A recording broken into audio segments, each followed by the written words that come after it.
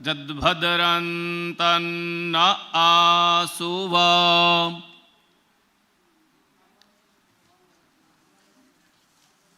इस त्रिदिवसीय संगोष्ठी में उपस्थित सभी विद्वज्जन को नमस्कार करते हुए आज यह तृतीय दिवस का प्रथम सत्र है और इस शोध सत्र में अध्यक्षता कर रहे हैं डॉक्टर गोविंद गंधे जी, निदेशक कालिदास संस्कृत अकादमी उज्जैन। बस थोड़ी ही देर में उपस्थित होने वाले हैं सर। तब तक मैं अन्य जो मुख्य वक्ता और वक्ता के रूप में विद्यमान हैं, मैं उन्हें मंच पर आमंत्रित करता हूं। प्रोफेसर जयप्रकाश नारायण जी, विभागाध्यक्ष संस्कृत विभाग, जामिया मिलिया इस्लामिया विश्वविद्यालय नई दिल्ली, वो भी अभी उपस्थित होने में हैं। डॉक्टर गणेश त्रिपाठी जी वक्ता के रूप में उपस्थित हैं, मैं मंच पर आमंत्रित करता हूं। सहायक आचार्य ज्योतिष विभाग, शासकीय रामानंद संस्कृत महाविद्यालय लालघाटी भोपाल मध्य प्रदेश। पंडित श्री विनोद गौतम जी, मैं निवेदन करता हूं, मंच पर आमंत्रित करता हूं, मंच पर उपस्थित हों। ज्योतिषाचार्य एवं पंचांगकर्ता भोपाल वक्ता के रूप में उपस्थित हैं। पंडित श्री रामकिशोर वैदिक जी, आप भी धर्माचार्य एवं उपदेशक भोपाल से पधारे हैं, मंच पर आसीन हो, वक्ता के रूप में हमारे पास उपलब्ध हैं। डॉक्टर देवेश चौबे जी जो भोपाल से पधारे हैं, वक्ता के रूप में मैं भी आपको मंच पर आमंत्रित करता हूं।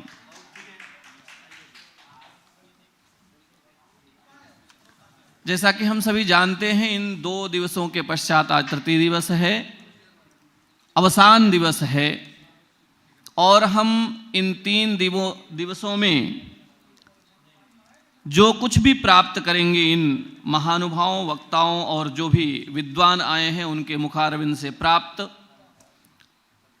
वह नवनीत निश्चय ही मथकर घृत के रूप में हमें अमृत के रूप में प्राप्त होने वाला है। और यह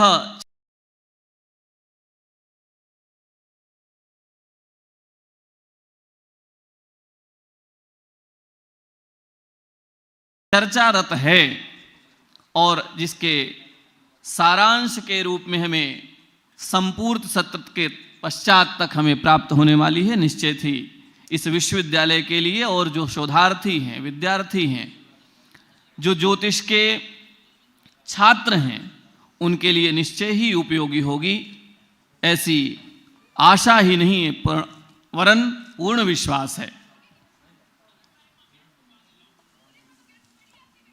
मैं अधिक विलंब न करते हुए जो शोधार्थी हैं उनमें से शोध पत्र का, क्योंकि काल का भी हमें मान रखना है, तो मैं बुलाना चाहूँगा ललिता यादव उपस्थित हैं। यदि उपस्थित हों तो अपना शोध पत्र प्रस्तुत करें। ठीक है। कृष्ण कुमार पोरवाल जी,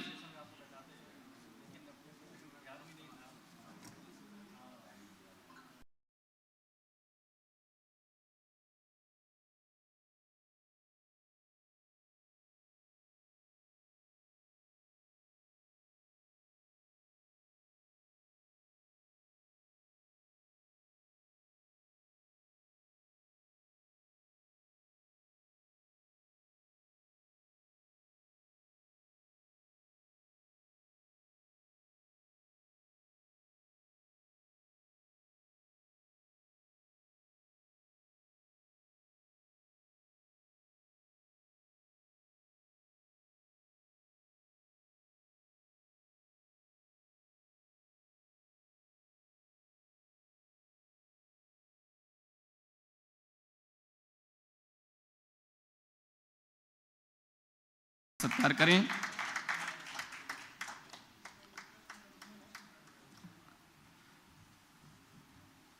डॉक्टर गणेश त्रिपाठी जी, सहायकाचार्य ज्योतिष विभाग, शासकीय रामानंद संस्कृत विश्वविद्यालय महाविद्यालय लालघाटी भोपाल।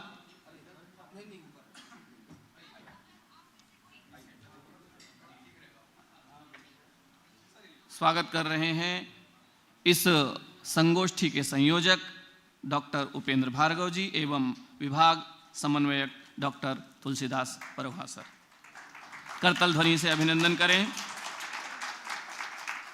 पंडित श्री विनोद गौतम जी का स्वागत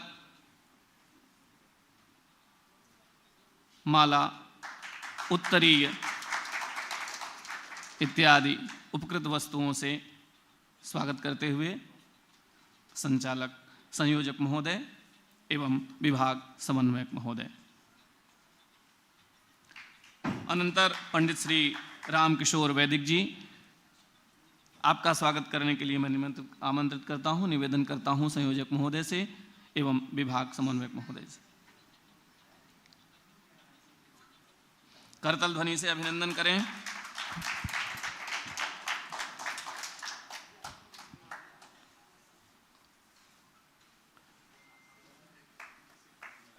स्वागतार्थ में आमंत्रित करता हूं डॉक्टर दिनेश चौबे जी को, जो भोपाल से पधारे हैं। संयोजक महोदय एवं विभाग समन्वयक महोदय से निवेदन है, कृपया डॉक्टर दिनेश चौबे जी का स्वागत उत्तरी आदि से स्वागत करें। करतल ध्वनि से अभिनंदन करें।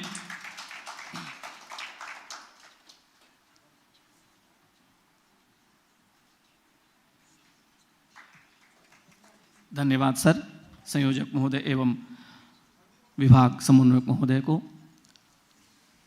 अब हम अविलंब प्रवेश करते हैं उस आगे क्या सर?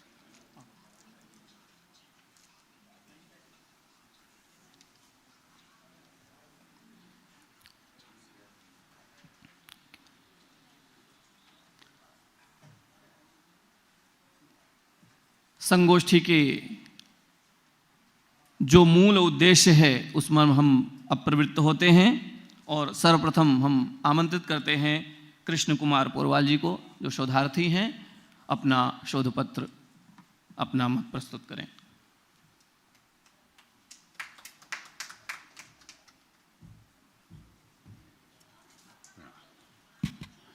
महामायिनी मेघाविन तदीयं स्वागतं कुर्मो गुरुगिर्वाण भाषायां तदीयं स्वागतं कुर्मो न काचित् भावना भक्ति न काचित् साधना शक्ति तदीयं स्वागतं कुर्मो इदं बालक धन्यतम एतत् तदीयं स्वागतं कुर्मो। हार्दिक स्वागतम, वंदनम, अभिनंदनम।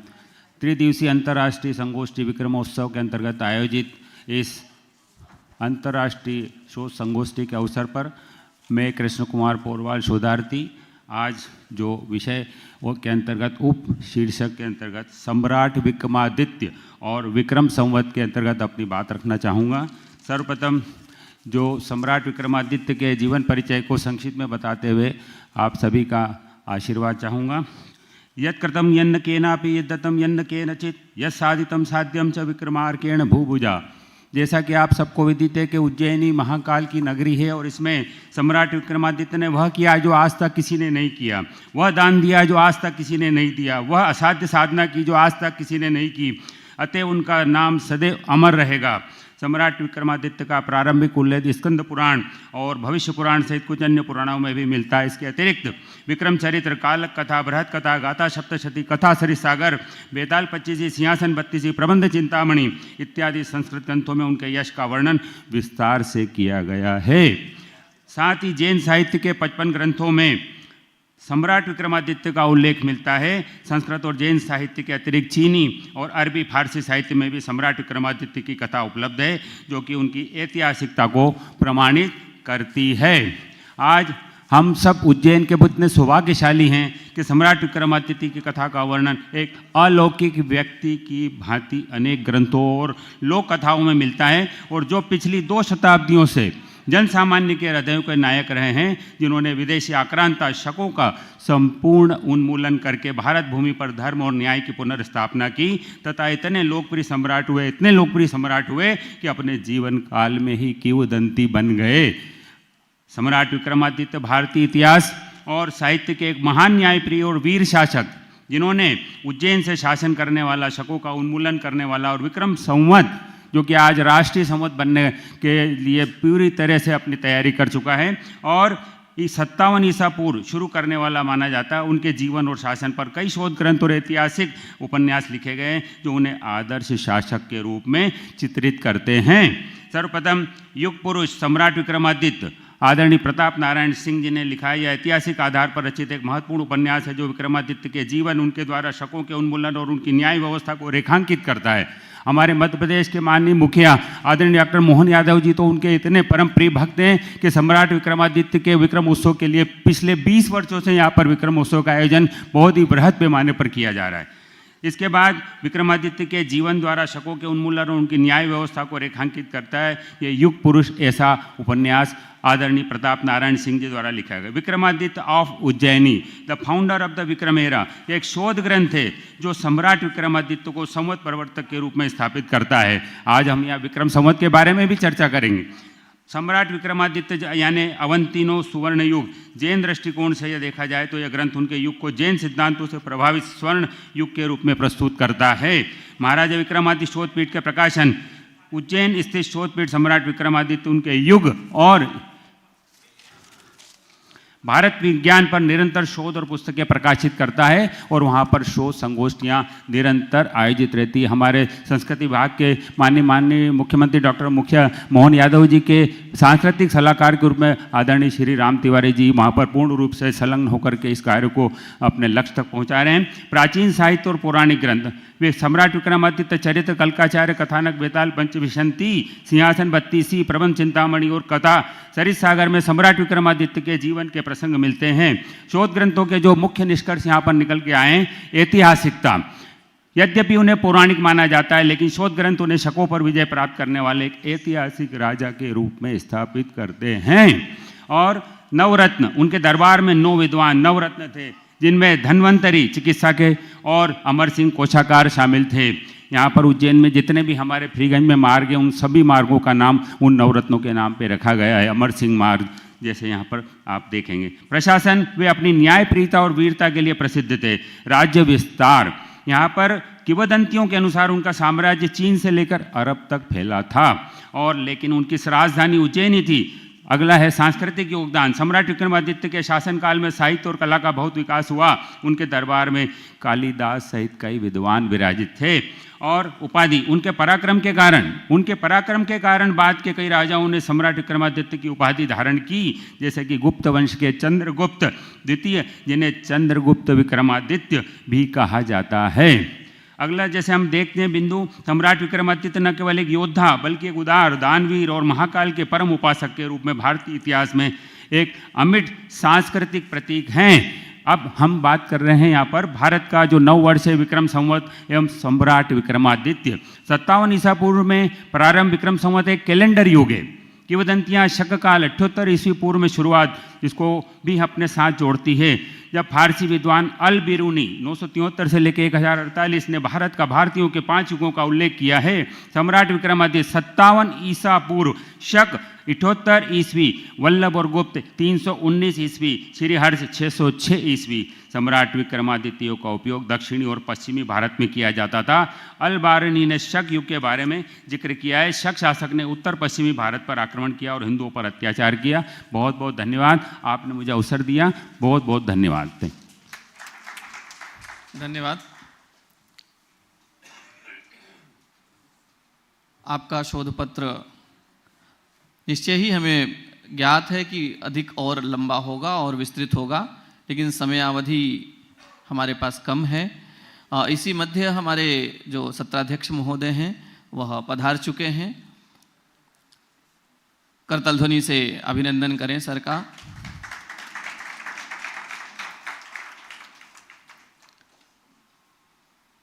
विक्रमादित्य के न्याय व्यवस्था आदि स्वर्ण युग के विषय में आपने बताया, बहुत बहुत धन्यवाद पोरवाल जी। मैं आमंत्रित करता हूं आदरणीय डॉक्टर गोविंद गंधे सर का, जो सत्राध्यक्ष के रूप में विद्यमान है, और मैं स्वागतार्थ कालिदास संस्कृत अकादमी निदेशक आदरणीय परवा सर, आदरणीय भार्गव सर, स्वागत आदरणीय अध्यक्ष महोदय का स्वागत करते हुए करतल अभिनंदन।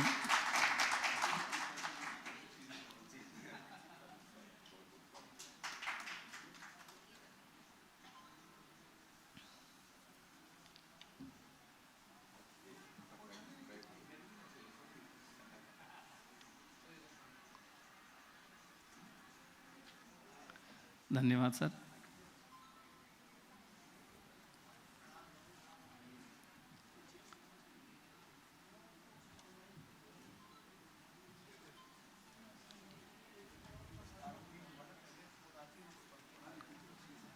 आप यंत्र से सज्ज हैं चंदेल जी प्रस्तुत करने के लिए?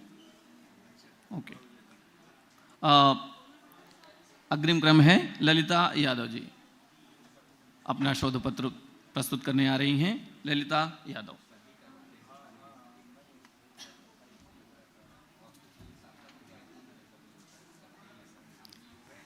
गुरुर् ब्रह्मा गुरुर्विष्णु गुरुर्देवो महेश्वरा गुरु साक्षात पर ब्रह्मा तस्मै श्री गुरुवे नमः। सभी अतिथियों को और मेरे गुरुजनों को प्रणाम। और मैं शोध पत्र का प्रारंभ करती हूँ। मेरे शोध पत्र का विषय है योग शास्त्र और ज्योतिष का अंतर संबंध। ठीक है।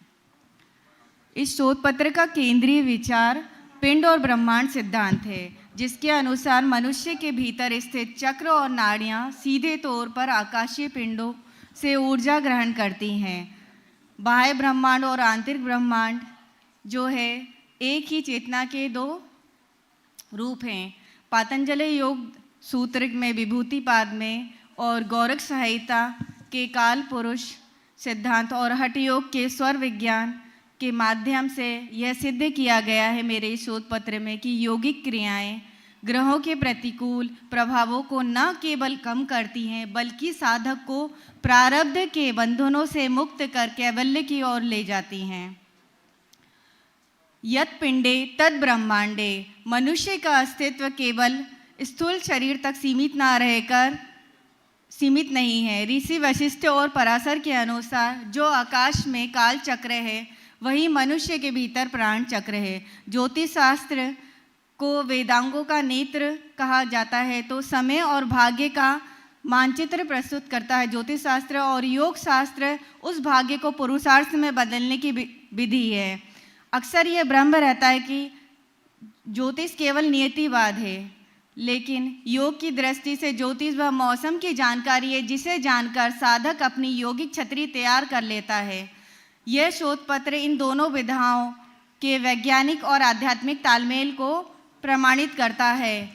इसके अब आगे ज़्यादा ना जाते हुए बस इसके मैं उस पर जाती हूँ कि सभी ज्योतिषियों को स्वयं को यौगिक अनुशासन में ढालना चाहिए, जिसके लिए उनके द्वारा दी गई जो ग्रह शांति की सलाह होती है वह फलदायी होती है और अपनी प्राण ऊर्जा को ऊर्ध्वगामी बना सकते हैं। वो ग्रह शांति के लिए सभी जनों को यौगिक उपचार बताएं, जिसके लिए वह जो यौगिक उपचार बताते हैं तो रत्नों और दान और वस्तुओं के बारे में बताते हैं, उसी प्रकार वह योग से रिलेटेड सारी चीज़ें भी बता सकते हैं जिनसे उनका जो सामने जिनको बता रहे हैं उनका बिना खर्चे के भी वो आसन प्राणायाम ये सब कर सकते हैं और अपने कमज़ोर ग्रह के साथ साथ आगे आने वाले ग्रहों की स्थिति भी सुधार सकते हैं।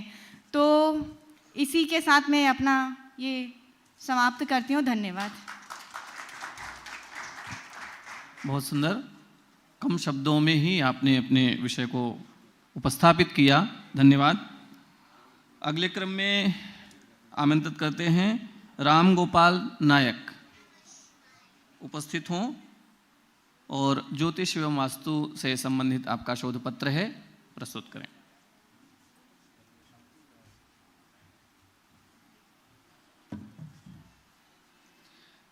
इस विक्रम उत्सव अंतर्राष्ट्रीय शोध संगोष्ठी में के अवसर पर उपस्थित मुख्य अतिथि महोदय, सभी विद्वान, मेरे पूज्य गुरुजन एवं दूर दूर से पधारे सभी विद्वानों का मैं हृदय से स्वागत एवं अभिनंदन करता हूँ। गुरुर्ब्रह्मा गुरुर्विष्णु गुरुर्देवो महेश्वर गुरुर साक्षात परम ब्रह्म तस्मै श्री गुरुवे नमो नमः। मेरा नाम राम गोपाल नायक है और मैं वास्तु विभाग का छात्र हूँ और मेरा शोध का विषय है भारतीय वास्तु में ज्योतिष का महत्व। भारतीय ग्राम परंपरा में वास्तुशास्त्र को केवल भवन निर्माण की कला ही नहीं बल्कि प्रकृति, वास्तु, दिशाओं और ऊर्जाओं के संतुलन का विषय माना गया है। इस आधार पर वास्तु पुरुष मंडल है।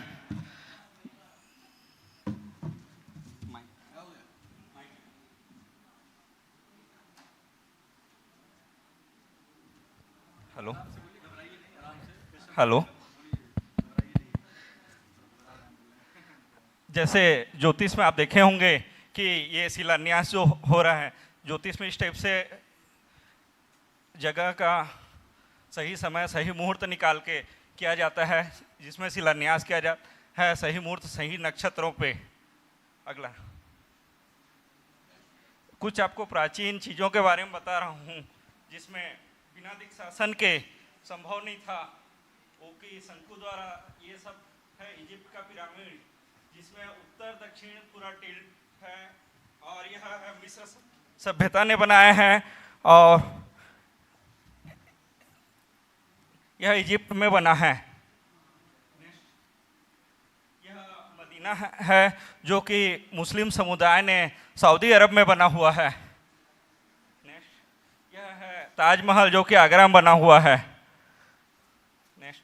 यह है सूर्य मंदिर जो कि कोणार्क बना है। इन सभी में सब एक ही चीज़ समानता मिलती है, उत्तर दक्षिण 0 डिग्री टिल्ट, जो कि बिना शंकु के, बिना सूर्य सिद्धांत के संभव नहीं है। यह है शंकु। इसी टाइप से शंकु का स्थापना करके किया जाता था वहाँ पर, और इन सभी इतने दूर में अलग अलग जगहों में था, अलग अलग सभ्यता ने बनाया, और सभी में 0 डिग्री टिल्ड ये चीज़ मिलता है।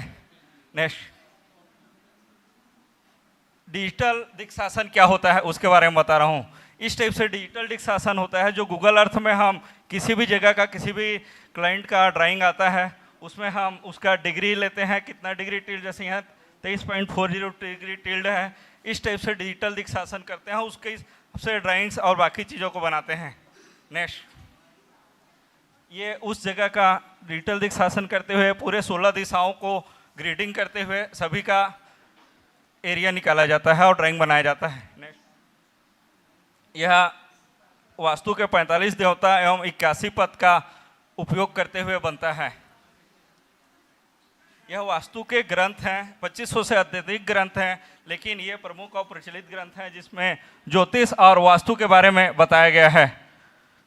नेक्स्ट, वास्तु के 64 पद जो कि कॉलोनी लेआउट्स के लिए उपयोग किया जाता है, 81 पद सभी प्रकार के भवन निर्माण के लिए किया जाता है, 49 पद जीर्णोद्धार के लिए किया जाता है, 100 पद देवालय वास्तु के लिए किया जाता है, 144 पद फैक्ट्री स्थापना के लिए किया जाता है, 196 पद किसी भी प्रकार के तालाब वगैरह बनाने के लिए उपयोग होता है, 1024 पद दुर्ग व किला स्थापना के लिए किया जाता है। 1 से 1024 प्रत्येक के वास्तु होते हैं जिसमें ये सब किया जाता है। नेक्स्ट, ये अलग अलग वास्तु का 1 से 1024 होते हैं, उसमें से ये सब में सेफ है। नेक्स्ट, ये वास्तु पुरुष का किस टाइप से देवताओं का पोजीशन बैठाया जाता है, वही सब है इसमें।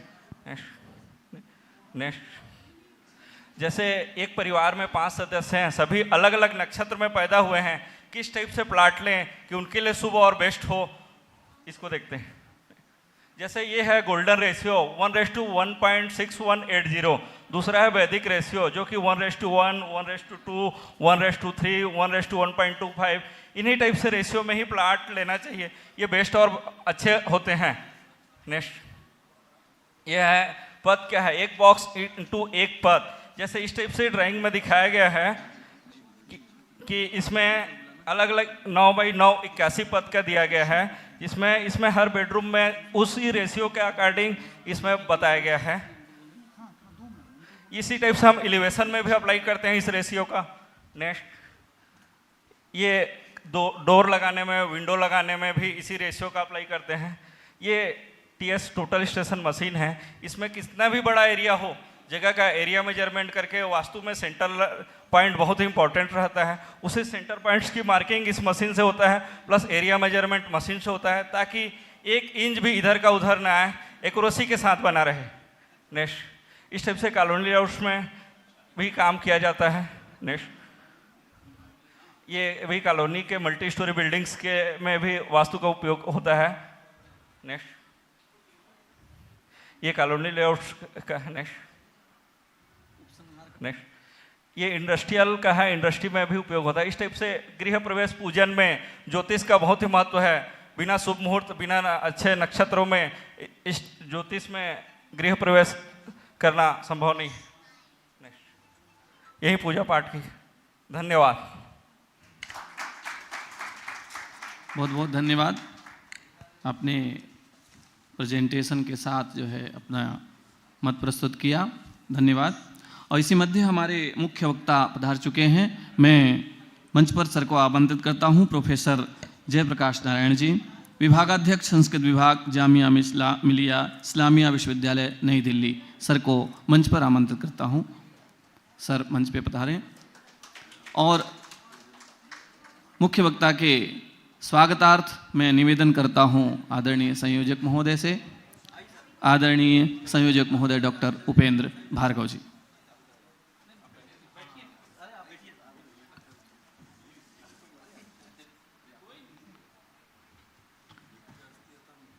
करतल ध्वनि से अभिनंदन करें सर का।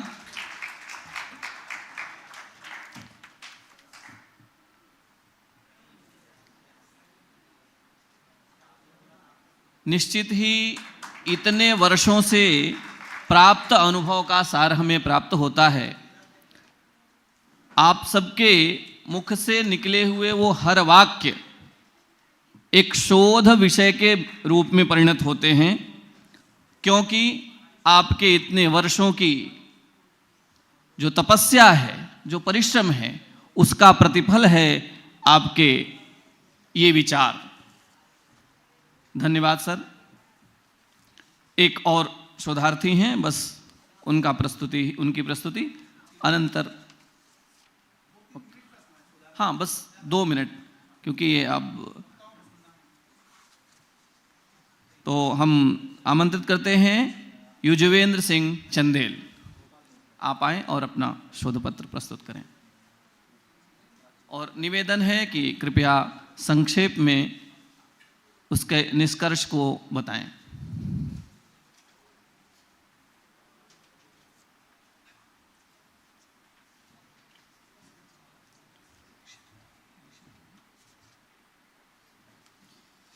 ओम श्री गुरुवे नमः। अध्यक्ष महोदय आपका नमन और सभी विशिष्ट अतिथि आपका नमन।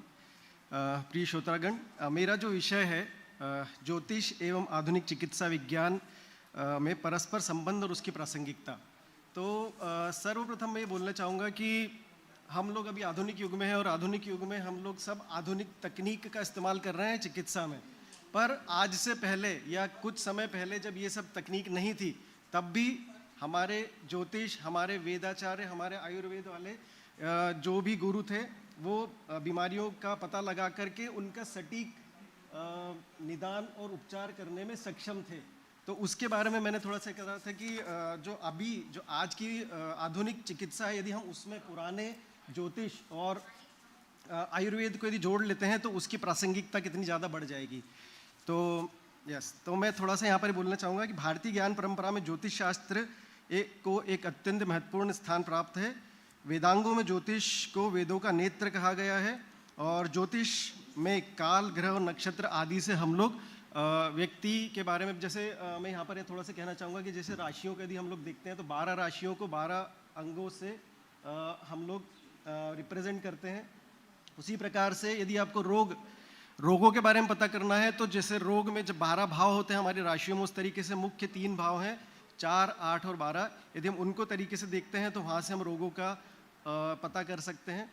आयुर्वेद में ये कहा गया है कि हमारा शरीर जो है वो 5 तत्वों से बना हुआ है। उसी प्रकार से 5 तत्वों को ज्योतिष में कहा गया है कि 5 तारा ग्रह जो है वो 5 तत्वों को रिप्रेजेंट करते हैं और सूर्य जो हमारी आत्मा को रिप्रेजेंट करता है और चंद्रमा जो है हमारे मन को रिप्रेजेंट करता है। जब ये सब चीज़ों को हम मिलाते हैं तो हमारा पूरा शरीर बनता है और इन सब का बैलेंस यदि होगा, ये सब अपनी सही उसमें रहेंगे, तो हम हमारे सारे रोगों को सही रख सकते हैं, मतलब रोगों से हम बचा जा सकता है हमें।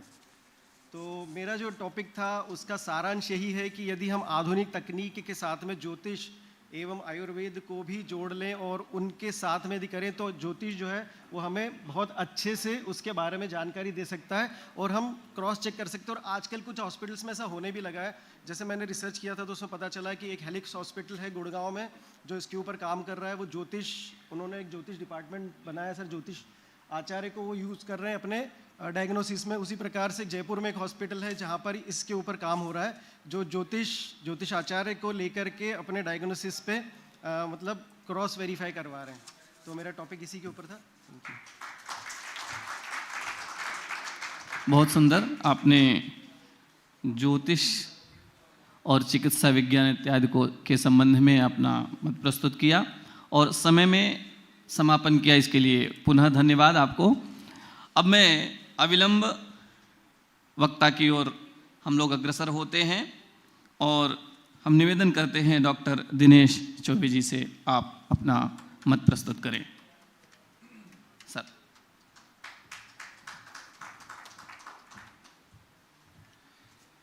मंच पर स्थित सभी आदरणीय विद्वानों को मेरा प्रणाम और महाकाल की इस पावन धरती पर भार्गव जी और द्वारा निमंत्रण दिया गया उसके लिए मैं उनका तहे दिल से शुक्रिया करता हूँ। देखिए, ज्योतिष को मैं हमेशा एक ही चीज़ बोलता हूँ कि हम ज्योतिष को नहीं चुनते हैं, ज्योतिष हमें चुनता है। यहाँ पर जितने भी लोग हैं, जितने भी ज्योतिष आचार्य हैं, वो इस चीज़ को भली भांति जानते होंगे कि उन्होंने ज्योतिष को नहीं चुना है। ज्योतिष कहीं ना कहीं किसी न किसी रूप में उनके जीवन में आ गया है और ज्योतिष सीखने का भी विषय नहीं है, ज्योतिष समझने का विषय है। जो व्यक्ति अपने जीवन में ग्रहों को उतार लेता है, हर जगह ग्रहों नक्षत्रों से चीज़ों की तुलना करने लगता है, वो एक सफल ज्योतिषी बनता है। इसको मैं उदाहरण के रूप में आपको समझाऊंगा कि जब हम कोई बाइक या कार लेने का सोचते हैं तो हम पाते हैं कि जैसे ही हमने प्लानिंग की है और रास्ते में रोडों पे हमें वही गाड़ियाँ, वही कारें फिर से दिखने लगती हैं। पहले भी वो चीज़ें मौजूद होती हैं, पर अब चूंकि हम लेने का सोच रहे हैं, जीने का सोच रहे हैं, इसलिए हमें उनकी उपस्थिति दिखने लगती है। यही ज्योतिष है। जब आप किसी व्यक्ति विशेष को ज्योतिष की दृष्टि से देखेंगे तो आप पाएंगे कि सारे ग्रह उसके शरीर के अंदर हैं। यदि जैसे अभी उन्होंने बात करी कि चंद्र मन के कारक हैं, सूर्य आत्मा के कारक हैं, ऐसे जितने भी ग्रह हैं हमारे एनर्जी को रिप्रेजेंट करते हैं। हमें यदि कोई बीमारी हो रही है या हमारा मन उत्तेजित हो रहा है या हम कहीं डाउन हो रहे हैं तो कहीं ना कहीं किसी ना किसी ग्रह का प्रभाव पड़ता है। तो जैसे कि एक उदाहरण के लिए कि एक सल्फर नाम का तत्व होता है, यदि सल्फर नाम का तत्व हमारे शरीर में कम हो जाता है तो देखा गया है कि ऐसे व्यक्तियों को स्किन डिसीज हो जाता है। ऐसे ही हमारे शरीर में जब कोई ग्रह की एनर्जी लो हो जाती है, एनर्जी का जो कंजप्शन है वो कम हो जाता है, तो उसके प्रभाव हमें नेगेटिव देखने को मिलते हैं। और इसको हम अपने साधारण विधि से, पूजन पाठ के अलावा साधारण जो हमारी योग साधना है, जो हमारे मंत्र उच्चारण है, उनसे भी इनको ठीक किया जा सकता है। यहाँ पर एक और चीज़ समझने वाली है कि चूंकि जो आधुनिक विज्ञान है वो पूरा ज्योतिष पे ही आधारित है। आपने एक शब्द सुना होगा, होरा। होरा एक्चुअली शब्द आया है अहोरात्रि से, अहो से हो आया है और रात्रि से रा आया है। होरा शब्द हर घंटे की स्थिति को हर घंटे में ग्रह की स्थिति को दिखाता है। जो इंग्लिश में आवर्स शब्द है वो भी कहीं ना कहीं होरा से आया है, HOURS जो अपन लिखते हैं 1 आवर्स 2 आवर्स 3 आवर्स, वो भी कहीं ना कहीं होरा से ही आया है। और हर घंटे में होरा चेंज हो जाता है। अब ये एक कैलेंडर में आपने देखा होगा कि सोमवार के बाद मंगल आता है, मंगल के बाद बुध आता है। ऐसा होता क्यों है? असल में सोमवार के बाद जो चंद्र की होरा है वो 24 घंटे की होती है। चंद्र से शुरू होगी, 24 घंटे के बाद 25वें घंटे पे मंगल की होरा आ जाती है, फिर 26वें घंटे पे चेंज होगी, 27वें घंटे पे चेंज होगी। जैसे आप 48वें घंटे पे देखेंगे वहाँ पर होरा चेंज हो जाएगा। तो हमारा जो कैलेंडर है, हमारी जो ज्योतिष विद्या है, वो बेसिकली बहुत प्राचीन समय से चली आ रही है। बस समस्या ये है कि आज थोड़ा सा उसको सोशल मीडिया के माध्यम से या जो नए नए प्रेडिक्ट आ गए हैं, नए नए एस्ट्रोलॉजर आ गए हैं, उन्होंने कहीं ना कहीं उसको थोड़ा सा एक दिशा से विपरीत कर दिया है या दिशा से वंचित कर दिया है। तो यदि आप ज्योतिष को बहुत अच्छे तरीके से समझेंगे और जिएंगे तो मैं आशा करता हूँ कि आने वाले समय में एक नए मुकाम पर, जैसे हमारे ऋषि मुनियों ने इसको तैयार किया था, बनाया था, वैसे ही आगे चल के बनेगा। तो मैं इसी के साथ विराम लेता हूँ और सभी का बहुत बहुत धन्यवाद, आभार।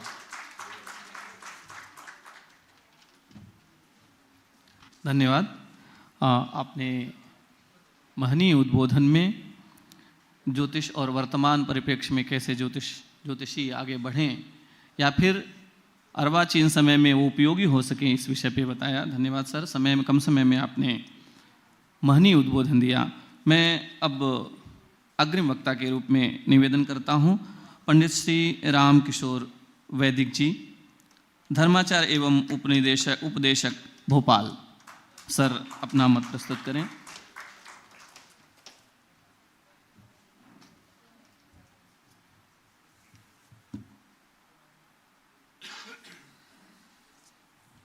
गुरुर्ब्रह्मा गुरुर्विष्णु गुरुर्देव महेश्वरा, गुरुर्साक्षात् परब्रह्मा तस्मै श्री गुरुवे नमः। कार्यक्रम की अध्यक्षता करने वाले अध्यक्ष महोदय और गंगेले जी और प्रमुख वक्ता के रूप में जो दिल्ली से पधारे हैं, आपके चरणों में प्रणाम। हमारे ही भोपाल जहाँ से शासकीय रामानंद विद्यालय से पधारे हुए त्रिपाठी जी के लिए प्रणाम। और ज्योतिष विधा को अति गति देने वाले ऐसे गौतम पंचांग के रचयिता और पंचांगकर्ता पंडित विनोद गौतम जी गुरु जी को प्रणाम। और हमारे चौबे जी जो अभी अभी बोल के गए हैं, उनको भी जय श्री राधे। आप समस्त जितने भी सुरोर्थी हैं या जो अनुसंधान कर रहे हैं, एक रामायण की चौपाई के साथ सिया राम मैं सब जग जानी, करहु प्रणाम जोर जुग पानी। आप सबके हृदय में जो राम जी हैं उनको प्रणाम। यहाँ आने का सुअवसर हमारे अतिशय प्रिय जो डॉक्टर उपेंद्र भार्गव जी हैं, उनके द्वारा यहाँ विद्यालय में आने का सुअवसर प्राप्त हुआ। तो उपेंद्र जी को बार बार धन्यवाद, क्योंकि आप बड़े विद्वान होके, क्योंकि विद्वान का लक्षण ये है सहज और सरल हो जाए। जो वृक्ष जो है जितना पल्लवित होता है, फला रहता है, वो उतना ही झुका रहता है। और तो वो गुण आप में दैदीप्यमान है, ऐसे उपेंद्र भार्गव जी और प्रोहा जी। देखिए ये जो ज्योतिष विद्या है, जैसे सभी लोगों ने अभी अभी अपनी बात कही, ज्योतिष विद्या पढ़ने से नहीं आएगी, उतारने से आएगी। भैया ने जो कहा, आचरण में लेना पड़ेगा। हम महादशा तो देख लेते हैं, हम अंतरदशा देख लेते हैं, फिर भी लेकिन हमारा फलित ठीक क्यों नहीं होता है? आपने देखा होगा कई बार हम बिल्कुल पूरा पढ़ चुके हैं, जो विधा होती है, महादशा देख ली, उसकी संकटा देख ली, योगिनी महादशा देख ली, नामांश भी देख लिया, सारे चार्ट देखने के बाद भी हमारा फलादेश सटीक नहीं होता। तो मेरा ऐसा अनुभव है, हो सकता है गलत हो, लेकिन मेरा जो अनुभव है, जब तक आपका इष्ट स्ट्रांग नहीं होगा, जब तक आप अपने इष्ट की आराधना नहीं करेंगे, तब तक मुझे लगता है कि आपका फलादेश सटीक नहीं होगा। मैं भागवत जी का विशेष वो हूँ, तो आप देखे होंगे नारद पुराण में तो ज्योतिष का विशेष वर्णन है, लेकिन भागवत के भी पंचम स्कंद में खगोल और भूगोल का वर्णन है। वहीं पर सुषुमार चक्र है, जहाँ पर ग्रहों की दूरी वगैरह बताई है कि सूर्य से चंद्रमा से कितनी दूरी है। तो ज्योतिष और अध्यात्म कहीं भी भिन्न नहीं है, दोनों को अगर अपन देखेंगे तो एक साथ जो है पाए जाएंगे। जहाँ भागवत जी में जन्म की आती है, तो जन्म नक्षत्र के यशोदा कहते हैं कि आज वही नक्षत्र आ गया जिस जन्म नक्षत्र में लाला ने जन्म लिया। तो कहा क्या करेंगे? कहा कि हम तो जो है उत्सव करेंगे, ब्राह्मणों को बुलाएंगे। कहा नाई को बुलाया, कहा काय बात की दुहाई दे दे? कहा लगा दो, जन्म नक्षत्र है आज लाला। अच्छा, एक और बात, साधारण में देखिए आप, डेट से कहते हैं, तारीख तो नहीं कहते ना कि कौन सी तारीख में जन्मे। प्रायः हम लोग जब बच्चों को डांटते हैं या उद्दंड होता है बच्चा, तो हम क्या कहते हैं, क्या पता तूने कौन से नक्षत्र में जन्म लिया है। नक्षत्र की प्रधानता होती है कि नहीं? तो मेरे हिसाब से अगर आप कुंडली में नक्षत्र को अगर साधेंगे और आपने अगर लगन साध ली, तो समझिए कि निश्चित आप एक बहुत अच्छे ज्योतिषी बन सकते हैं। और इन सब के साथ, इन सब को साधने के बाद आपको अपने इष्ट को जरूर साधना है। भागवत के 10वें स्कंद में भी जब भगवान कृष्ण प्रकट हुए हैं, वहाँ भी रोहिणी नक्षत्र की चर्चा आई है। और इन ध्रुव तारा की जो चर्चा है, वो शिशुमार चक्र जहाँ पंचम स्कंद में दिया है, तो वहाँ पर भी ज्योतिष की वर्णनता है। ऐसे अपने पुराणों में भी, नारद पुराण तो विशेष ही है, लेकिन भागवत जी में भी बड़ा बृहद दिया है। बहुत सारे लोगों को सुनना है। इसी के साथ अपनी वाणी को विराम। जय श्री राधे। और अब महाकाल की नगरी में आए हैं तो एक बात जरूर बता के जाएंगे, सारे ग्रह आप उज्जैन में जाइए, जब आप मंदिर प्रांगण में प्रवेश करेंगे तो जो वहाँ नवग्रह का मंदिर बना है, वहाँ क्या किसी ग्रह की आकृति है? कोई न दर्शन करें नवग्रह के, तो वहाँ क्या ग्रहों की आकृति है? नहीं है ना। भोले बाबा ही विराजमान है ना। और मंगलनाथ में आप जाओ तो क्या मंगल ग्रह हैं? कौन है? हमने शिव पुराण पढ़ा, शिव पुराण में लिखा है ये सारे बार भोले बाबा ही के थे। भोले बाबा ने ही अलग अलग ग्रहों को लिए, दिनों के लिए दिन बांट दिए। तो सब में भगवान ही समाये हुए हैं। सिया राम मैं सब जग जानी, करो प्रणाम जोर जुग पानी। बहुत बहुत धन्यवाद। बहुत बहुत धन्यवाद। जैसे कालों के काल महाकाल और काल से ही संबंधित ज्योतिष, उसी का संबंध आपने भगवान शिव से किया और अपने सुमधुर वाणी से हमको मुग्ध किया। धन्यवाद। मैं अग्रिम वक्ता के रूप में हम सुनेंगे पंडित श्री विनोद गौतम जी, ज्योतिषाचार्य एवं पंचांगकर्ता भोपाल। करतल ध्वनि से अभिनंदन करें सर का। धन्यवाद। श्री गुरु चरण कमलेभ्यो नमः। श्री रामानुजायै नमो नमः। प्रद्युन्मां निरुद्धाय नमः शंकरसनाय च। आदरणीय मंच पर विराजमान माता सरस्वती जी, महर्षि पाणिनि जी, हमारे आज के कार्यक्रम के विशेष अतिथि कालिदास संस्कृत अकादमी के महानिदेशक श्रीमान गोविंद गंधे जी। रोक करके आपके बारे में बता दूं कि आपका ज्योतिष और अध्यात्म से संबंधित सभी प्रकार के कार्यों में विशेष सहयोग रहता है। हमारे ज्योतिष मठ संस्थान द्वारा आयोजित कालिदास राष्ट्रीय ज्योतिष सम्मेलन आपके ही कृपा पात्र स्थिति में किया जाता है। और आपके बगल में विराजमान है वेद मूर्ति धर्माचार्य पंडित रामकिशोर जी वैदिक जी, प्रोफेसर श्री दिल्ली यूनिवर्सिटी से आप पधारे हुए हैं गणेश त्रिपाठी जी, और आप सभी विद्वान गण, क्योंकि यहाँ पर विद्वानों की सभा है, मुझे तो ऐसा नहीं लगता है कि यहाँ कम लोग हैं, क्योंकि एक एक विद्वान 2-2, 5-5 हजार, 10-10 हजार लोगों का प्रतिनिधित्व करता है। अगर यहाँ पर एक विद्वान भी है तो 2000-5000 एक विद्वान के हिसाब से ही आदमी हैं। तो इस हाल में ज्योतिष की नज़र से अगर मैं देखूँ तो यहाँ लाखों जनता बैठी हुई है। ज्योतिष सिद्धांत होरा गणित ये समझने वाली चीज़ है, इसको बहुत ही शांति चित्त से हम सबको समझना चाहिए। त्रिकालदर्शिनी विद्या सोम चित्तेन लभ्यते निष्ठुरा खटकर्मी च नैव सिद्धति जन्मना। ये विद्या वो 100 जन्म भी ले ले तो भी उसको सिद्ध नहीं हो पाएगी। हमें ज्योतिष के मूल तत्वों पर, मूल सिद्धांतों पर जाना है, आवरण पर नहीं जाना है। सिर्फ एक ही निवेदन है, अभी थोड़ी देर पहले हमारी एक बहन ने उद्बोधित किया था कि हम उन आवरणों में ना जाएं। हम एक ग्रह शांति है जिससे हमारे जो बटुक ब्राह्मण हैं, जो पहले से चली आई हुई है, जिसका उल्लेख हमारे ग्रहों की शांति के लिए ही वो बनाई गई है, ऐसी पुस्तक धीरे धीरे विलुप्त होती जा रही है। इस पुस्तक को हमको स्वयं लाना है, क्योंकि कुछ ज्योतिष में भी ऐसे लोग आ गए हैं जिन्होंने हमारे ऊपरी आवरण को विशेष महत्वपूर्ण बता करके और ज्योतिष में उपचार के रूप में उनको ला दिया है, जिससे ज्योतिष में घुन लग गई है।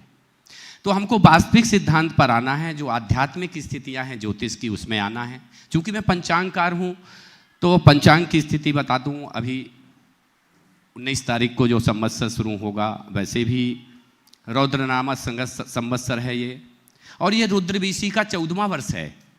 आप देखें कि जब रुद्रवीसी का प्रथम वर्ष आया था तो आप देखें केरल से लेकर के, केदारनाथ से लेकर के, पशुपतिनाथ से लेकर के कितनी त्रासदी हुई। इसके बाद कोरोना की स्थिति आई और आज आप देखें फिलिस्तीन और ये जो इजराइल ईरान के युद्धात्मक की स्थितियां बनी हुई हैं। तो ये रुद्रवीसी के 20 वर्ष हैं, ये अभी तो 5-6 वर्ष और बकाया हैं, 14वां वर्ष है। तो इसमें ये स्थितियां बनेंगी ही, निश्चित बनेंगी। आप आगामी समय, पिछला रिकॉर्ड आप देखें तो जब ब्रह्मावीसी थी, हमारे संवत्सरों को 60 संवत्सरों को 3 भागों में बांटा जाता है। पहला ब्रह्मावीसी, फिर दूसरा विष्णुवीसी और तीसरा रुद्रवीसी। तो ये जो पहले ब्रह्मावीसी थी, इतनी उत्पत्ति हुई कि कई देशों को अपने उत्पत्ति पर, नियंत्रण पर रोक लगानी पड़ी। उस समय ब्रह्मावीसी थी। फिर इसके बाद विष्णुवीसी आई। तो विष्णुवीसी, ये विष्णु भगवान पालनहार हैं, तो उन्होंने इतना अनाज जगह जगह पूरे भंडार भर दिए कि आप देखेंगे कि 1 रुपए 2 रुपए किलो गोदाम में सड़ रहा है। तो ये ब्रह्मावीसी के बाद जो विष्णुवीसी आई, इसके बाद ये रुद्रवीसी आई, इसने अपने प्रभाव दिखाना शुरू कर दिए। चूंकि ये रुद्रवीसी का 14वां संवत्सर रौद्र है और इसके बाद दुर्मति संवत्सर आएगा। अन्य ऐसे संवत्सर जो हैं वो ऐसा लग रहा है कि कुछ स्थितियां अनुकूल रही हैं, ग्रह संकट की ओर बढ़ रहे हैं।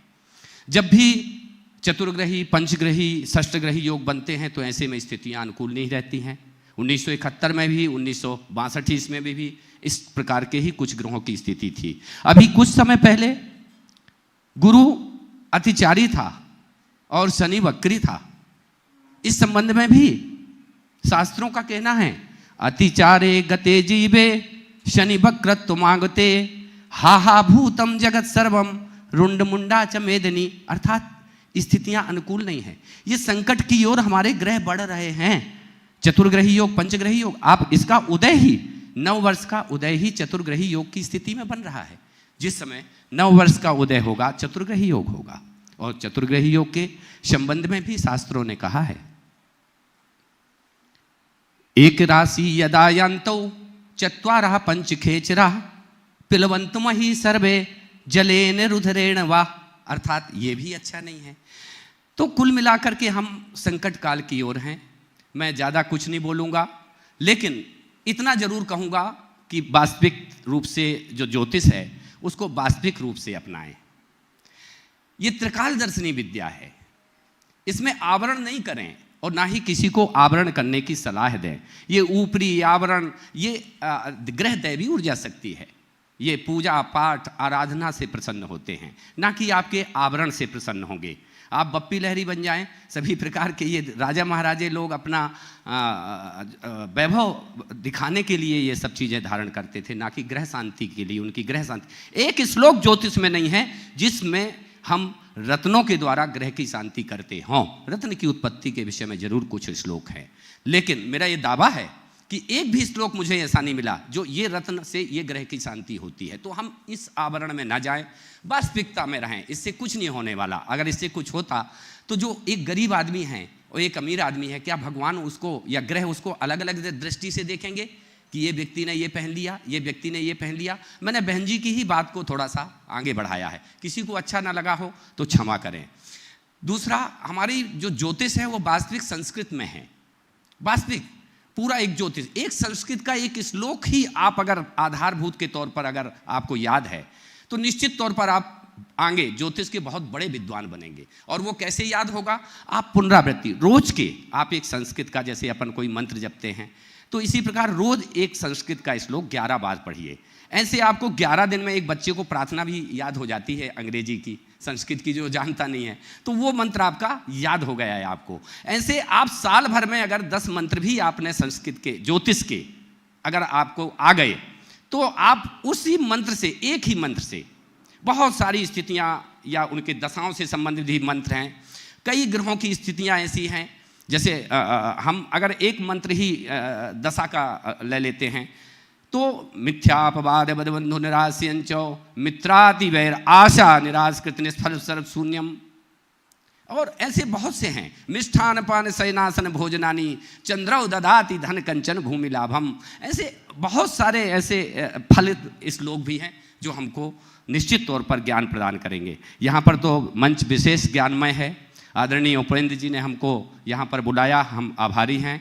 साथ ही श्री तुलसीदास परोहा जी प्रोफेसर साहब, उनका भी आभार व्यक्त करते हैं, यहाँ पर नहीं हैं। आप सब विद्वानों की उपस्थिति में आप सब लोगों ने हमको सुना, क्योंकि सुनने वाले भी बहुत कम मिलते हैं, कोई सुनना भी नहीं चाहता। और मेरा यह दावा है कि जो सुनने वाला होता है वो ज़्यादा विद्वान होता है, ना कि बोलने वाले से ज़्यादा।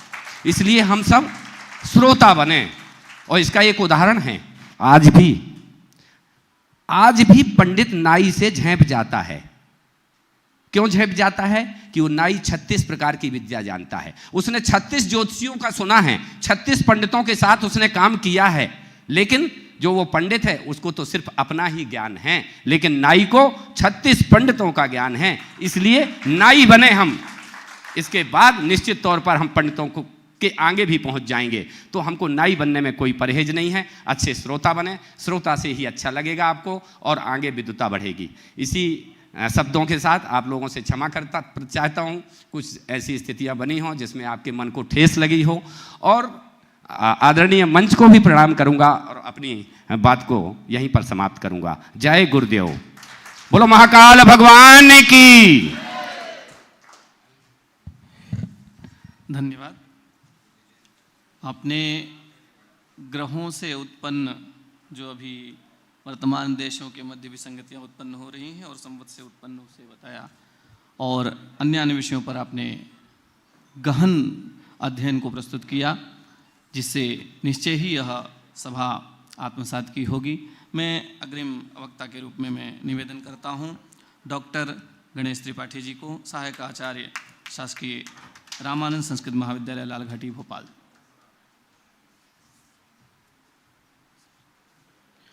यस्योदयास्त समये सुरमुकुट निघृष्ट चरण कमलोपि कुरुतेंजलिम त्रिनेत्र स जयति धाम नाम निधि सूर्य।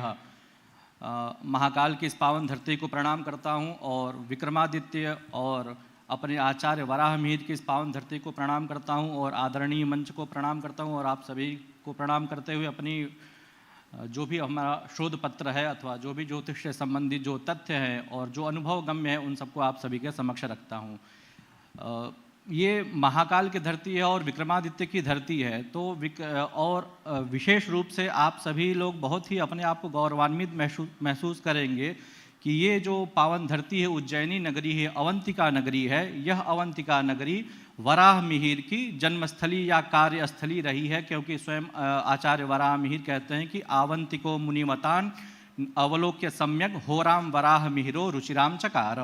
तो होरा शास्त्र की रचना आचार्य वराह मिहिर ने इस अवंती नगरी में की है। तो आज भी कहीं न कहीं वो आचार्य वराह मिहिर के जो उनका जो सूक्ष्म शरीर है वो कहीं न कहीं इस पावन धरा पर तो विद्यमान है ही, और हम सब उनके ऋणी हैं। यदि आचार्य वराह मिहिर नहीं होते, आज से 1500 वर्ष पूर्व यदि उनकी स्थिति नहीं होती इस अवंती नगरी में विक्रमादित्य के दरबार में, तो आज हम ज्योतिष शास्त्र का जो कुछ भी सीख रहे हैं या होरा शास्त्र को पढ़ रहे हैं या संहिता शास्त्र को पढ़ रहे हैं अथवा सिद्धांत शास्त्र को पढ़ रहे हैं पंच सिद्धांतिका आदि के माध्यम से, तो उन सब का जो आज हम स्वरूप देख रहे हैं कदाचित वैसा स्वरूप नहीं देखने को मिलता यदि आचार्य वराह मिहिर नहीं होते। तो आचार्य वराह मिहिर के हम वास्तव में ऋणी हैं। और आचार्य वराह मिहिर यहाँ थे तो कल मैं चिंतन कर रहा था कि आचार्य वराह मिहिर अवंतिका में है और कदाचित वो महादेव की उपासना अथवा महादेव की चर्चा, काल भैरव की चर्चा अथवा अपने उज्जैन के जो महाकालेश्वर है उनकी चर्चा अथवा उनकी स्तुति किए बिना वो कैसे रह सकते हैं। तो मैंने बृहद जातकम और लघु जातकम और पंच सिद्धांतिका और बृहद संहिता आदि जो ग्रंथ है, तो उसमें इसके पहले कभी विचार गया नहीं था, लेकिन कल हमने इस पर चिंतन किया तो ज्योतिष शास्त्र का बहुत ही प्रवेश ग्रंथ होता है लघु जातकम, तो उसमें स्वयं आचार्य वराह मिहिर ने, क्योंकि देखिए आचार्य वराह मिहिर सूर्योपासक तो थे ही, वो सौर संप्रदाय के प्रवर्तक थे, सौर संप्रदाय के अनुयायी थे। कोई शैव का अनुयायी होता है, कोई शाक्त का अनुयायी होता है, कोई वैष्णव अनुयायी होता है, और उसी प्रकार से आचार्य वराह मिहिर सूर्योपासक थे, सौर मत के प्रवर्तक थे, सौर के अनुयायी थे। तो प्राचीन काल में जो जिस मत का अवलंबी होता था, जो जिस मत का आश्रय लेता था, वो कदाचित दूसरे मतों में उसका अनधिकार होता था या वो उस पर चेष्टा नहीं करता था और अपने मत के प्रति वो कट्टरता रखता था। लेकिन आचार्य वराहमिहिर ऐसे हुए थे जिन्होंने ये अवंतिका नगरी में रहते हुए भगवान सूर्य की और उपासना करते हुए भगवान महाकाल की भी उपासना किया है। जो हमने मंगलाचरण बोला था, यस्यो दयास्त समय सूर्यमुकुट निघृष्ट चरण कमलोपि कुरुतेंजलिम त्रिनेत्र स जयति धाम नाम निधि सूर्य।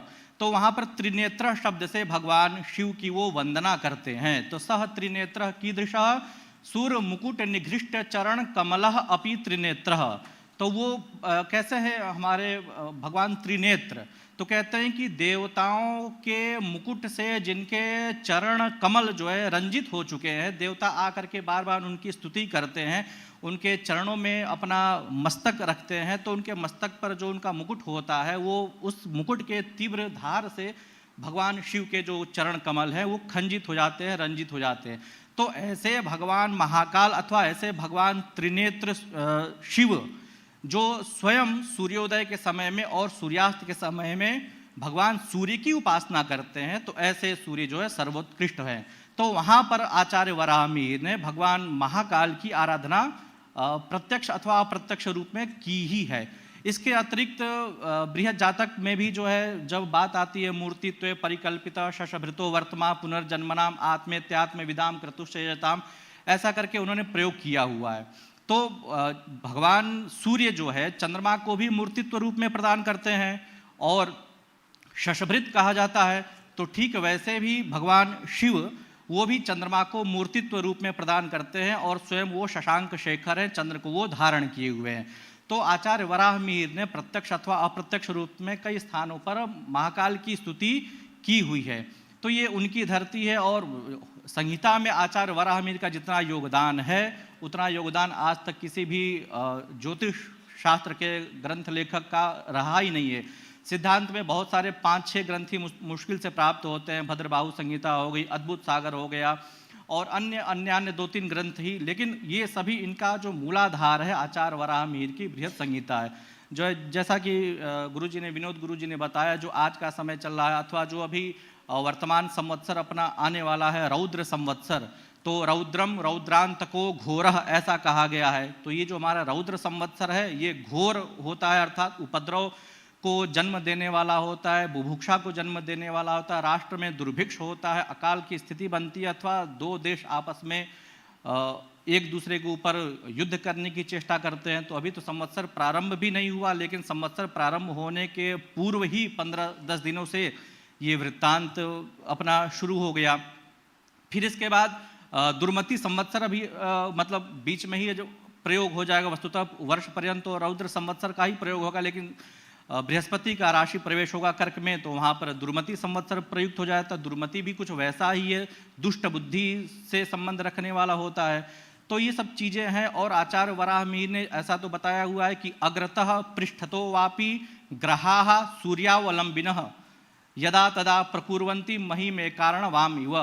वो कहते हैं कि जो भी ग्रह सूर्य को आगे से अथवा पीछे से, अग्रतः पृष्ठतः वापि, यदि आगे से भी उसका घेर ले, उनका घेराव कर दें अथवा पीछे से भी उनका वो घेराव कर दें, तो ऐसे समय में पृथ्वी पर रुधिरपात होता है अथवा वृष्टि की अधिकता होती है और जल के स्रोत अत्यधिक हो जाता है, अकाल वृष्टि इत्यादि ये सब बहुत सारी चीज़ें प्राप्त होने लगती है।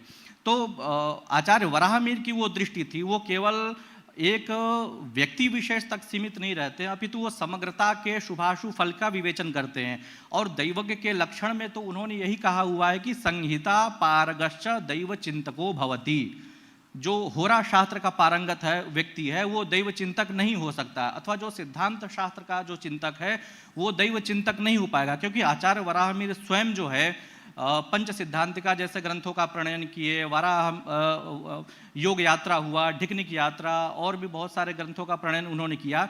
लेकिन अंत में जब उन्होंने संहिता शास्त्र का प्रणयन किया तो वहाँ पर वो लिखते हैं कि संहिता पारगश्च दैव चिंतको भवति, अर्थात जो संहिता शास्त्र में प्रवीण है, जो सकलता के साथ शुभाशुभ बातों का विश्लेषण करता है, तो वो ज्योतिषी ही दैवज्ञ कहलाने का अधिकारी होता है। और भी बहुत सारे उनके तत्व उन्होंने बृहत संहिता ग्रंथ में बताए हुए हैं। जो ग्रहों का युद्ध होता है, 4 प्रकार के ग्रहों के युद्ध बताए गए हैं। जो अभी ग्रहों की युद्ध की स्थिति बनी हुई, भेद, उल्लेख, अंशु, मर्दन और अपसव्य, जो ग्रहों के 4 प्रकार के युद्ध बताए गए हैं।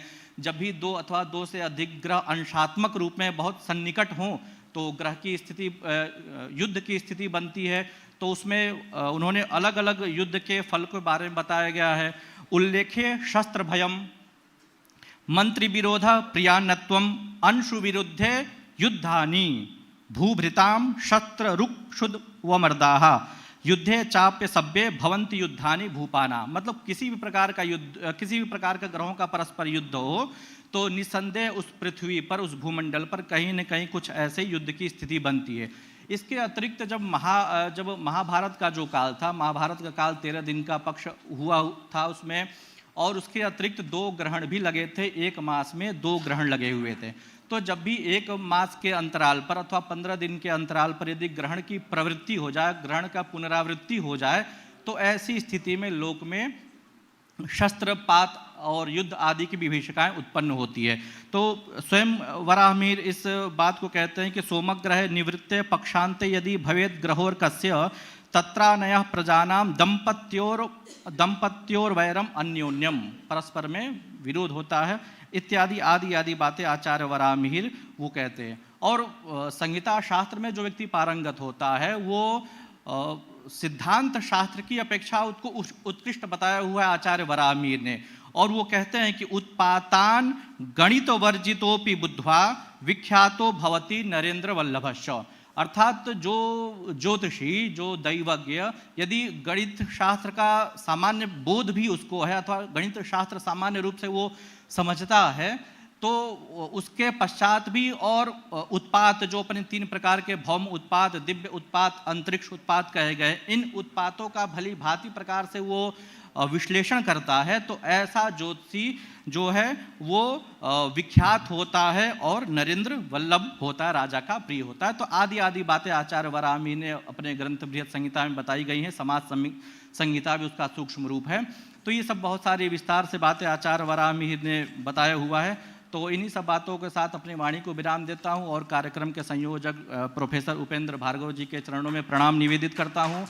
शुभम शर्मा जी को भी प्रणाम अंजलि करता हूँ और हमारे गुरुजी विजेंद्र गुरुजी बैठे हैं उनको भी प्रणाम अर्पित करता हूँ, और यश शर्मा जी और अन्य सभी लोग हैं जिनका मैं नाम नहीं ले पा रहा हूँ, तो सबके चरणों में प्रणाम निवेदित करता हूँ और मंचस्थ सभी विद्वानों को पुनः प्रणाम करते हुए अपनी वाणी को विराम देता हूँ। जयतु भारतम, जयतु ज्योतिषम। धन्यवाद। आचार्य वराहमिहिर का ज्योतिष में महनीय योगदान, इससे संबंधित आपका व्याख्यान रहा। केंद्र में आचार्य वराहमिहिर थे, उनके कृत्यों को, उनकी कृतियों को और उनके महनीय योगदान को आपने बताया, धन्यवाद। अब बेला है जो हम चिर प्रतीक्षित यह सभा है जिनको सुनने के लिए हमारे मुख्य वक्ता के रूप में पधारे हैं आदरणीय प्रोफेसर जयप्रकाश नारायण जी। मैं निवेदन करता हूं आदरणीय प्रोफेसर जयप्रकाश नारायण जी का मैं निवेदन करता हूं मंच पर आप अपने उद्बोधन से हमें उपकृत करें।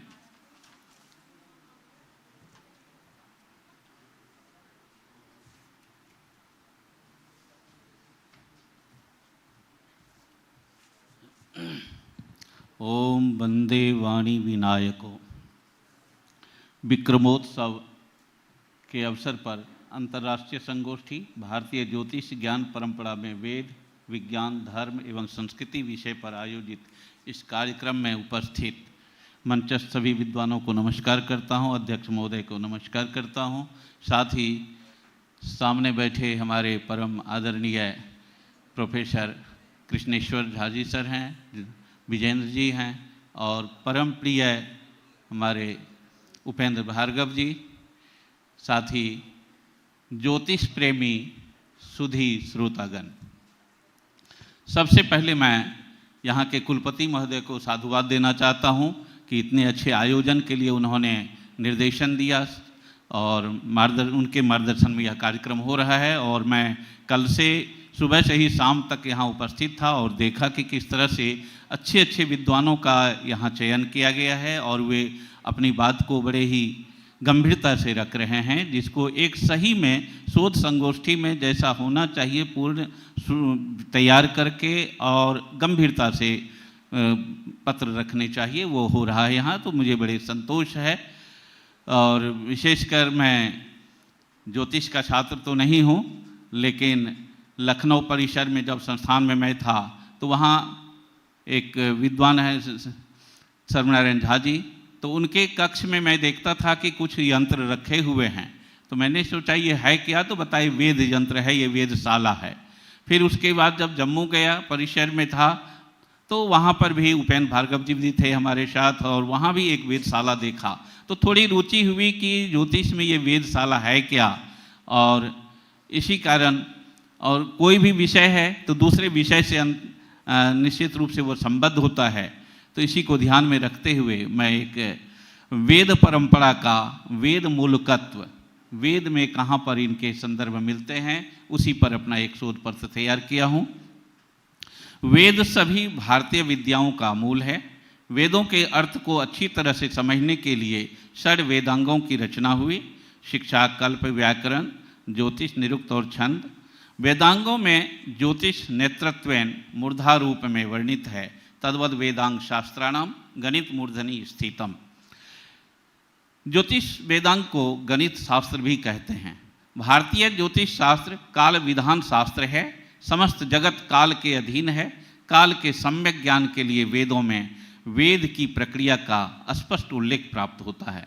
अतः वेद प्रक्रिया को जानने के लिए भारतीय वेद की पुरातन परंपरा का अवलोकन आवश्यक हो जाता है।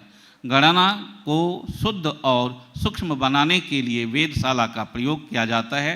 पंचांग के मान में अशुद्धता का परिमार्जन वेदशालाओं के द्वारा ही करणीय है। वैदिक काल में भी वेद की परंपरा भारतवर्ष में विद्यमान थी। ऋग्वेद, अथर्ववेद, सूत्र, गृही सूत्र आदि में वेद की प्रक्रिया का स्पष्ट उल्लेख प्राप्त होता है।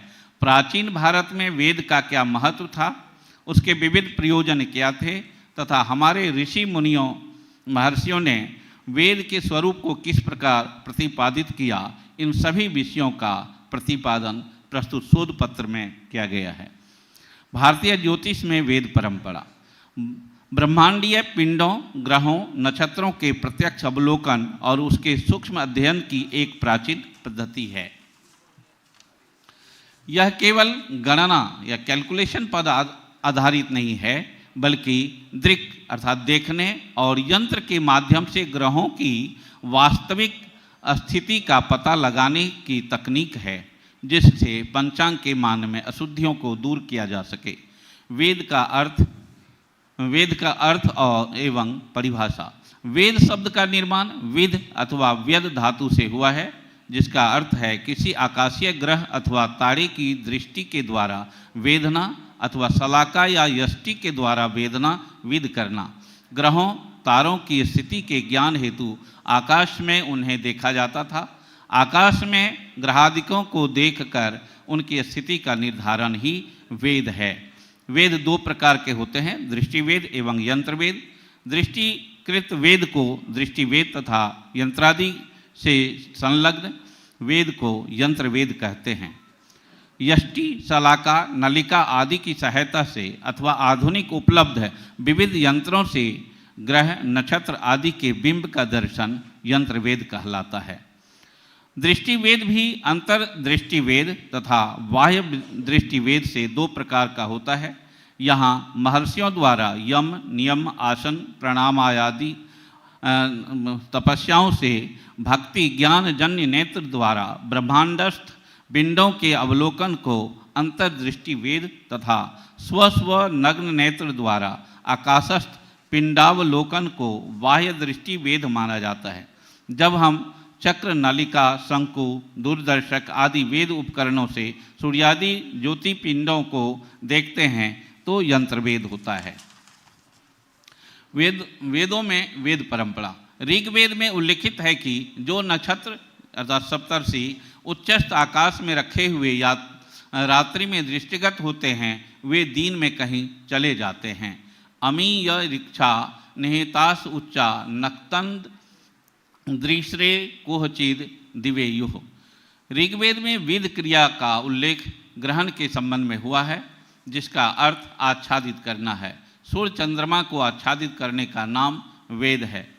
इस प्रकार किसी ग्रह को अपनी आँखों के द्वारा आच्छादित करना वेद कहलाता है। ऋग्वेद में समुल्लेख है कि जिस सूर्य का स्वर भानु राहु केतु ने अंधकार से विद किया, उसे अत्रि ने प्राप्त किया, अन्य कोई प्राप्त भी न कर सका। यम वै सूर्यम स्वर भानु तमसा विद्यदा सुरः। इसमें अत्रि महर्षियों ने ग्रहण का वेद किया था, यह समुचित रूप से ज्ञात होता है। इसी प्रकार अथर्ववेद, ब्राह्मण, गृह सूत्रों और शूल सूत्रों में वेद की प्रक्रिया का उल्लेख स्पष्टतया प्राप्त होता है। वैदिक काल में ही नक्षत्रों, तारापुंजों, सप्तर्षि मंडल एवं नक्षत्रों की युति अंतर का वर्णन मिलता है, जिनका ज्ञान वेद के बिना संभव नहीं था। जैसा कि कहा गया है, अथो नक्षत्राणाम एषाम उपस्थे सोमः आहुति। वेद जिन साधनों के द्वारा किया जाता था उन्हें वेद यंत्र कहा जाता है। वेद यंत्रों में शंकु यंत्र का उल्लेख अत्यंत प्राचीन है। चल तथा अचल शंकु यंत्र का प्रयोग ऋग्वेद काल में होता था। जैसा कि ऋग्वेद के एक मंत्र में शंकु से वेद प्रक्रिया का वर्णन प्राप्त होता है। द्वादशम प्रधयस चक्रमेकम त्रीणि नभ्यानि क उच्चितकेत तस्मिन् साकम त्रिशतान शंकुवो अर्पिता षष्टिर्न चला चलासः। एक चक्र अर्थात वृत्त में 3 केंद्रों की कल्पना करके उसमें 300 + 60 बराबर 360 शंकुओं को चल अचल के रूप में स्थापित करके 12 प्रविधियाँ लगाई जाती हैं। यह एक पलभा यंत्र अर्थात घटिका यंत्र की कल्पना है, जिसमें किनारे से के 2 शंकुओं के माध्यम से 60 डिग्री पर करने वाले षष्ठ्यंत यंत्र की कल्पना की गई है। अथर्व ज्योतिष में 12 अंगुल शंकु के माध्यम से छाया का आनयन करके मुहूर्त लाने का उल्लेख प्राप्त होता है। शूल सूत्रों में यज्ञ संपादन के प्रसंग में कुंड मंडपादि साधन के लिए शंकु द्वारा दिग् साधन का उल्लेख प्राप्त होता है। इसके परवर्ती ज्योतिष के ग्रंथों में वेद तथा वेद यंत्रों का पूर्णतया उल्लेख मिलता है। अतः वेद प्रक्रिया और वेदशाला के निर्माण की प्रक्रिया अत्यंत प्राचीन काल से भारत में विद्यमान थी। यह भारतीय ज्ञान शनैः शनैः यूरोप, ग्रीक तथा अरब में प्रसारित हुई और वहाँ के ज्योतिषियों ने इस वेद प्रक्रिया में पर्याप्त अभिरुचि का प्रदर्शन किया। महाभारत काल में भी ग्रह नक्षत्रों के स्थिति का समुचित ज्ञान था। शल्य पर्व में शुक्र एवं मंगल का चंद्रमा से युति का वर्णन प्राप्त होता है। भीष्म पर्व में तो ग्रहों से युति अंतरादि विषयों के अनेक उदाहरण प्राप्त होते हैं। उपर्युक्त संदर्भ से ऐसा प्रतीत होता है कि भारत में वेद प्रक्रिया का प्रयोग प्राचीन काल में केवल चल यंत्रों के माध्यम से होता था। बड़ी बड़ी वेदशालाएं नहीं रही होंगी। कालांतर में उसकी आवश्यकता को समझकर भारतीयों ने अचल यंत्रों की स्थापना करके वेदशालाओं का निर्माण किया। ज्योतिष शास्त्र में वेद एवं वेदशालाओं का महत्वपूर्ण स्थान है। ज्योतिष शास्त्र की आत्मा वेद एवं वेदशालाओं में ही निवास करती है। ऋग्वेद संहिता के एक प्रसंग में बृहस्पति का पुष्य नक्षत्र के साथ उदय निर्दिष्ट है। बृहस्पति प्रथमं जायमानो तिष्यं नक्षत्रमभि संबभूव। यजुर्वेद में नक्षत्र दर्शन का वर्णन प्राप्त होता है। वाजस्नेयी संहिता के प्रज्ञानाय नक्षत्र दर्शनम उक्ति से भी स्पष्टतया वेद परिलक्षित होता है। सतपथ ब्राह्मण के स एव शुक्र जो ही चमत्कृतो सर्वाधिकः, इसके अनुसार सबसे अधिक प्रकाशमान ग्रह शुक्र है। ऐत्रेय ब्राह्मण के अनुसार अमावस्या में चंद्रमा सूर्य में प्रवेश करता है। क्रमबद्ध रूप में आकाश दर्शन की परंपरा से न क्षरति इति नक्षत्रम गच्छति इति ग्रह इत्यादि ग्रह नक्षत्रों की व्याकरण शास्त्रीय व्युत्पत्तियां सिद्ध हो पाई हैं। वेदों में समग्र अवलोकन से प्राप्त ज्योतिषीय तथ्यों के परीक्षण द्वारा सारांश रूप में कह सकते हैं कि वैदिक काल में भी परंपरा अबाध गति से प्रचलित थी। वैदिक वेद विधान निश्चय ही अत्यंत वैज्ञानिक और प्रामाणिक था। इसलिए महर्षियों ने भूमि की स्थिरता का कारण सूर्य है इस सिद्धांत को वेद प्रक्रिया के द्वारा जानकर स्थापित किया। सविता यंत्र पृथ्वी भरमनाथ। कौशितकी ब्राह्मण में निरंतर सूर्योदय के अवलोकन के आधार पर वर्ष परिमाण का उल्लेख मिलता है, जिसके आधार पर वेद परंपरा के संकेत प्रचुरता से प्राप्त होते हैं। समय हो गया है और पत्र हमारा थोड़ा विस्तार से है, मैं यहीं अपनी वाणी को विराम देता हूँ। जयतु संस्कृतम जयतु भारतम। इतने अच्छे आयोजन के लिए एक बार पुनः मैं उपेंद्र भार्गव जी को बहुत बहुत साधुवाद देता हूँ कि एक अच्छे कार्यक्रम को उन्होंने कराया और मुझे आमंत्रित किया, इसके लिए आभार प्रदर्शित करता हूं। नमस्कार। बहुत बहुत धन्यवाद सर। आपकी सरलता और विनम्र वाणी निश्चित ही हम लोग तक पहुंची। वेद चक्षुः किलेद स्मृतं ज्योतिषम, अर्थात वेदों में वेद परंपरा है, इस विषय पर आपका उत्कृष्ट व्याख्यान हमें सुनने को मिला। और अब समय है इन सभी शोध पत्रों के सार के रूप में हमें जो वचन प्राप्त होने वाला है, ऐसे सत्राध्यक्ष के रूप में विराजमान आदरणीय डॉक्टर गोविंद गंधे जी का सर आपको आमंत्रित करते हैं। आपका सत्राध्यक्ष अध्यक्षीय उद्बोधन हमें आपके इन उद्बोधन से आप्लावित करें।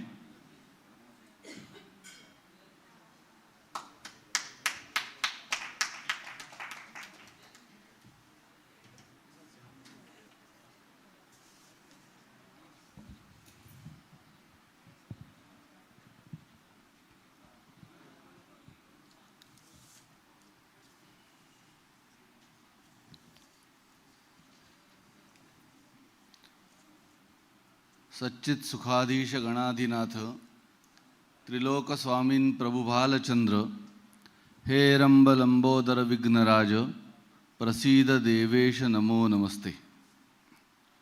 मंच पर विराजमान आज के इस प्रथम सत्र के मुख्य वक्ता आदरणीय जयप्रकाश नारायण जी और तत्सम अन्य वक्ता त्रिपाठी जी, विनोद जी, रामकिशोर जी, वैदिक जी, यश जी, और इस उपमंच पर भी वक्ता से अधिक सामर्थ्य रखने वाले श्रोता, जिसमें पाणिनि विश्वविद्यालय के हमारे दोनों अनुजकल्प अखिलेश जी और उपेंद्र जी, और वास्तव में जिन्हें इस सत्र की अध्यक्षता करनी चाहिए थी, इसी वेधशाला के अधीक्षक हमारे राजेंद्र गुप्ता जी, और आप सब छात्र छात्राओं, बहुत देर से आप ज्योतिष, ग्रह, नक्षत्र इन सब को सुन रहे हैं। और ये मंचासीन वक्ताओं के पूर्व कुछ विद्यार्थियों ने भी यहाँ अपनी बात कहने का प्रयास किया। एक 5-10 मिनट बोलूँगा, इससे ज़्यादा नहीं बोलूँगा, तो इसलिए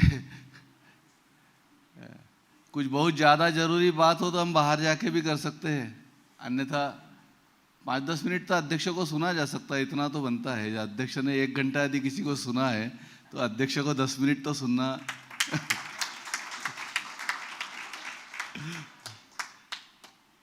मैं कुछ अलग बात करना चाहता हूँ, इसलिए अलग करना चाहता हूँ कि जो बात यहाँ करनी चाहिए वो मुझको आती नहीं है, इसलिए मैं उससे अलग बात करना चाहता हूँ। क्योंकि ज्योतिषी नहीं हूँ तो ज्योतिष के बारे में जानता नहीं हूँ।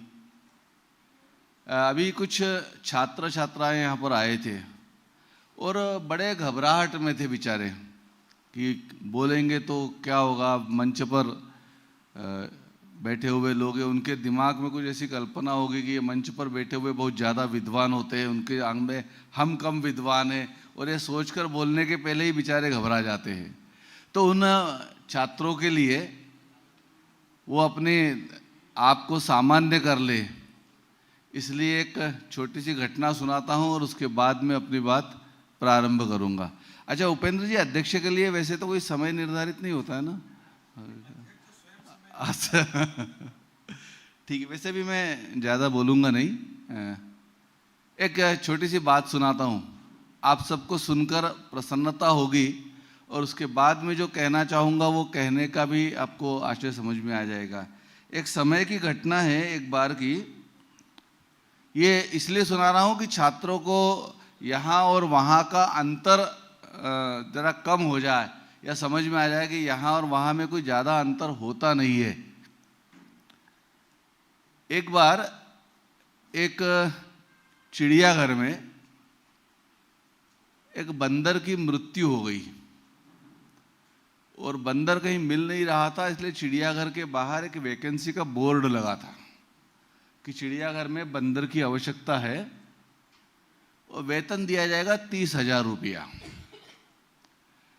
अब लोगों ने पूछताछ की तो पता चला कि ओरिजिनल बंदर नहीं मिल रहा है, इसलिए बंदर की वेशभूषा पहनकर उस पिंजड़े में उसको अपने कर्तव्य दिखाने हैं, उसको पैसा मिलेगा। तो एक व्यक्ति का चयन हो गया, उसको बंदर की वेशभूषा पहनाई और वो उस पिंजड़े में लोगों का मनोरंजन करता था, उछल कूद करता था।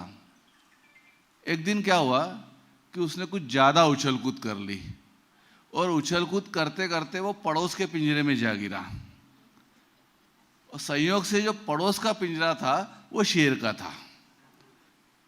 अब वो शेर के पिंजरे में गया और इस बंदर के प्राण सूख गए कि बोले 30,000 के लालच में जान गंवानी पड़ेगी अब तो। और भैया डरा सहमा धीरे धीरे एक दीवार से जाके सट के खड़ा हो गया।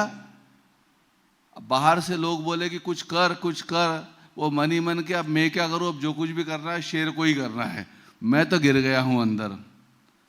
अब वो ऐसा बेचारा प्राण एकत्र करके और भगवान का नाम स्मरण करे कि संकट से बच जाए, बाहर जाऊं तो नौकरी छोड़ू और भगू यहाँ से, ये 30,000 रुपये भी नहीं चाहिए और नौकरी भी नहीं चाहिए।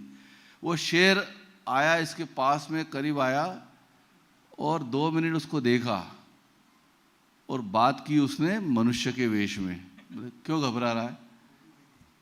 अब इसके जान में जाने। बोले घबरा मत, मैं 40,000 में हूं यहाँ पर।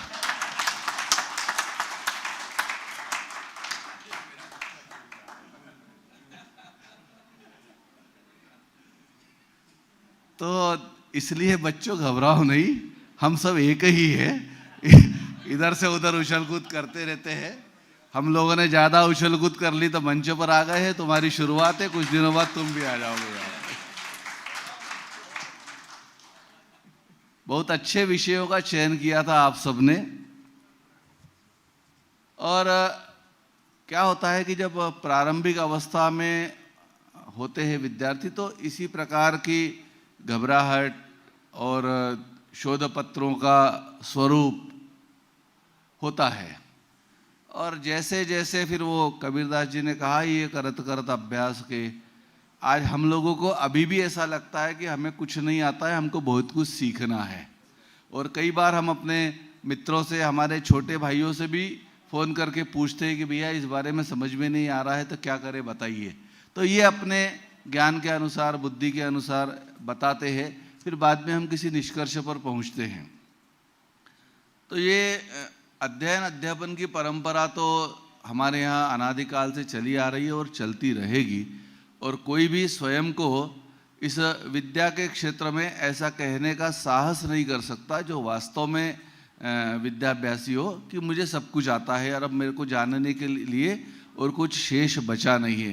तो ऐसी स्थिति तो शायद परब्रह्म परमात्मा की ही होती है कि जो सर्वज्ञ है, सब कुछ जानता है। हम तो थोड़ा थोड़ा जानते हुए आगे बढ़ते रहते हैं। बहुत अच्छे अच्छे विषय आए, उन विषयों की ओर संकेत अवश्य मिलता है कि इन विषयों के साथ में अंतर्वैषयिक अध्ययन के लिए अभी बहुत संभावनाएं बाकी है। तो उस दृष्टि से इस विश्वविद्यालय में काम हो सकता है, जो कि विश्वविद्यालय इसीलिए बना है और शोध संगोष्ठी होती भी इसलिए है कि इस प्रकार के संकेत प्राप्त हो और उन संकेतों का फिर बाद में विस्तार हो, उसका पल्लवन हो। तो कुछ दृष्टि से अच्छे विषय आए हैं। मेरे मन में एक प्रश्न आता है कि आखिर ज्योतिष हो, वास्तु हो, वेद हो, इनका अध्ययन करना क्यों चाहिए? कुछ प्रयोजन तो होगा ना? क्या प्रयोजन होगा? बहुत सारे प्रयोजन हैं। ज्ञान प्राप्ति के लिए, आत्मसंतुष्टि के लिए, नौकरी पाने के लिए, पीएचडी करने के लिए, अन्य अन्य प्रकार के प्रयोजन हो सकते हैं। परंतु क्या वास्तव में ये प्रयोजन है? तो मुझे लगता है कि यह प्रयोजन नहीं है, क्योंकि हमारे यहाँ कहा गया है कि ब्राह्मणेन निष्कारणेन। अब निष्कारणेन का जो प्रयोजन है वह प्रयोजन अब गौण हो गया है, और सकारणेन यह प्रयोजन ज़्यादा महत्व का हो गया है। और इसीलिए ज्ञान के क्षेत्र में जो गुणवत्ता आनी चाहिए, जो एक विश्वसनीयता उत्पन्न होनी चाहिए समाज में, जो ग्राह्यता बननी चाहिए, वो नहीं बन पा रही है, क्योंकि मूल प्रयोजन से यह विद्या और इस विद्या के अध्येता दूर होते जा रहे हैं। ऐसा मुझको प्रामाणिकता के साथ में अनुभव होता है। अस्तु, वह तो कालाय तस्मै नमः। हम तो महाकाल की नगरी में रहते हैं, तो यहाँ हम काल की बात तो कर ही सकते हैं। इस संबंध में चूँकि ज्योतिष का सम्मेलन है, ज्योतिष विभाग उसका आयोजक है और ज्योतिष के प्राध्यापक यहाँ बैठे हुए हैं, मुझे ऐसा बड़ी प्रामाणिकता के साथ लगता है कि ज्योतिष जनसामान्य के जीवन की दिनचर्या का अंग बनना चाहिए। दिनचर्या के अंग इसलिए बनना चाहिए, हम जब छोटे थे तो हमारे घर की परंपरा बता रहे हैं, हमारे दादाजी संध्या काल में ऐसे लेट जाते थे और हम उनके पैर दबाते थे, और पैर दबाते दबाते हमारी पाठशाला प्रारंभ होती थी। तो पाठशाला में होता था अश्विनी, भरणी, कृतिका, और ऐसे करके दादाजी 27 नक्षत्र बोलते थे। हम 27 नक्षत्रों को पुनरावृत्ति करते थे, और अनजाने में कब 27 नक्षत्र क्रम से याद हो गए पता ही नहीं चला। मास गणना होती थी, चैत्र, वैशाख, ज्येष्ठ, आषाढ़। फिर तिथियों की गणना होती थी, राशियों की गणना होती थी, ग्रहों की गणना होती थी, और 1 घंटे की, पौन घंटे की हमारे दादाजी की पाठशाला पूरी हो जाती थी। और उस समय हमने बिना किसी अध्यापक के, बिना किसी विशेषज्ञ के इस प्रकार की जानकारियों को बचपन में प्राप्त कर लिया था। और इसीलिए आज मुझे लगता है कि हमारे घरों में यह परंपरा फिर से प्रारंभ होनी चाहिए, जिसमें हमारे इस महनीय शास्त्र के बारे में विद्यालय से ही, विद्यालय के पूर्व से ही विद्यार्थी इस प्रकार के तैयार हो जाए कि जब वो विश्वविद्यालय में आए तो विश्वविद्यालय के आचार्य को उन्हें यह न सिखाना पड़े कि 27 नक्षत्र होते हैं, 12 राशियां होती है, नवग्रह होते हैं, ये सब बताने की, हमारे मास होते हैं, ये सब बताने की आवश्यकता न पड़े। इसलिए मुझे लगता है कि हमारे दैनिक दिनचर्या का एक अंग बनना चाहिए। घरों से ही इन शास्त्रों के अध्ययन अध्यापन का क्रम फिर से प्रारंभ होना चाहिए, मुझे ऐसा लगता है। छात्रों के लिए जरूर कहना चाहूँगा कि अपना अध्ययन निरंतर रखें और बड़े ईमानदारी के साथ अध्ययन करें। यद्यपि यह जमाना शॉर्टकट का है, प्रवेश लेने के पहले ही विद्यार्थी के मन में प्राप्ति की अभिलाषा जागृत हो जाती है, तो वह रखते हुए भी उसको कुछ मात्रा में कम कर दे और अध्ययन की ओर अधिक प्रवृत्त होंगे तो मुझे लगता है जीवन में सब कुछ मिल जाएगा। अध्ययन के बिना और कुछ नहीं मिल सकता।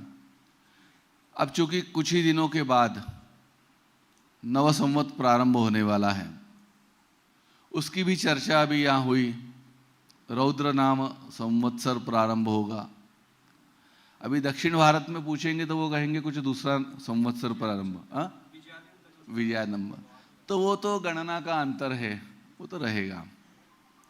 तो दो उत्तर और दक्षिण का हमारा जो गणना पद्धति है वो तो चलती रहेगी। उसमें कोई लाख लोग कह दे कि पूरे देश भर का एक पंचांग बन जाए तो वो संभव नहीं है, ऐसा मुझको लगता है। अब आप अधिकृत है, आप ज़्यादा बता पाएंगे। जहाँ जहाँ जरा सी देर में सब कुछ बदल जाता है। एक साथ एक माँ के उदर से जन्म लेने वाले दो जातकों के भविष्य में अंतर आता है, सब कुछ ग्रहों की परिस्थितियाँ एक जैसी होते हुए भी। तो इस देश में तो इतना अंतर है तो अलग अलग आएगा ही। हाँ, इस संबंध में एक तार्किक बात जरूर मैं उपेंद्र जी कहना चाहूँगा। अच्छा हुआ आपने अभी यहाँ पर भारतीय मास और तिथि का उल्लेख नहीं किया है। अभी शायद चैत्र मास प्रारंभ हो गया है ना, कृष्ण पक्ष प्रारंभ हो गया है। देखिए गुप्ता जी, हम वर्ष की गणना करने जा रहे हैं। कब से करेंगे वर्ष की गणना? चैत्र शुद्ध प्रतिपदा से, शुक्ल प्रतिपदा या शुद्ध प्रतिपदा से। और मास की गणना हमने 15 दिन पहले से प्रारंभ कर दी है। क्या यह गणितीय दृष्टि से, वैज्ञानिक दृष्टि से सही है? विचार करना पड़ेगा, क्योंकि मास 15 दिन प्रारंभ हुआ और वर्ष 15 दिन के बाद प्रारंभ होगा। एक सामान्य तर्क जानने वाले व्यक्ति के लिए भी ये बात गले नहीं उतरेगी। तो मुझे लगता है कि इस देश में विक्रम संवत का प्रारंभ चैत्र शुक्ल प्रतिपदा से जो होता है वही प्रारंभ कालगणना की दृष्टि से माना जाना चाहिए। और उस दिन से यदि हम गणना प्रारंभ करेंगे तो जो चैत्र मास और चैत्र शुक्ल और कृष्ण मास का जो अंतर है वो भी समाप्त हो जाएगा, बहुत सारी विसंगतियां भी समाप्त हो जाएगी। तो ये विक्रमादित्य शोधपीठ के द्वारा जो विक्रमोत्सव प्रारंभ किया जा रहा है, इस विक्रमोत्सव के अंतर्गत कम से कम हम इस निष्कर्ष पर पहुंच सकते हैं कि हमारी वर्ष की गणना और मास की गणना में कोई अंतर न रहे।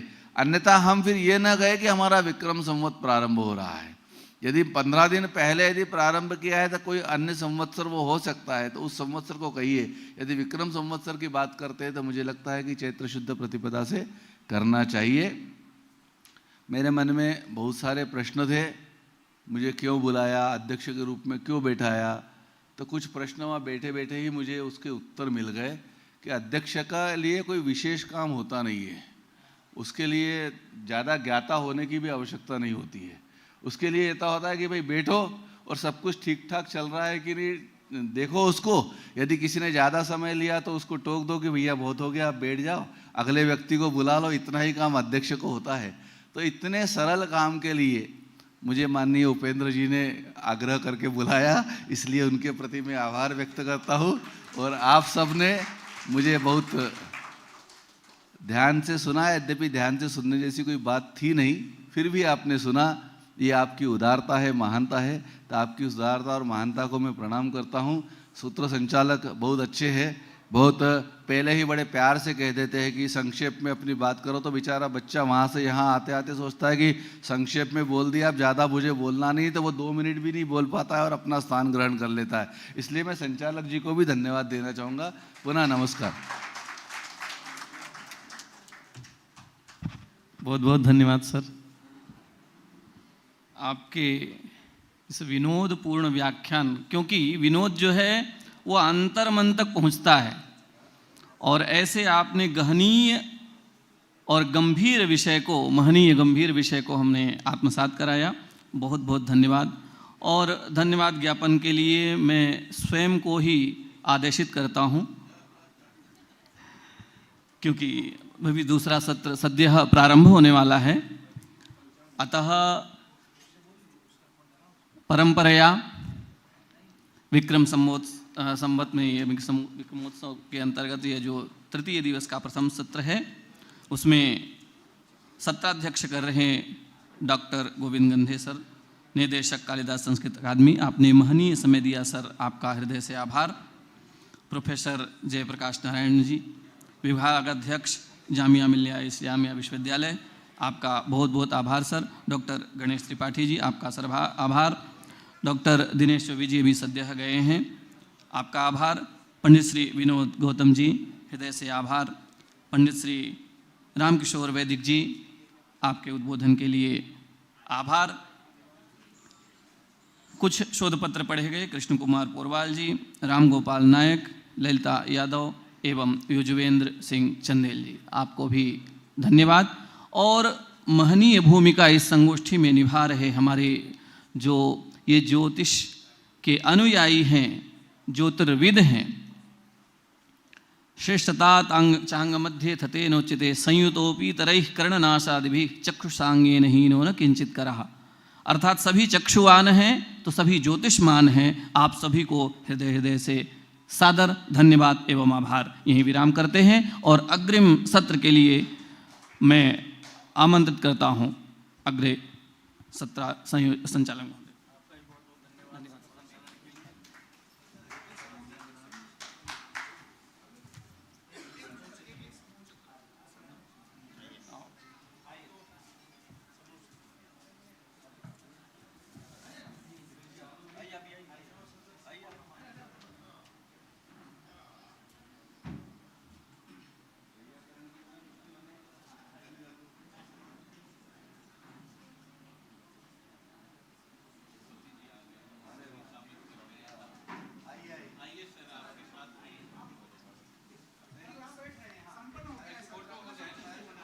आदरणीय कुलपति जी पधार चुके हैं।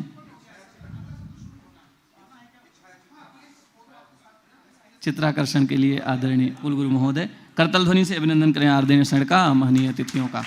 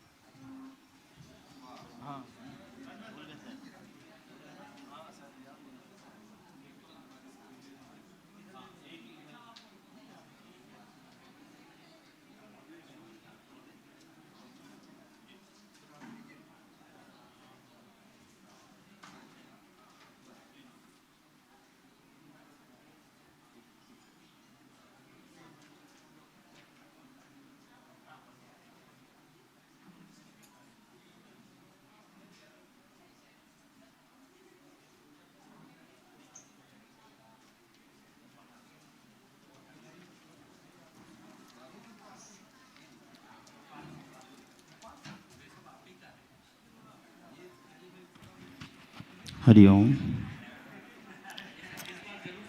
हरिः ओम। विश्वेश्वरविरूपाक्षं विश्वरूपसदाशिवा शरणं भवभूतेषु करुणाकरशङ्करां हरशंभो महादेव विश्वेशां परवल्लभां शिवशंकरसर्वात्मन्नीलकंठा संभवे। हरिः ओम। महर्षि पाणिनीय संस्कृत एवं वैदिक विश्वविद्यालय एवं विक्रमादित्य शोधपीठ के संयुक्त तत्वावधान में तृतीय दिवस के द्वितीय सत्र में हम आप सबका स्वागत वंदन अभिनंदन करते हैं। तृतीय दिवस के द्वितीय सत्र के अध्यक्ष के रूप में मंच को अलंकृत करेंगे ज्योतिर्विज्ञान एवं वास्तु विभाग के अध्यक्ष doctor Shubham Sharma sir. Sir कृपया मंच में आकर के अपना स्थान अलंकृत करें। एवं मुख्य वक्ता के रूप में doctor Sunil Joshi ji, assistant professor Hindu college नई दिल्ली। सर हम आपका स्वागत वंदन अभिनंदन करते हैं। डॉक्टर सुनील जोशी जी सर कृपया मंच में आकर के मंच को अलंकृत करें। एवं द्वितीय वक्ता के रूप में डॉक्टर सुरेंद्र शर्मा सर जयपुर से। सर कृपया मंच में आकर के मंच को अलंकृत करें। श्री जयप्रकाश जी जयपुर से।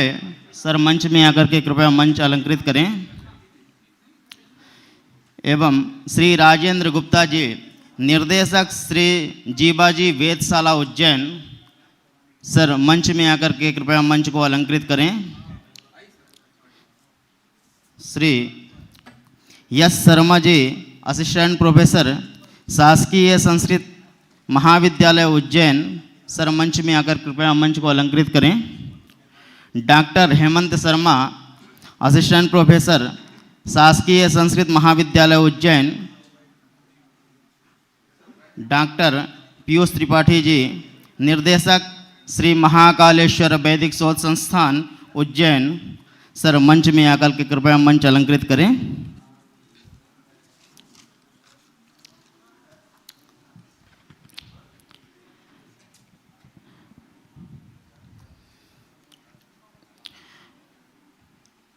तृतीय दिवस के द्वितीय सत्र में सत्र पर उपस्थित सभी गणमान्य जी का हम स्वागत वंदन एवं अभिनंदन करते हैं।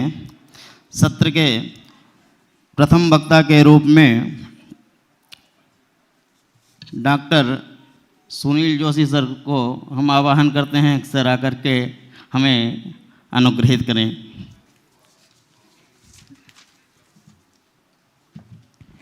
ओम शारदा शारदाम्भोज वदना वदनाम्बुजे सर्वदा सर्वदास्माकं सन्निधिं सन्निधिं क्रियात्।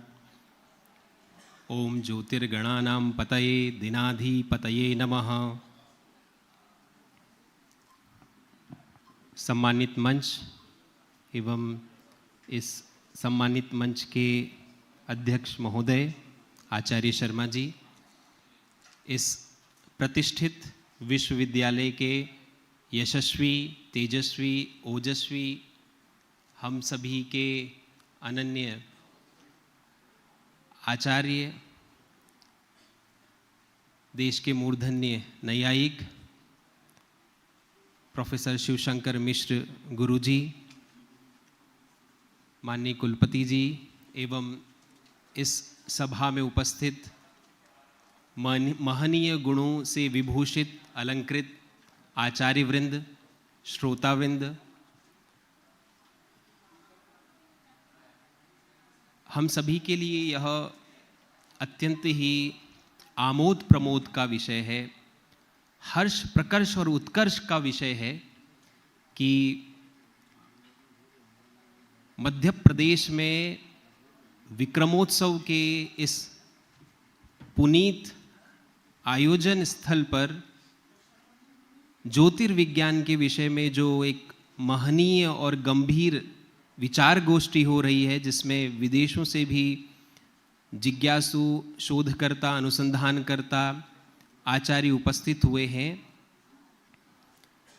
जो निश्चित रूप से भारत में जो गवेषणा हुई है सूर्य को लेकर, क्योंकि हम सभी जानते हैं कि जो मार्तंड हैं उनका जो निरंतर क्रम है संपूर्ण सृष्टि को चलायमान रखने का, जो हमारे सौर मंडल की दिव्यता को निरंतरता को बनाए रखते हैं, ऋतुक्रम को बनाए रखते हैं, जो चराचर जगत के स्वामी हैं, ऐसे भगवान भास्कर। और भगवान भास्कर की उपासना मात्र भारतवर्ष में नहीं होती, अपितु अनेक संस्कृतियों में, वैदेशिक संस्कृतियों में भी भगवान भास्कर की उपासना होती है, जो कि भारतीय संस्कृति से ही तत्त देशों में वह उपासना प्रसंग पहुंचा है। तो भगवान सूर्य क्योंकि नक्षत्रमाला में, ग्रहों में सर्वश्रेष्ठ हैं और प्रतिदिन भारतीय प्रातःकाल उनका वंदन करते हैं। और जो काल गणना है, काल गणना में उन्हीं को ही मुख्य आधार मानकर उनकी उपासना करते हैं। और यह जो ज्योतिर्विज्ञान हम सभी के आयुष्य के लिए, हम सभी की दैनंदिन क्रियाओं के लिए जो श्रेयस्कर होता है, उसके मूल में भगवान जो आदित्य हैं, उनकी उपासना जो हम लंबे समय से करते हुए आ रहे हैं, वो ही वस्तुतः हमारे अनुसंधान का विषय होते हैं। तो जो अनुसंधान का विषय है वह भारतीय वैदिक वाङ्मय में बहुत ही विस्तृत है, क्योंकि भगवान भास्कर की जो उपासना है वो वैदिक ऋचाएँ उस पर बहुत अधिक प्रकाश डालती हैं। तांत्रिक विधि से भी उनका पूजन होता है।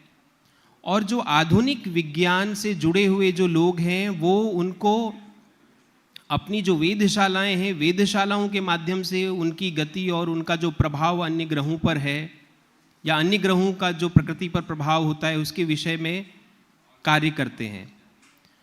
और ये जो ज्योतिर्विज्ञान मुख्यतया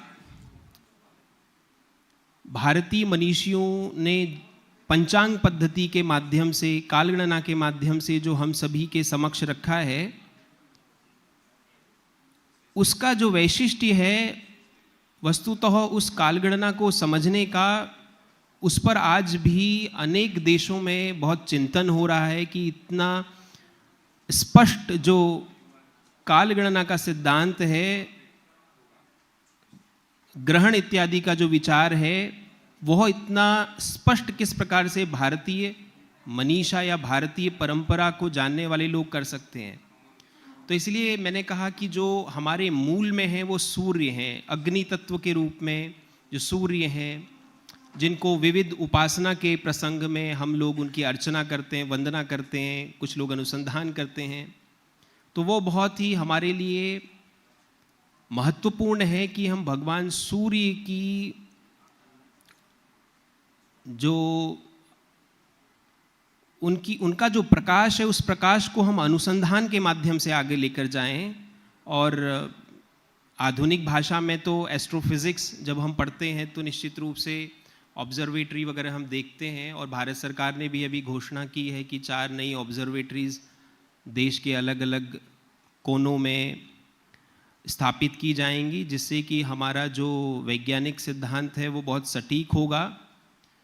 आकाशीय जो गंगा है उसको समझने के लिए ग्रहों के हम अत्यधिक समीप पहुंच पाएंगे। कालगणनाएं भारत की जो पुरातन थी और जो अब आधुनिक होंगी, वो बहुत ही वैज्ञानिक पद्धति पर होंगी। तो भारत सरकार भी इस कार्य को बहुत ही तन्मयता से करने में प्रगतिशील है। लेकिन संस्कृत के जो विद्वान हैं, जो पंचांगकर्ता हैं, या जो ज्योतिर्विज्ञान विभाग के जो आचार्य हैं, उनका यह एक सामाजिक दायित्व है कि हम ज्योतिष शास्त्र जो है उसको घर घर तक लेकर जाएं।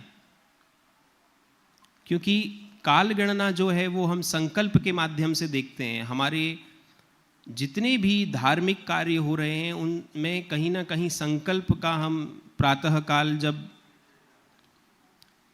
उस संकल्प को धारण करते हैं तो भगवान सूर्य से ही बात होती है, कालगणना पे ही बात होती है। तो इसलिए ये भारत की परंपरा में कालगणना और ज्योतिर्विज्ञान, ज्योतिष विषयक जो तथ्य हम प्रस्तुत करते हैं उनको अनुसंधानात्मक मति से दिग दिगंतर तक हम लेकर जाएं, ऐसा हमारा प्रयास होना चाहिए। और जो त्रिदिवस व्यापी यह संगोष्ठी है, इसमें विद्वानों ने अनेक पक्षों पर, ग्रहों के वक्री और मार्गी पर बात की होगी, जातक पर किस प्रकार से ग्रहों का एक प्रभाव होता है उसके विषय में बात की होगी, पंचांग निर्माण किस प्रकार से होता है उसके ऊपर निश्चित रूप से बात की होगी। तो वर्तमान समय में हमें इस विद्या को देश विदेश में लेकर जाने की चेष्टा करनी चाहिए, और वह भी सरल पद्धति से, और उसको भी हम अपनी उपासना पद्धति के माध्यम से अगर देश विदेश में लेकर जाएं तो निश्चित रूप से सनातन धर्म का जो विस्तार है वह होगा, क्योंकि सूर्य ही चराचर जगत का विस्तार करते हैं, और ज्योतिर्विज्ञान जो है उससे निश्चित रूप से आज का जो युवा है या आज की जो हम देख सकते हैं कि प्रत्युत्पन्न मति से संपन्न जो मेधावी संस्कार हैं आज युवाओं में, तो वो निश्चित रूप से ज्योतिर्विज्ञान के संपर्क में आएंगे तो बहुत कुछ भारत की प्रतिष्ठा को और व्यापक बनाने में मदद मिलेगी। एक महत्वपूर्ण बात मैं ये कहना चाहता हूँ कि जो गीता प्रेस गोरखपुर है उसका एक कल्याण अंक है जो कि भगवान सूर्य को भी समर्पित है और संपूर्ण ज्योतिष शास्त्र को भी समर्पित है। तो ये दो महत्वपूर्ण जो ग्रंथ हैं वह प्रत्येक अनुसंधाता को देखने चाहिए। और काशी में आप देखें तो भगवान सूर्य के 12 जो विग्रह हैं, एक प्रकार से द्वादशादित्य उनको कहा जाता है, उन पर भी अनुसंधान करने की आवश्यकता है कि काशी जो कि मूल है वहां पर द्वादश आदित्य की ऐसी कल्पना पुराणों में, शास्त्रों में क्यों आई है, और आज भी वो द्वादश आदित्य कुंड प्राप्त होते हैं। तो ये 1 से 12 कैसे बन गए और इनका आकाशगंगा में या ब्रह्मांड में इनका क्या प्रभाव है? क्या ये 1 से ही 12 हुए हैं या इन 12 से कोई संकेत मिलता है? तो उस पर भी निश्चित रूप से हमें अनुसंधान करना चाहिए, वैज्ञानिक गवेषणा करनी चाहिए। पारमार्थिक रूप से उपासना क्रम में तो ठीक है, तो इसको भी हमें विशेष रूप से देखना चाहिए। और मेरा निवेदन यही है कि जो गीता प्रेस गोरखपुर के ये 2 महत्वपूर्ण ग्रंथ हैं इन पर चर्चा होनी चाहिए। और क्योंकि गणित का संबंध, मतलब ज्योतिष का संबंध गणित से भी है, और गणित जो है भारतीय ज्ञान परंपरा में आज के समय में जो पढ़ाई जा रही है उसमें एक महत्वपूर्ण जो बात है जो स्पष्ट होनी चाहिए वो है कूटाक्षर की। कूटाक्षर से तात्पर्य यह है कि यदि कोई व्यक्ति किसी ग्रह से पीड़ित है और उस ग्रह की शांति करनी है तो वह मंत्रात्मक शांति भी हो सकती है, तंत्रात्मक शांति भी हो सकती है, और बीज गणित जो है उसमें जो अंक हैं उन अंकों से भी शांति हो सकती है उस ग्रह की। तो कई आचार्य जो इस सभा में बैठे हैं वो ये जानते हैं कि ये जो अंक हैं 0 से लेकर 9 तक, इन्हीं से ही एक ऐसा यंत्र तैयार किया जाता है जो कि ग्रहों की शांति भी करता है, और हर ग्रह का अलग अलग अंकन किया जाता है। तो वो जो कूटात्मक विशेष रूप से जो शास्त्रीय विमर्श है उसको भी अभी प्रकट किए जाने की आवश्यकता है, क्योंकि हर अंक का कुछ ना कुछ शास्त्रीय संबंध है जो मनुष्य पर और प्रकृति पर अपना अद्वितीय और अप्रतिम प्रभाव डालता है, जिससे उसकी निश्चित रूप से ग्रह शांति होती है। तो इस प्रकार के जो ये विषय हैं इन विषयों पर भी ध्यान आकृष्ट किया जाना चाहिए, क्योंकि ऐसे विषय अभी तक समाज में आए नहीं हैं। लेकिन कई बार ऐसा होता है कि ज्योतिषी बोलते हैं कि ये एक ऐसा यंत्र है जिसमें कुछ संख्याएं हैं, इसका ताबीज बना लीजिए और धारण कर लीजिए, लोगों को लाभ भी होता है। ये बात तो ठीक है, लेकिन यह यंत्रात्मक और अंकात्मक जो विशिष्ट विज्ञान है इसमें क्या कुछ रहस्य छिपा हुआ है, यह आज के युवाओं को भी प्रकट करने की आवश्यकता है। तो मैं अपनी बात को विराम देते हुए ये कहना चाहूँगा कि निश्चित रूप से हम सभी को खगोल और भूगोल के साथ आज जुड़ने की आवश्यकता है और हमें पुनः भारतीय ज्ञान परंपरा में इस बात को प्रकट करने की आवश्यकता है कि ऐसा अनंत विस्तार रूपी जो शास्त्र है उसके मर्म को हम समझें और उसके रहस्य को समझें, जिससे कि हम अपने आत्मिक ज्ञान को विश्व तक प्रकाशित कर पाएं। आप सभी ने बहुत ही धैर्य के साथ मुझे सुना और माननीय कुलपति जी का मैं हृदय से आभार प्रकट करता हूं कि उन्होंने मुझे यहाँ पर इस संगोष्ठी में बोलने का अवसर दिया और आयोजन समिति को भी मैं धन्यवाद ज्ञापित करना चाहता हूं कि इतने देश के लब्ध प्रतिष्ठित विद्वानों को यहाँ पर बुलाया गया है और निश्चित रूप से इसका जो सार है वह विश्व का जो है आत्मिक विस्तार करेगा। नमस्कार। बहुत बहुत धन्यवाद सर, आपने मंत्र तंत्र सब कुछ को जोड़ करके हमें अनुग्रहित किया, उसके लिए बहुत बहुत धन्यवाद। हम अतिथियों का स्वागत करना भूल गए थे। अभी अतिथियों के स्वागत के लिए सबसे पहले यश शर्मा जी को आह्वान करते हैं, कृपया आकर के मंच को अलंकृत करें। एवं अतिथियों का स्वागत करने के लिए ज्योतिष विभाग अध्यक्ष एवं डॉक्टर तुलसीदास प्रभु सर को आह्वान करते हैं, कृपया आकर के अतिथियों का स्वागत करने का कष्ट करें।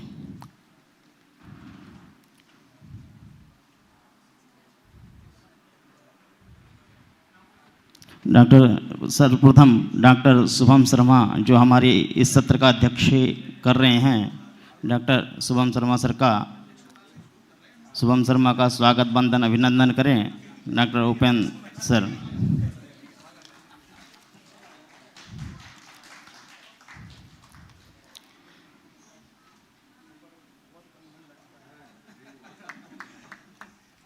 एवं द्वितीय में हम आचार्य से आह्वान करेंगे कि द्वितीय Shri doctor Sunil Joshi sir, assistant professor, Hindu college नई दिल्ली का स्वागत वंदन एवं अभिनंदन करें।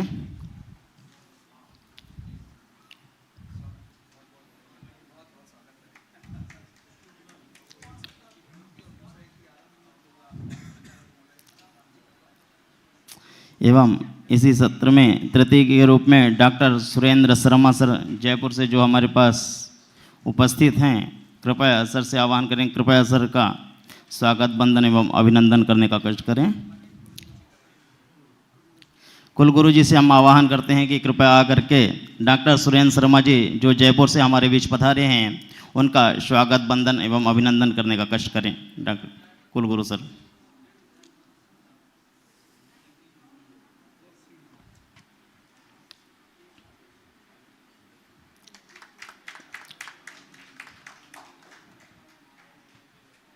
एवं इसी कड़ी में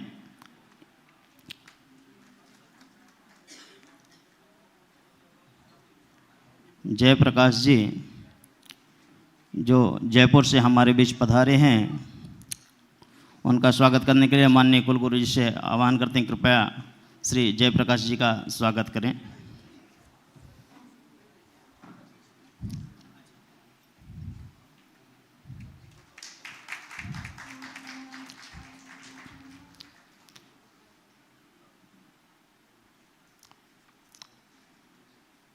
इसी कड़ी में डॉक्टर राजेंद्र गुप्ता जी, निर्देशक जीवाजी वेधशाला उज्जैन जी का स्वागत करने के लिए श्री हम कुलगुरु जी से निवेदन करते हैं कि श्री राजेंद्र गुप्ता जी का स्वागत वंदन अभिनंदन करें।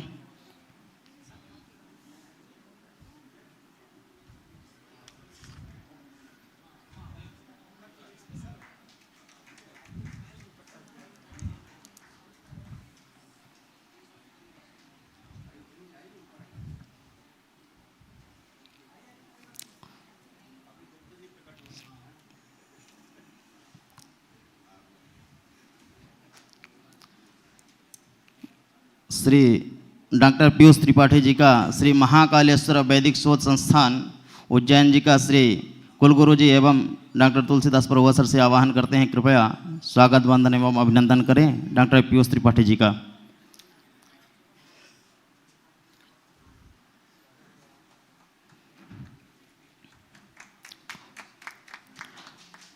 इसी कड़ी में doctor Hemant Sharma assistant professor शासकीय संस्कृत महाविद्यालय उज्जैन से हमारे बीच पधारे हैं। माननीय कुलगुरु जी एवं विभागाध्यक्ष जी से निवेदन करते हैं कृपया डॉक्टर हेमंत शर्मा जी का स्वागत वंदन एवं अभिनंदन कर दें।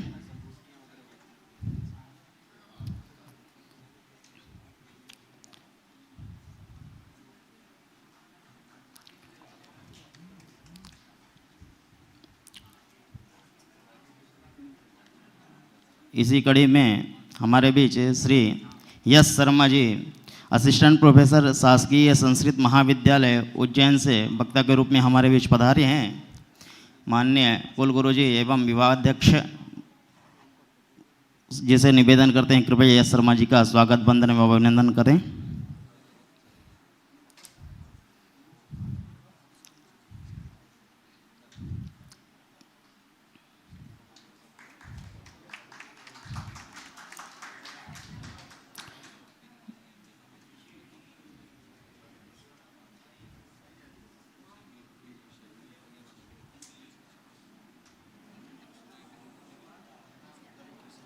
बहुत बहुत धन्यवाद आप सभी का।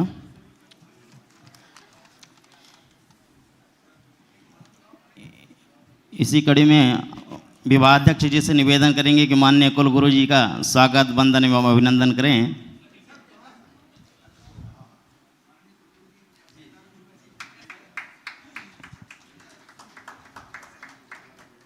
करतल ध्वनि से सबका स्वागत वंदन अभिनंदन करें।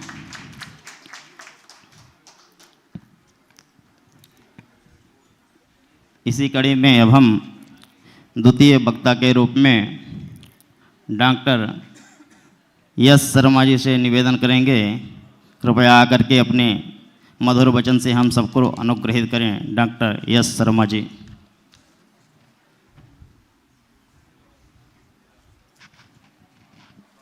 यस्यांके च विभाति भूधरसुता देवापगामस्तगे भाले बालविदुर्गले च गरलं यस्योदये व्यालराट सोऽयं भूतिविभूषणः सुरवरः देवा सर्वाधिपः सर्वदा शर्वः सर्वगता शिवा शशिनिभः श्रीशंकरः पातु माम्। सभी मंचस्थ आचार्यों को, सम्मुख उपस्थित अतिथियों को तथा शोधार्थियों को मेरा सादर प्रणाम। आज का ये जो मेरा व्याख्यान है, ये व्याख्यान से ज़्यादा परीक्षा है, क्योंकि पूज्य गुरुजी बैठे हैं जिन्होंने मेरे को वास्तव में पढ़ाया है। और अभी मैं आने में विलंब होने का कारण भी यही था कि गुरुजी मुझे नीचे कर्णवृत्तीय अग्रा कैसे होती है, उसकी उत्पत्ति क्या है, वो समझा रहे थे और प्रश्न हो रहे थे। तो अभी मेरे लिए सबसे बड़ी चुनौती यही है कि मुझे गुरुजी को ये बताना है कर्णवृत्तीय अग्रा क्या होती है। तो विषय तो वही है दिमाग में, लेकिन मैं अपना विषय रखना चाहूँगा। जैसा कि इस शोध संगोष्ठी के विषय में ज्योतिषीय ज्ञान परंपरा में वेद के विषय में गत सत्र में आप सभी को पूज्य गुरुजी ने बताया, लेकिन मैं जिन विषयों पर ध्यान देना चाहता हूँ या आपको ध्यान आकर्षित करना चाहता हूँ वह है विज्ञान एवं संस्कृति ज्योतिष में। ज्योतिष में विज्ञान की जब हम बात करते हैं तो वो इतना सूक्ष्म और इतना परिश्रम साध्य है जिसकी हम कल्पना भी नहीं कर सकते। वस्तुतः अंक या अंक से संबंधित जो विषय हैं उनका व्यवहार में लोग भय है कि गणित बड़ा कठिन होता है।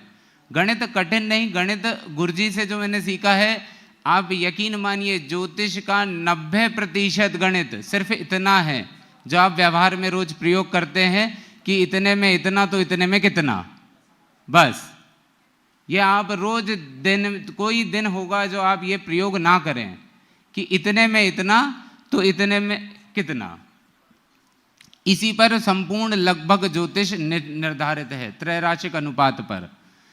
तो अंकीय जो गणित है उससे जो भय है वो अगर आप उसे व्यवहार से उसका एक व्यवहार में परिवर्तन करेंगे और उसे समझने की कोशिश करेंगे तो वो अत्यंत सरल है, शायद व्याकरण से भी सरल है। तो जिस प्रकार हम देखते हैं कि ज्योतिष शास्त्र में सर्वप्रथम अंकों के साथ जो विचार प्रारंभ हुआ वो कहीं ना कहीं प्रस्फुटित होता है कि हमने स्थान को निर्धारित करा कि स्थान पर कोई भी विषय कैसे प्रस्तुत होता है या कोई ग्रह कैसे प्रस्तुत होता है। जहाँ हम आज कहते हैं कि कुंडली है, कुंडली वस्तुतः क्या है, वो एक स्थान का सूचक है कि आपने किस क्षेत्र पर उपस्थित होकर किस काल में आपने जन्म लिया है, वही जन्म कुंडली है। वो वस्तुतः कुछ नहीं है, एक मानचित्र है, जो आकाश का एक मानचित्र है, जो आपके जन्म के समय उतारा गया है कागज पर, और उसी को सिद्ध करने के बहुत प्रयास किए गए। अलग अलग माध्यम, अलग अलग पद्धतियाँ, केशवी पद्धति, जैमिनीय पद्धति, बहुत अनेक पद्धतियाँ हैं। और उस पद्धतियों के अनुसार जो आकाश चक्र निर्मित हुआ है, उस पर निरंतर चिंतन, मनन, निधिध्यासन के अतिरिक्त दर्शन एक अलग विषय आता है ज्योतिष में, के माध्यम से ये सारे सिद्धांत नियम निर्मित किए गए हैं। जिस प्रकार सिद्धांत में 5 सिद्धांत पंच सिद्धांतिका में वराहमिहिर ने वर्णित करे हैं, उन 5 सिद्धांतों को अगर आप देखेंगे तो या फिर उनके अध्ययन करेंगे, उन्हें केवल वो सिद्धांत जो पंच सिद्धांतिका में जिस स्वरूप में लिखे हैं, क्या वो वहीं तक सीमित रहे? नहीं। वासिष्ठ सिद्धांत हुआ, पौलिश हुआ, रोमक सिद्धांत हुआ, इनके प्रारंभिक स्वरूप पंच सिद्धांतिका में वराहमिहिर जी द्वारा लिखे गए थे, परंतु क्या वो वहीं समाप्त हो गए? नहीं। उन पे श्रीशेण द्वारा काम किया गया, उन पे जिसमें ब्रह्म सिद्धांत है जो कहीं ना कहीं वेदों से चलकर आ रहा है, और उसी परंपरा में वहाँ आर्यभट्ट आते हैं जो उसका अनुसरण करते हैं, फिर उसी परंपरा में आगे ब्रह्मगुप्त आते हैं जो उसी परंपरा में आते हैं, और उसी परंपरा में आगे भास्कराचार्य आते हैं जो सिद्धांत श्रोमणी जैसा एक विस्तृत ग्रंथ लिखते हैं। तो ये विषय जो आप ज्योतिष को समझ रहे हैं, जो इसका विज्ञान है, वो कोई एक या फिर ये कोई सामान्य ज्ञान नहीं, विज्ञान है, क्योंकि ये एक दिन में निर्धारित नहीं हुआ। और दूसरा, इसे विज्ञान कहने का तात्पर्य यह है क्योंकि ये इकलौता ऐसा शास्त्र है जो प्रत्यक्ष सिद्ध हुआ है। किसी भी शास्त्र की प्रत्यक्ष सिद्धि नहीं है, सिर्फ ज्योतिष शास्त्र की है।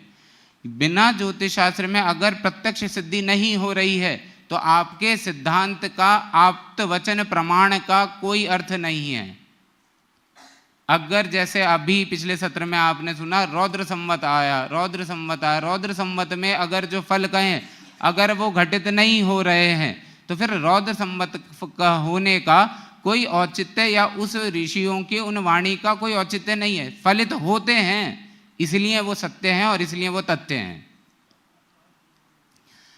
अब इसके साथ ही जो मैं संस्कृति शब्द जो इस कार्यशाला जो विषय जोड़ा गया, दूसरा शब्द है संस्कृति।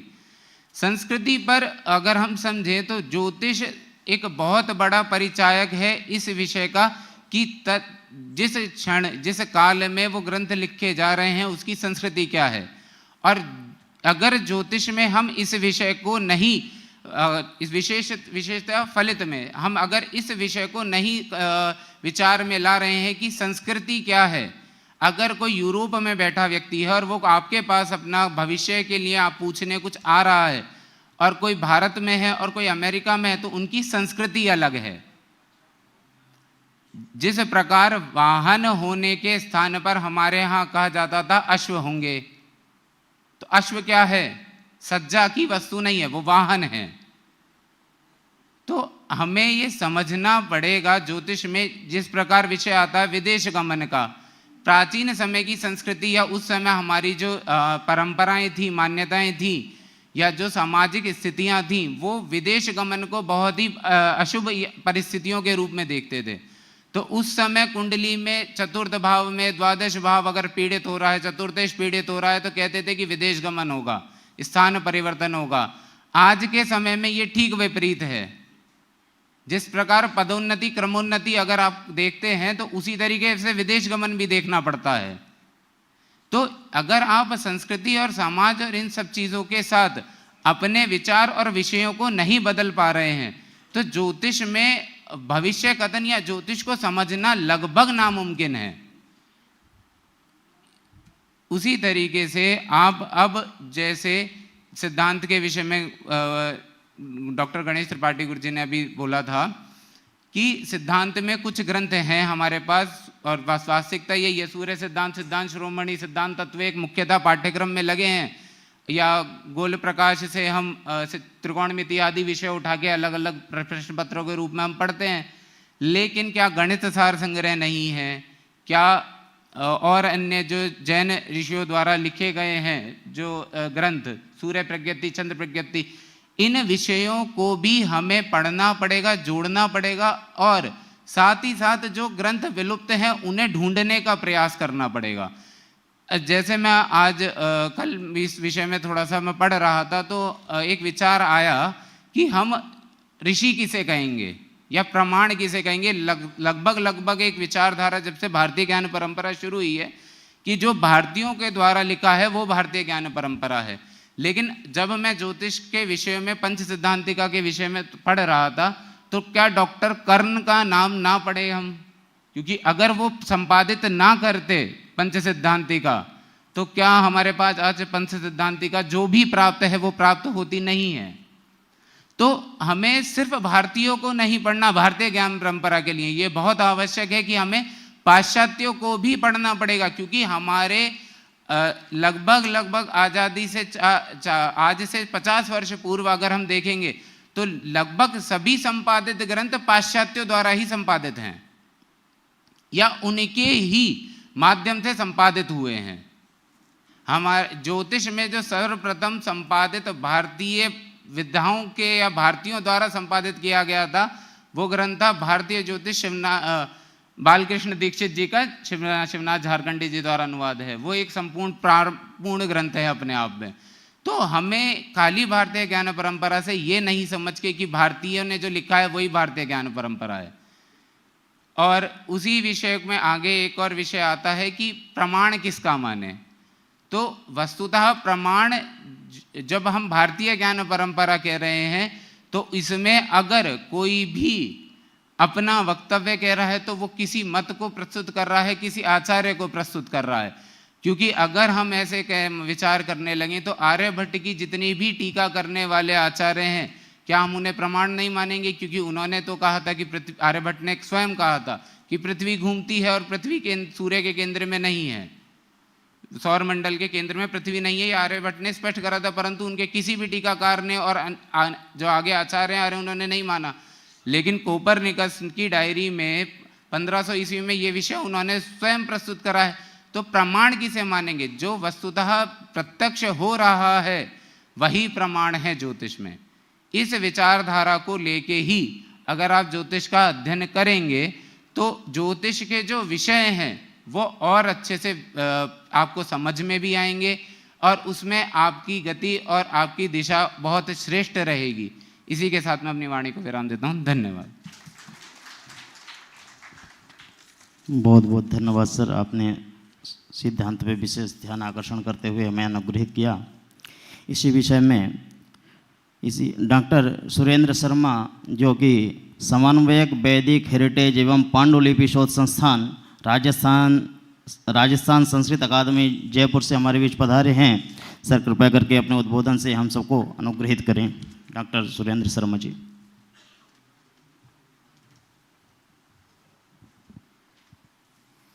दमयंती न लभ्याम नमस्कारम करोम्यहम एववादो भवेत् तत्र कली दोष प्रशांतये। आदरणीय गुरुजी, कुल गुरुजी, आपको प्रणाम करता हूँ और श्रद्धेय गुरुदेव मेरे अग्रज जो मंच पर विराजमान है, मैं सभी आपको प्रणाम करता हूँ। आज इस महाकाल की नगरी में मेरा सौभाग्य है कि इस ज्योतिषीय संगोष्ठी में मुझे आपने बुलाया। इसके लिए मैं पहली बार ही यहाँ उज्जैन आया हूँ, महाकाल के दर्शन किए और मेरे लिए ये परम सौभाग्य का विषय है। मैं ज्योतिष विषय को बहुत गहराई से ना देखा है ना पढ़ा है, लेकिन ज्योतिष के ग्रंथों को बड़ी गहराई से बहुत प्राचीन काल से और बहुत प्राचीन ग्रंथों को मैंने देखा है। मैं शास्त्र की बात तो मेरे पूर्व वक्ताओं ने आपको बहुत बेहतर बताई और गुरुदेव जो मेरे सामने बैठे हुए हैं, आप सब ज्योतिष के शिरोमणि हैं। मैंने जिस ज्योतिष को उन ग्रंथों में देखा है, मैं अपने अनुभव के रूप में आप सबके सामने थोड़ा सा रख रहा हूँ। मेरा कार्य प्राचीन पांडुलिपियों पर ही रहा है और लगभग 14-15 वर्ष से मैं इन प्राचीन पांडुलिपियों के बीच में ही सोता जागता रहता हूँ। क्या है पांडुलिपियाँ? सबसे पहले तो मैंने इनको जो महसूस किया वो मैं आपको बताना चाहता हूँ कि पांडुलिपि मेरी दृष्टि में क्या मुझे महसूस हुई इन 15 वर्षों में। तो एक ग्रंथ जिसको हमने पांडुलिपि का नाम दिया, वो एक व्यक्ति का संपूर्ण जीवन होता है। तो संपूर्ण जीवन हम इसलिए कहेंगे कि आज की सुविधाओं से बहुत दूर, जहाँ केवल दिन की रोशनी में ही लिखा जाता था और रात को दीपक के प्रकाश में ही लिखा जाता था, हाथ से कागज बनता था और खुद ही स्याही का निर्माण होता था, सारे ग्रंथों के सारे शास्त्रों को वो पढ़ लिया होता था, तब जाकर के अपने जीवन के उत्तरार्ध में वो समाज को कुछ देने की चेष्टा करता था। और हर एक व्यक्ति नहीं, कुछ व्यक्ति, क्योंकि हर किसी को शिक्षा भी नहीं मिलती थी, तो कई चुनिंदा व्यक्तियों को जो शिक्षा मिलती थी वो पूरे जीवन का एक सार एक पांडुलिपि के रूप में आने वाली पीढ़ी को दे देता था। तो मैंने जो पांडुलिपि के बारे में ये सोचा कि एक व्यक्ति की नहीं, उसकी गुरु परंपरा से आई हुई जो साधना है उसका सार वो लिखित रूप में हमको दे करके गया है। तो ये सबसे बड़ा धन हमारी भारतीय संस्कृति में निरंतर पीढ़ी दर पीढ़ी चलता आ रहा, वही ज्ञान हमको आज तक, आज सारा विश्व एक बात से बड़ा परेशान है कि ऐसी क्या महाशक्ति है जो भारत को चलायमान है। हमारे यहाँ पर एक आदमी कमाता है और उसके पीछे पूरा परिवार चैन से खाता है, जो नहीं कमाता वो भी खाता है। हर व्यक्ति यहाँ पर, कोई यहाँ भूखा नहीं सोता, जो जिसके पास में पैसा है तो भी, नहीं है तो भी। जनसंख्या इतनी है हमारी, फिर भी यहाँ पर हर तरीके से वो सुरक्षित है और अपने अपने कार्यों में लक्षित रह करके और अपना जीवन यापन कर रहा है। गांवों में आपने देखा होगा कि पहले आदमी सिर्फ बात करके ही, इधर उधर से आकर के बात करके ही अपना पूरा जीवन निकाल जाते थे। उनको वो काम ही कभी कभार करते थे या घर का एक मुखिया काम करता था। तो वो हमारे ऋषियों का जो तप है, वो जो उनका जो बल है, जो साधना है, वो इस भारत देश के ज्ञान में है, इसके कण कण में है। अब ज्योतिष की बात करें कि ज्योतिष क्या है, तो ज्योतिष मैं जहाँ तक समझता हूँ ये कोई ग्रंथ नहीं है।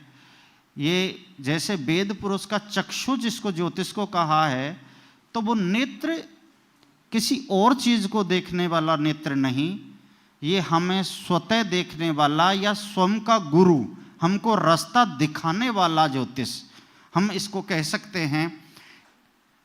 आचार्य सरयू प्रसाद द्विवेदी जी ने एक ग्रंथ बड़ा अच्छा प्रकाशित किया, उसकी पांडुलिपि के भी मुझे दर्शन हुए।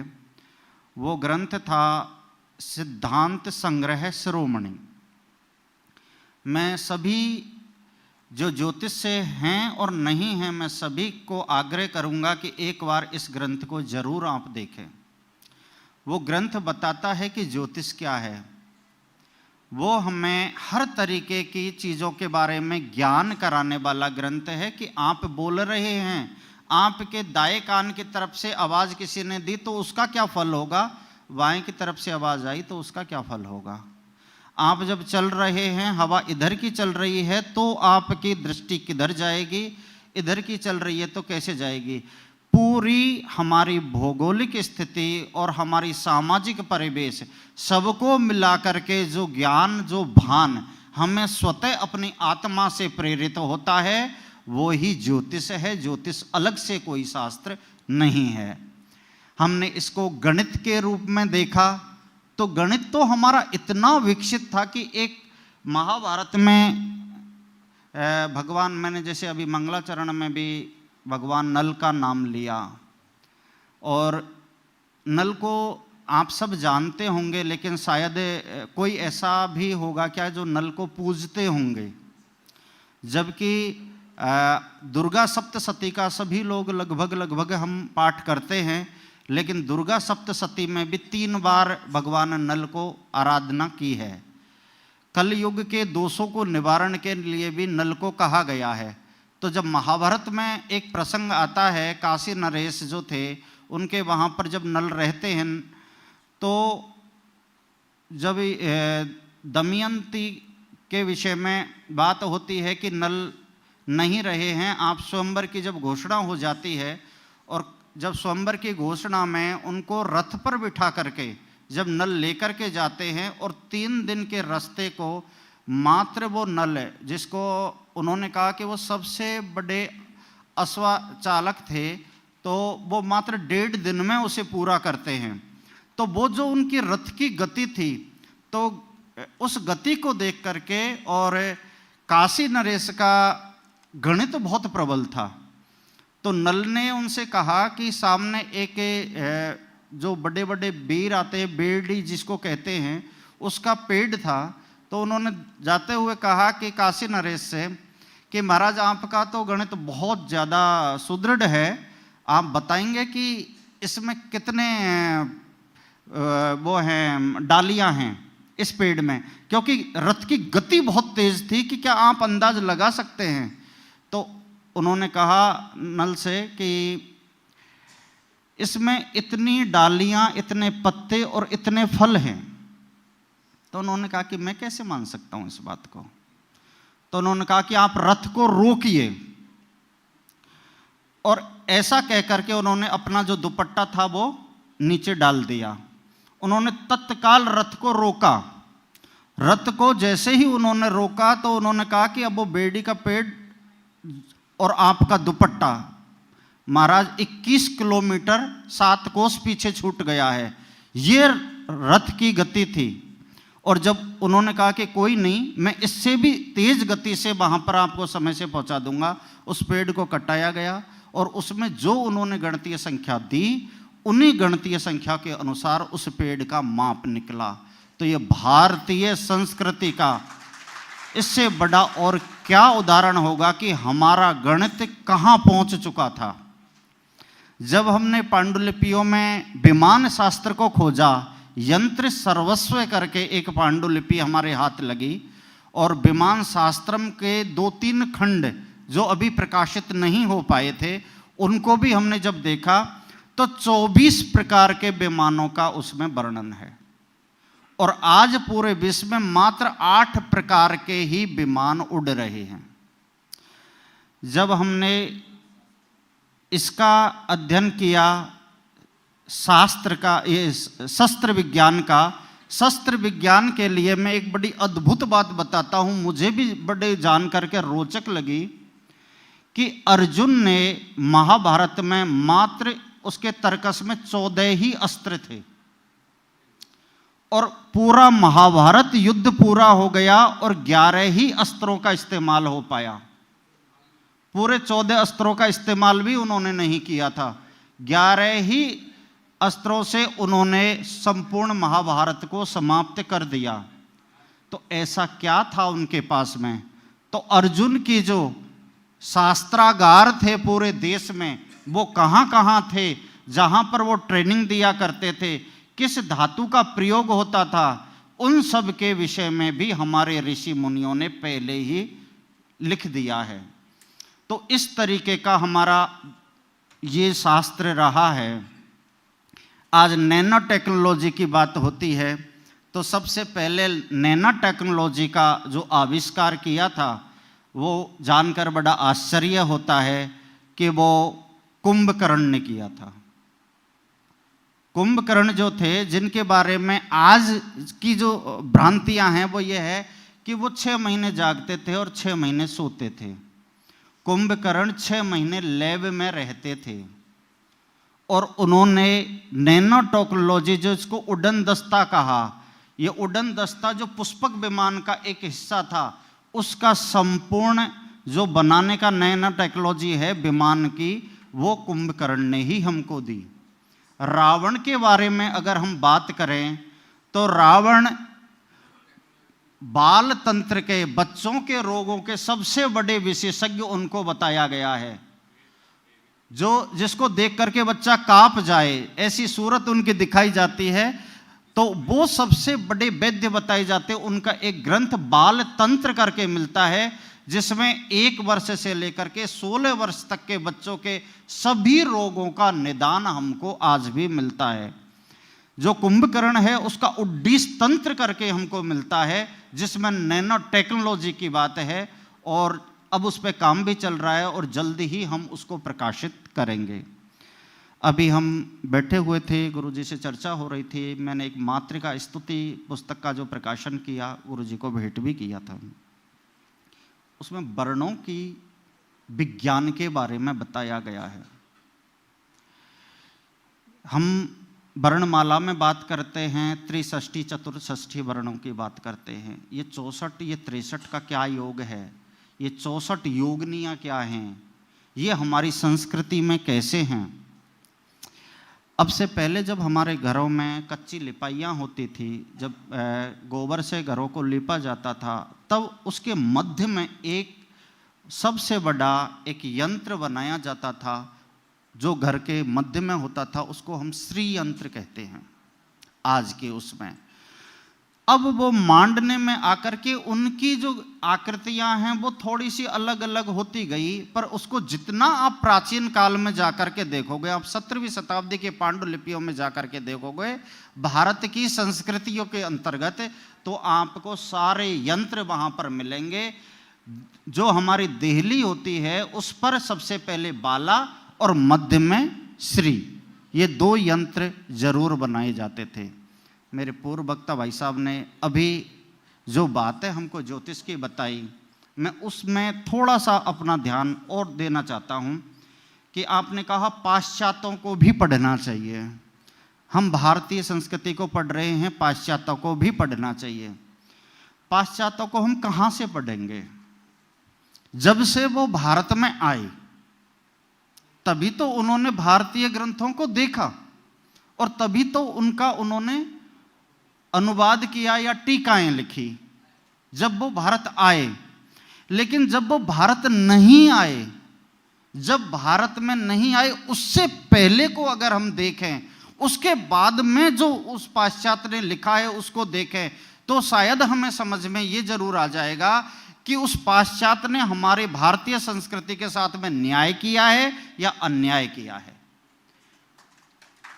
हम उस पाश्चात्य को देख करके आज हमारी संस्कृति को सुधारने की बात कर रहे हैं, मतलब हम हमारी संस्कृति को बिगाड़ने की बात कर रहे हैं, हम पाश्चात्य के तर्ज पर जाने की बात कर रहे हैं। लेकिन मैं ये कहना चाहता हूं कि हम हमारे भारत के मूल में जाकर के उस पाश्चात्य की भूल को आज सुधारेंगे, तो शायद हमें बहुत अच्छा हमारे भारत का गौरव बनेगा। पांडुलिपियों का अध्ययन करते करते ये जरूर समझ में आया कि विषयों का विभाजन करके मनुष्य के अंगों को काट काट करके अलग अलग कर दिया। और जब कहते हैं मैं ज्योतिषी हूँ, मैं तो सिर्फ ज्योतिष जानता हूँ, मैं व्याकरण हूँ, मैं साहित्यिक हूँ, मैं दर्शन का हूँ, मैं न्याय का हूँ। लेकिन अब से पहले के किसी विद्वान के आप किसी भी ग्रंथ को उठा करके देखेंगे, आपको वहाँ पर ऐसा कोई भी वेद के 6 अंगों में से ऐसा एक भी नहीं मिलेगा जो उसमें उपस्थित नहीं हो। तो इसका मतलब एक व्यक्ति उन 6 अंगों से परिपूर्ण था, और आज हम विभागों से या शास्त्र की दृष्टि से जो अलग अलग किए हैं तो हमको खंडित कर दिया गया है। मैं ये जरूर चाहता हूँ, कुलपति जी से निवेदन करता हूँ कि इस जो खंडित किए हुए अंगों को दोबारा से जोड़ करके पूर्ण शरीर का रूप दें, कि एक व्यक्ति अपने शास्त्र में सबका समावेश करे, या किसी भी शास्त्र को पढ़ने पर वो उस शास्त्र के साथ में न्याय कर सके। ज्योतिष के शब्द को ज्योतिष के तरीके से ही देखे, व्याकरण के तरीके से ना देखे। साहित्य के शब्द को साहित्य के तरीके से ही देखे, वो और किसी दृष्टि से ना देखे। तो इस तरीके से हम हमारी भारतीय संस्कृति को उत्थान की ओर लेकर के जाएंगे। अब बात आती है हमारी कि इनको कहाँ देखें, ये कहाँ मिलेंगी? ये सर्वत्र हैं। मैं जब वहाँ से चला, जब मुझे यही नहीं पता था कि मुझे बोलना क्या है और करना क्या है। जयपुर से जब मैं कल रवाना हुआ और मैं बीच बीच में बात करता रहा कि मुझे उज्जैन जाना है, आप विश्वास मानिए कि मैंने 100 लोगों से जो मध्य प्रदेश के हैं लगभग उनकी एक लिस्ट तैयार करवा करके और रख ली, जिनके पास में सबसे प्राचीन ग्रंथ हैं। और मेरा सौभाग्य का विषय यह है कि जब मैंने पांडुलिपि पर काम करना शुरू किया तब मेरे पास में किसी यहीं के पंडित जी की पूरी 7100 पांडुलिपियां जयपुर पहुंची थी और मैंने सबसे पहले उन्हीं के ऊपर वेद की पांडुलिपियां उनके ऊपर काम करना शुरू किया था। वेद की बहुत सारी शाखाओं को आज हम कहते हैं, बहुत सारी शाखाओं के लिए अपन कहते हैं कि वो विलुप्त होती जा रही हैं। वो विलुप्त हमारी दृष्टि से हो गई हैं, वास्तव में विलुप्त नहीं हुई हैं। तो मैं जो इस कार्यक्रम में मुझे बुलाया, इसके लिए तो मैं आप सभी का बहुत बहुत आभारी हूँ। और इस मंच से आज आपको यही निवेदन आग्रह करके जा रहा हूँ कि हमारी भारतीय प्राच्य जो विद्याएं हैं उनको हम दोबारा से संरक्षित करके और विश्व के सामने रखें, तो शायद हम विश्व के उसी शिखर पर पहुंच जाएंगे जिस भारत ने 24 प्रकार के विमानों को बनाया था। जयतु भारतम, जयतु संस्कृति। बहुत बहुत धन्यवाद सर, आपने हमें वास्तु के पांडुलिपि के विषय में अनेकों अनेक ध्यान दिए। विमान शास्त्र, गणित शास्त्र, संस्कृत विषय, इस सब में ध्यान आकर्षित किया, उसके लिए आपको बहुत बहुत धन्यवाद। इसी कड़ी में हमारे बीच डॉक्टर जयप्रकाश शर्मा जी, जो कि निर्देशक पद्मश्री नारायण दास रामानंद दर्शन उपाध्याय एवं पांडुलिपि शोध संस्थान जयपुर से हमारे पास बीच में उपस्थित हैं। सर से अनुग्रह करते हैं, कृपया आकर के हम सबको अनुग्रहित करें। Doctor Jaiprakash Sharma sir.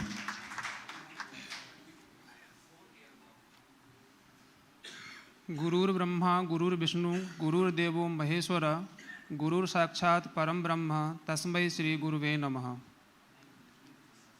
सर्वप्रथम मैं कुल गुरु जी को प्रणाम करते हुए यहाँ मंच पर बैठे हुए सभी विद्वज्जनों, सामने बैठे हुए गुरु जी जितने भी हैं और विश्वविद्यालय में पढ़ाने वाले अध्यापक और सभी जो शोधार्थी हैं, उन सबको नमस्कार और अभिवादन करते हुए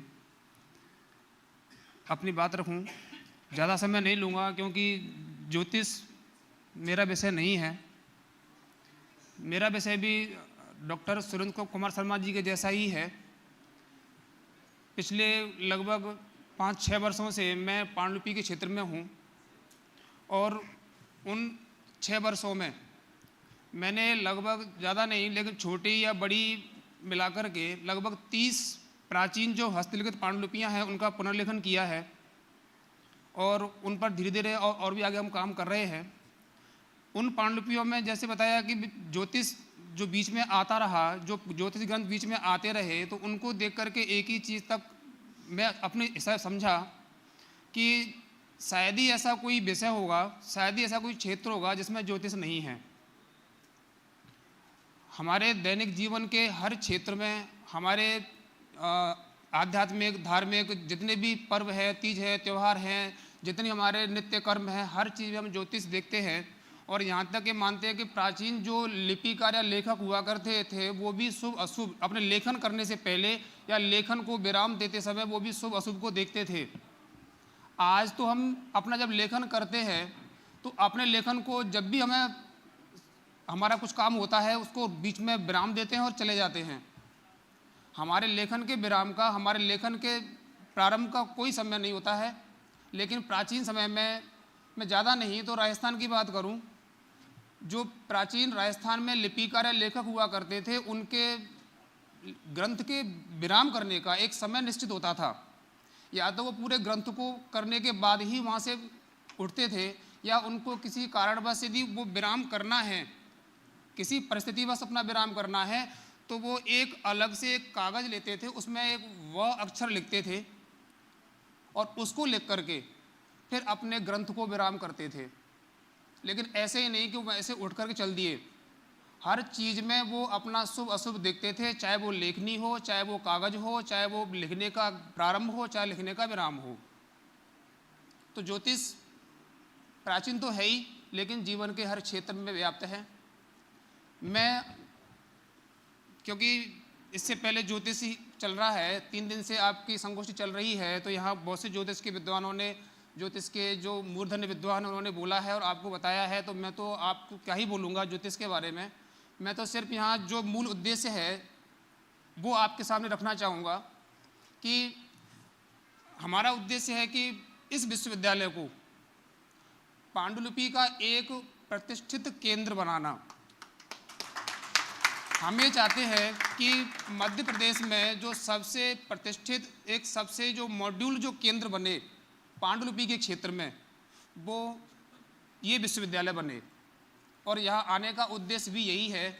और मैं आज इस मंच पर, यहाँ सुरेंद्र कुमार शर्मा जी बैठे हुए हैं और आगे गुरुजी बैठे हुए हैं, मैं यहाँ आपसे घोषणा करूँगा कि जो मेरी संस्था है, जो लगभग 2.5 लाख पांडुलिपियाँ जो हमारे पास में हैं, प्राचीन और हस्तलिखित पांडुलिपियाँ जो 2.5 लाख की संख्या हमारे पास में है, उनकी एक कॉपी, 2.5 लाख पांडुलिपियों की एक कॉपी मैं विश्वविद्यालय को दूंगा।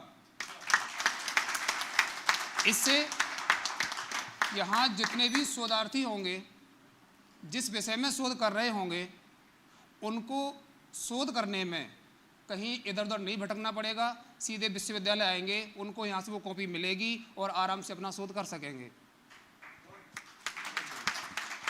दूसरा, एक संस्था ब्रह्मर्षि गंगादास आयुर्वेद अनुसंधान केंद्र जो जयपुर में है, जो केवल और केवल आयुर्वेद पर काम कर रही है और वर्तमान में संस्था के पास लगभग 9000 आयुर्वेद की प्राचीन हस्तलिखित और दुर्लभ पांडुलिपियाँ हैं।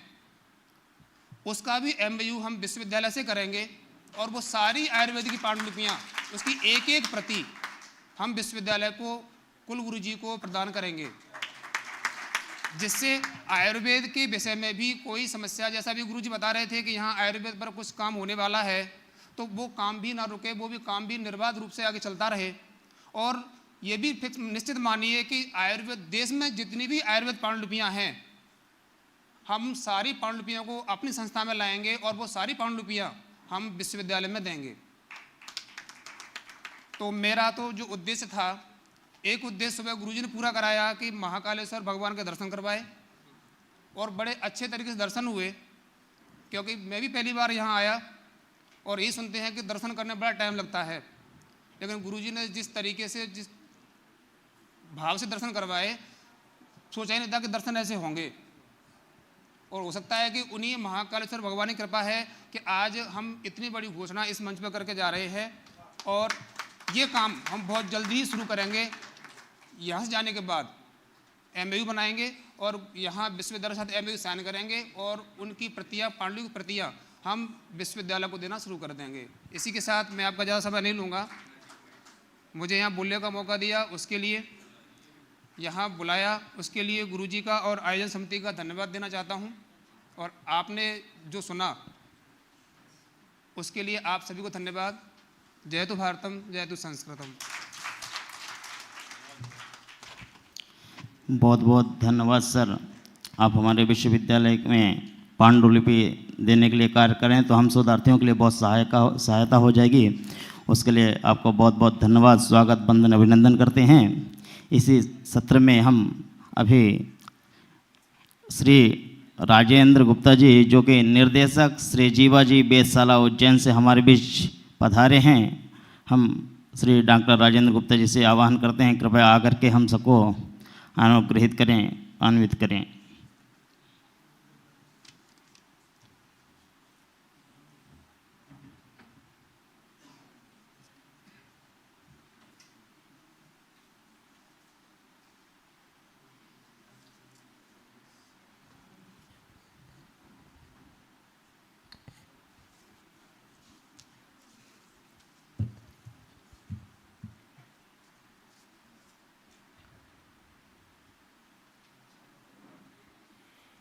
काल के अधिष्ठाता बाबा महाकाल को नमन। कुलगुरु द्वय वर्तमान और भूतपूर्व नमन। अध्यक्षता कर रहे आदरणीय सोहम जी को, परवहा जी, भार्गव जी, अखिलेश जी, सभी विद्वत जन एवं शोधार्थी सभी को नमन।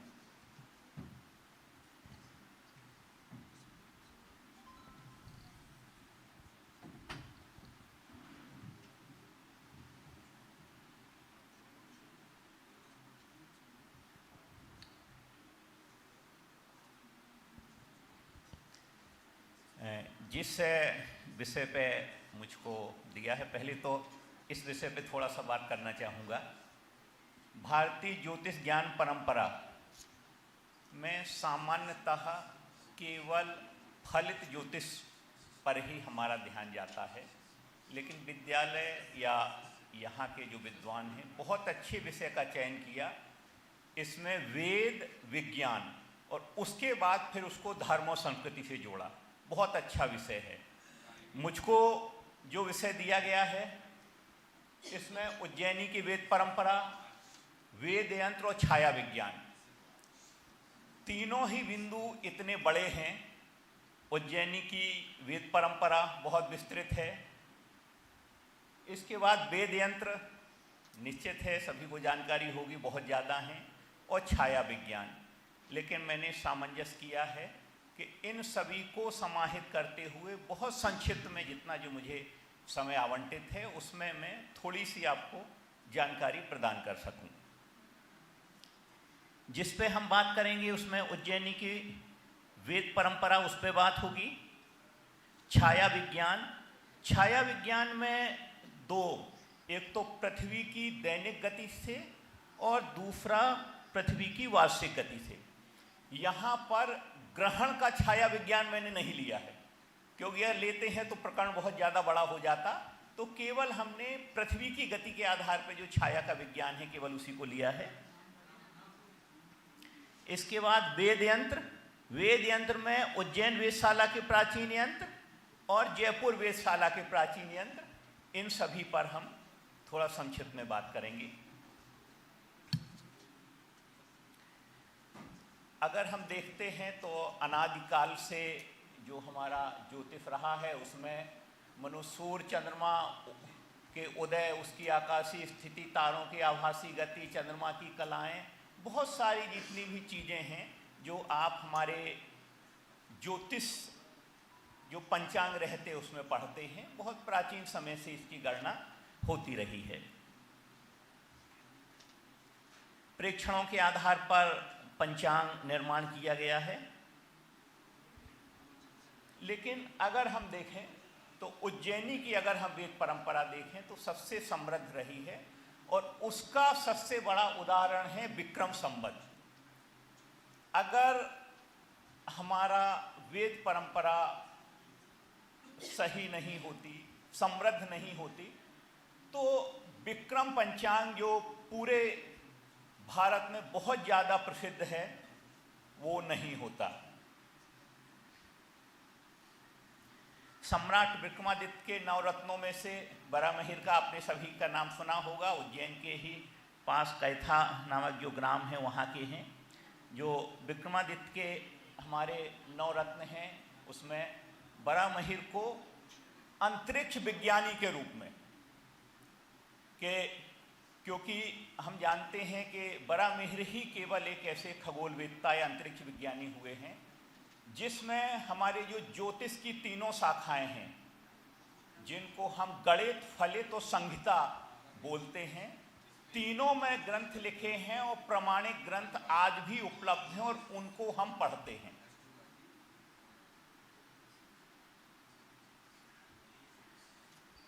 उज्जैन की वेद परंपरा के संदर्भ में थोड़ा सा आगे बढ़ाएंगे कि जो हमारा 12वीं शताब्दी के अंत तक था, ज्योतिर्विज्ञान का काफ़ी विकास हो गया था। ये ग्रहों की गतियाँ, तिथि, नक्षत्र, संक्रांति, ग्रहण योग आदि ज्योतिर्गणित के द्वारा निकाले जाते थे। लेकिन कुछ समय बाद ये अनुभव किया गया, इसमें अनेक ग्रंथ भी, जो पंचांग का भी निर्माण हुआ है। लेकिन हम देखते हैं कि कुछ समय बाद ये रहा है कि गणित और जो हमारा प्रायोगिक है उसमें अंतर आने लगा है और इसीलिए जो वास्तविक आकाशीय स्थिति है उस पर अंतर होने लगा। इस स्थिति को सवाई राजा जयसिंह ने समझा और उन्होंने फिर वेधशालाओं का निर्माण किया और उसमें जो सबसे पहली वेधशाला है वो उज्जैन में बनवाई। ये जो सवाई राजा जयसिंह का आप मूर्ति देख रहे हैं उज्जैन वेधशाला में स्थित है। देश की जितनी भी वेधशालाएं हैं उसमें उज्जैन वेधशाला ही एक ऐसी है जिसमें सवाई राजा जयसिंह की मूर्ति बनी है। और आप देखेंगे कि मूर्ति को इस प्रकार से बनाया गया है कि वो बैठे हुए हैं और अपने बनाए यंत्रों को देख रहे हैं। तो उसका एक पूरा कभी वेधशाला आना हो तो जाके आप अवश्य देखिए। उज्जैनी की वेधशाला में सवाई राजा जयसिंह का थोड़ा सा, क्योंकि वो बाल अवस्था से ही ज्योतिर्विज्ञान के बहुत बड़े विद्वान थे और उन्होंने स्वयं, विशेषकर उज्जैन वेधशाला के संदर्भ में आप देखेंगे तो यहाँ पर उन्होंने आके स्वयं 8 साल तक अवलोकन किया। उनकी जो वेधशालाएँ थीं उसमें उज्जैन, दिल्ली, बनारस, जयपुर, मथुरा। थोड़ा सा इन वेधशालाओं के संदर्भ में बताना चाहूँगा। मथुरा वेधशाला केवल इतिहास में लिखी हुई है, वर्तमान में वहाँ कोई अवशेष नहीं है जिससे पता लगे कि वो वेधशाला कहाँ थी। बनारस में वेधशाला किले के ऊपर छोटे रूप में है। दिल्ली वेधशाला की जो स्थिति है वहाँ हम देखेंगे कि उनकी मार्किंग डिस्ट्रॉय हो गई है और चारों तरफ बड़ी बिल्डिंग बन गई हैं, तो वहाँ वर्तमान समय में ऑब्जर्वेशन संभव नहीं है। लेकिन उज्जैन और जयपुर दोनों वेधशालाएँ ऐसी हैं जो बहुत अच्छी स्थिति में हैं।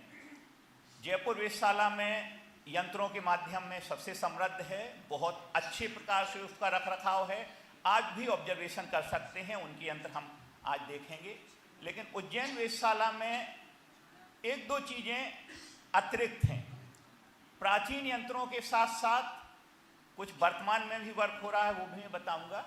उसके साथ साथ आधुनिक संसाधन जिसमें तारामंडल, टेलीस्कोप जो भी हैं वो सब केवल उज्जैन वेधशाला में उपलब्ध है।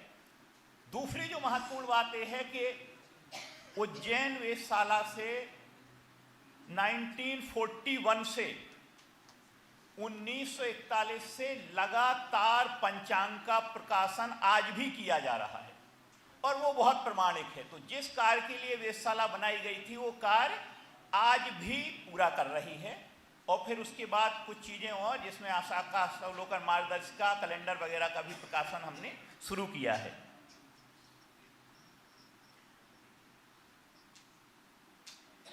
सवाई राजा जयसिंह विशेषकर उज्जैन की स्थिति और कर्क रेखा की स्थिति को बहुत अच्छी तरह जानते थे और 8 वर्ष तक इन्होंने स्वयं यहाँ अध्ययन किया।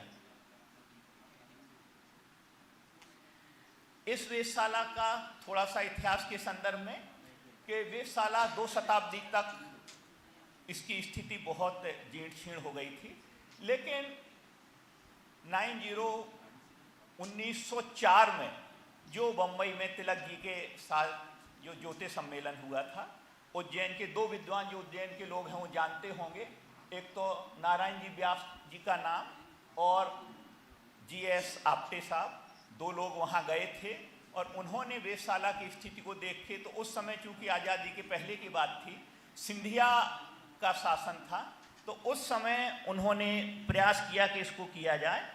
तो उस समय के जो, चूँकि उज्जैन सिंधिया रियासत के अंतर्गत था, तो उन्होंने उसका जीर्णोद्धार कराया और वित्त की भी व्यवस्था की और तभी से इस वेधशाला के नाम के साथ जीवाजी शब्द जुड़ गया था।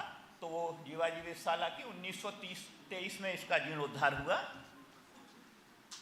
और 4 यंत्र पहले बने हुए थे, सम्राट यंत्र, नाली वलय, दिगंश और भित्ति यंत्र, और 1937 में शंकु यंत्र वेधशाला में बनाया गया था।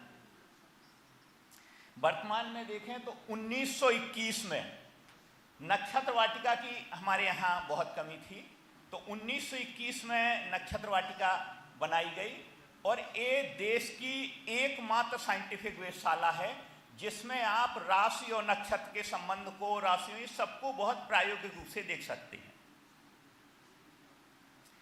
अभी अगर देखें तो जो 2024 में वेधशाला में विश्व की पहली वैदिक घड़ी भी वेधशाला उज्जैन में बनी हुई है। तो हम देखते हैं जब से लगा के आज तक वेद परंपरा के संदर्भ में उज्जैन में लगातार कार्य हो रहा है। अब छाया के विज्ञान के संदर्भ में हम देखें, एक तो पृथ्वी की दैनिक गति के कारण और दूसरा वार्षिक गति के कारण। अब दैनिक गति से क्या स्थिति होती है, तो हम सभी लोग जानते हैं कि पश्चिम से पूर्व की ओर,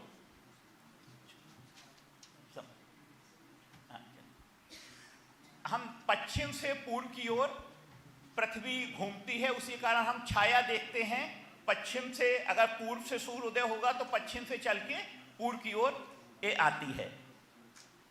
और परिक्रमण गति के कारण उत्तर से दक्षिण, जो उत्तरायण और दक्षिणायन था, ये गति हमारी होती है। ये हम अगर देखें तो छाया की स्थिति देखते हैं कि छाया हमारी ये बड़ी है और जैसे जैसे सूर्य आता है वैसे वैसे छाया हमारी छोटी होती जाती है, और इसी के आधार पर हमारे यंत्र बने हुए हैं।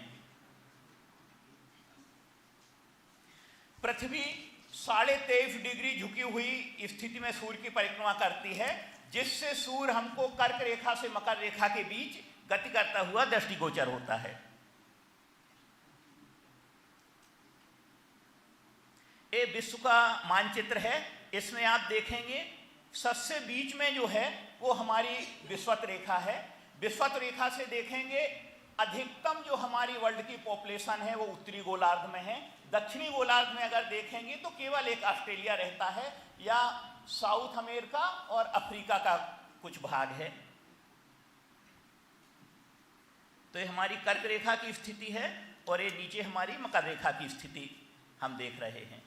तो कर्क रेखा और मकर रेखा, सूर्य अगर हम देखेंगे तो इस कर्क उत्तरी गोलार्ध में कर्क रेखा तक और दक्षिणी गोलार्ध में मकर रेखा तक, इसके बीच गति करता हुआ हमको दिखाई देता है।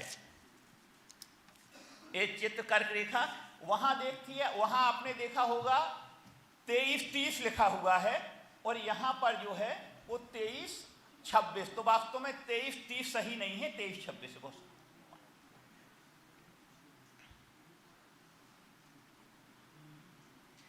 21 जून को सूर्य कर्क रेखा पर रहता है, उसकी गति विषुवत रेखा की ओर होती है। 22 दिसंबर को मकर रेखा पर रहता है, उसकी गति हमारी कर्क रेखा की ओर होती है। तो ये हमारा उत्तरायण हो जाता है और कर्क रेखा से गति करता हुआ हमारा दक्षिणायन हो जाता है। 21 मार्च को विषुवत रेखा पर रहता है और इसी प्रकार से 23 सितंबर को भी विषुवत रेखा पर सूर्य लंबवत रहता है।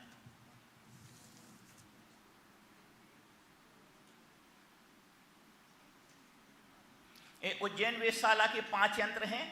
ये शंकु यंत्र है। शंकु यंत्र सूर्य की गति को समझने के लिए सबसे मुख्य रहता है।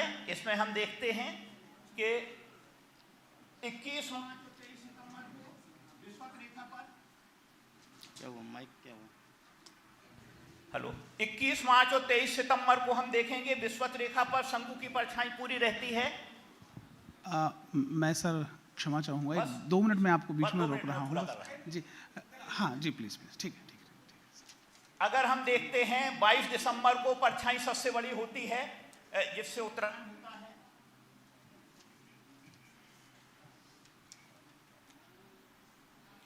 और अगर 21 जून है तो चूंकि सूर्य कर्क रेखा पर रहता है तो परछाई उज्जैन में 0 दिखती है।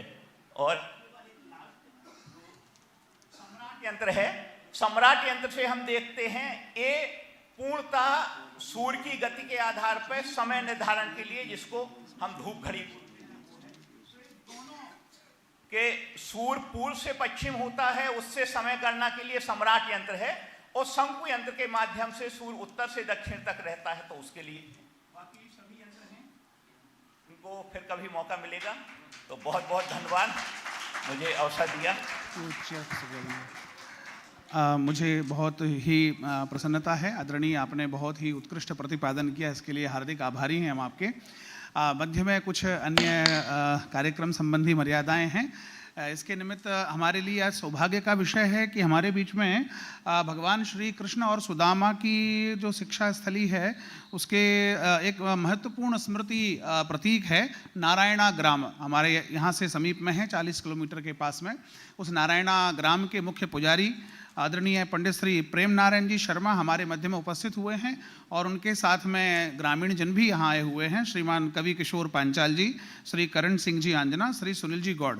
मैं सभी को मंच पर आमंत्रित करना चाहता हूँ। माननीय कुलगुरु जी से निवेदन करूँगा कि समस्त आगंतुकों का सत्कार करने की कृपा करें। सर्वप्रथम श्रीमान प्रेम नारायण जी शर्मा।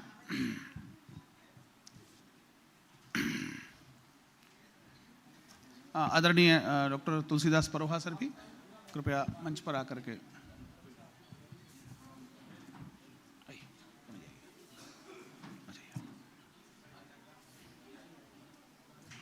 अच्छा अब चलिए।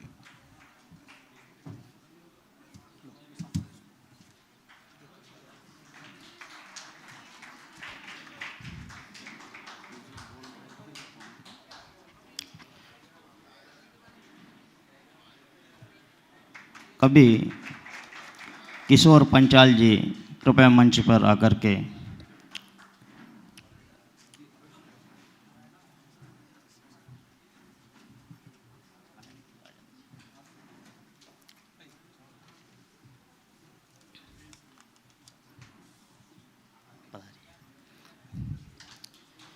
कवि किशोर जी करतल ध्वनि से हम सब स्वागत बंदन अभिनंदन करते हैं।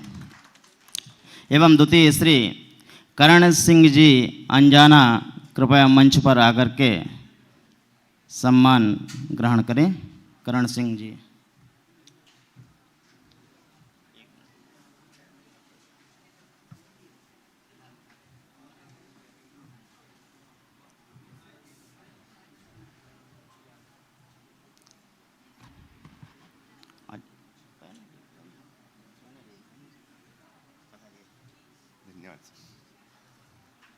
एवं इसी कड़ी में डॉक्टर सुनील जी गौड़, श्री सुनील जी गौड़ कृपया मंच पर आकर के सम्मान अनुग्रहित करें।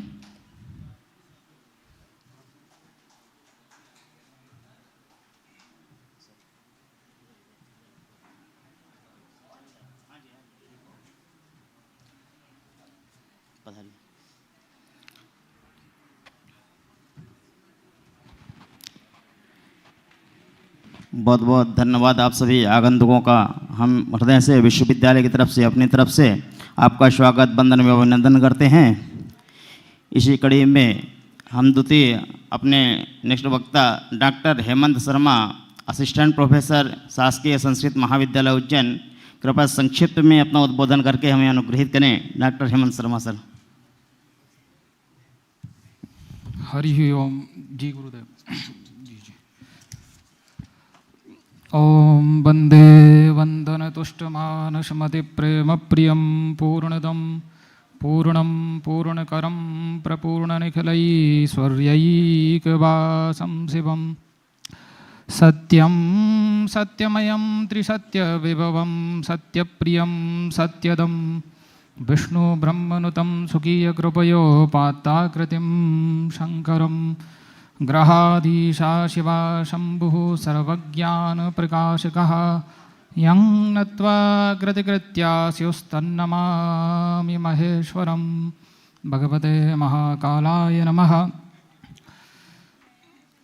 पाणिनि संस्कृत वैदिक विश्वविद्यालय उज्जैन के द्वारा समायोजित त्रिदिवसीय अंतर्राष्ट्रीय शोध संगोष्ठी में इस मंच पर विराजमान विश्वविद्यालय के कुलपति द्वय आदरणीय मिश्र जी गुरुजी एवं मैनन गुरुजी, आप श्री के चरणों में सादर दंडवत प्रणाम। मंचासीन सभी अतिथियों को मेरा सादर प्रणाम।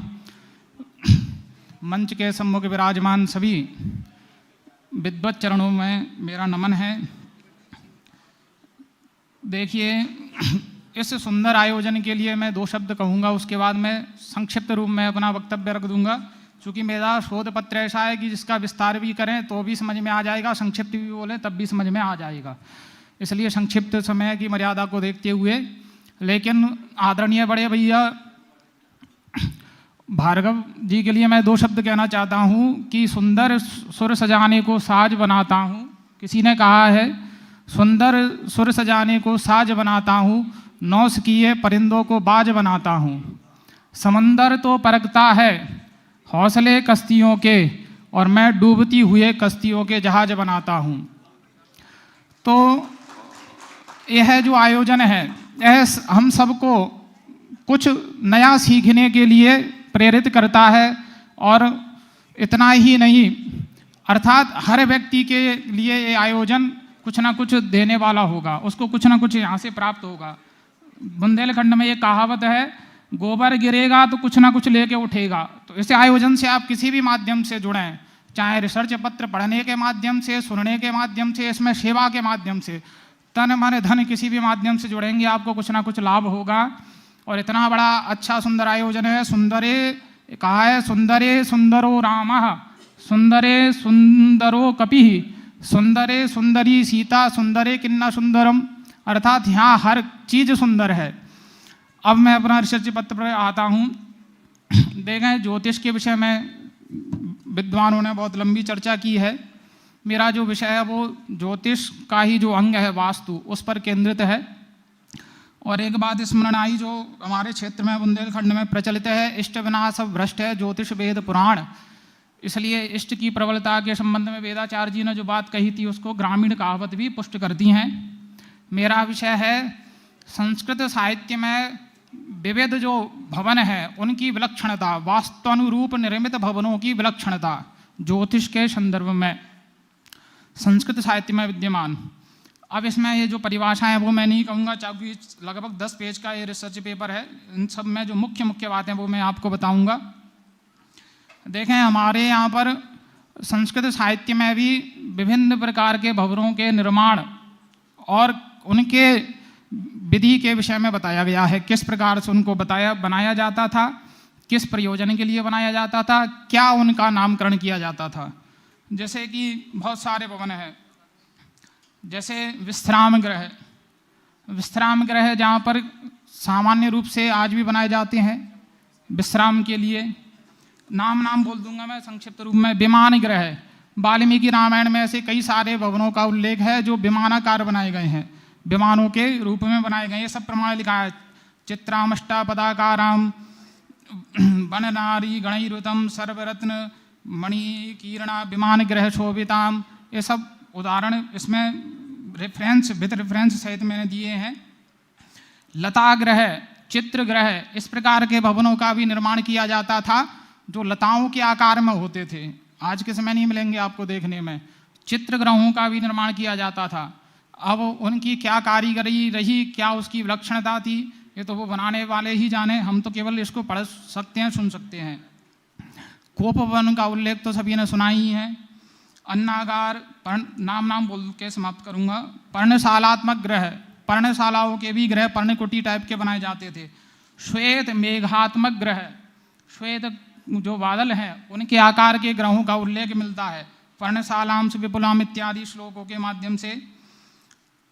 और बहुमंजिला जो आज के समय में बन रहे हैं, जी, उस प्रकार के बहुमंजिलीय भवनों का भी उल्लेख प्राप्त होता है। स्वर्ण इत्यादि से निर्मित भवन, वज्राकार, अंकुशाकार, मेघाकार, पद्माकार, स्वस्तिकाकार इत्यादि गुप्त ग्रह जो युद्ध के समय काम आने वाले भवन हैं उनका उल्लेख संस्कृत साहित्य में बहुत जगह, एक जगह नहीं सैकड़ों जगह है। गुप्त ग्रह, चैत्य प्रसाद, लाक्षागृह, सभा भवन, तोरण, स्फटिक द्वार, व्यायामशाला के आकार के ग्रह, चित्रशाला के आकार के ग्रह, धारागृह, संगीतशाला, उपनगराकार, नगर के आकार के भी ग्रह बनाए जाते थे। सूतिका ग्रह, चतुशाल भवन, द्विशाल भवन, सप्तशाल भवन, अष्टखंड शिला भवन, कामायतनम, वासगृह, कदली ग्रह, मरकत कुंज, चंदन लता ग्रह, रक्षागृह युद्ध के समय इनका प्रयोग होता था।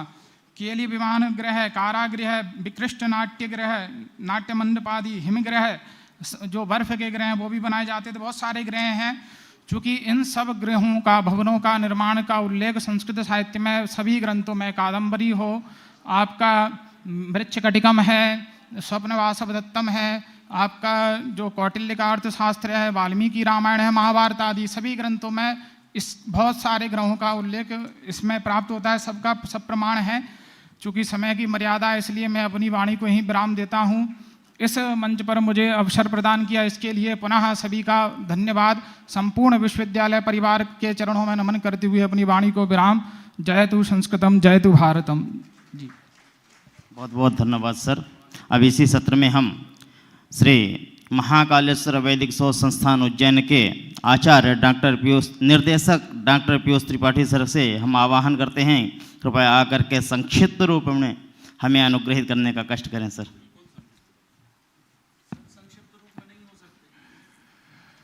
रामं रामानुजं सीतां भरतं भरतानुजं सुग्रीवं वायुसूनुं च प्रणमामि पुनः पुनः।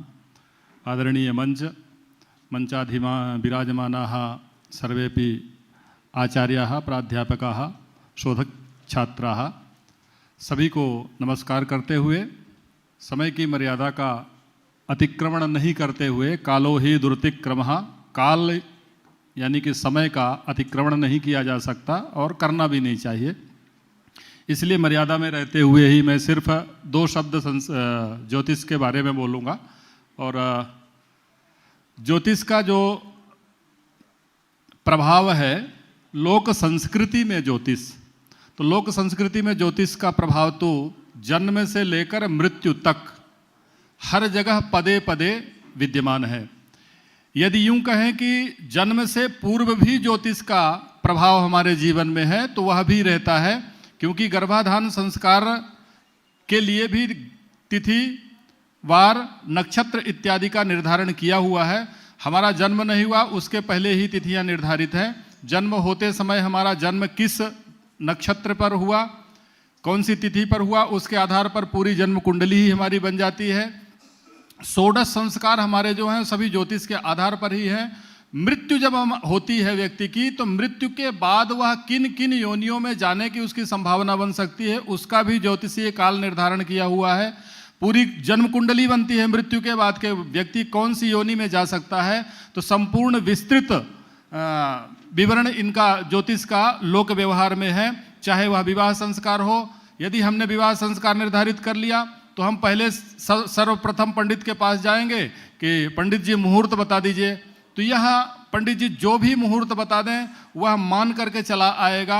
यानी कि ज्योतिष का हमारे जीवन में, हमारे लोक संस्कृति में बहुत अधिक प्रभाव उसका देखने को मिलता है।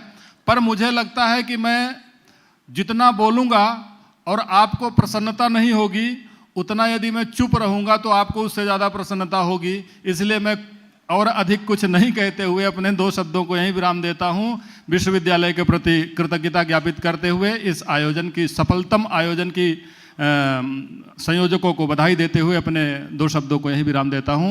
जयतु संस्कृतम जयतु भारतम। बहुत बहुत धन्यवाद सर, आपने संक्षिप्त रूप में हमें अनुग्रहित किया। अब है अध्यक्षीय उद्बोधन के लिए, जिसमें ज्योतिर्विज्ञान एवं वास्तु विभाग के अध्यक्ष डॉक्टर शुभम शर्मा से सर से अनुग्रहित करते हैं। कृपया आकर के हम सबको अनुसंजित करें।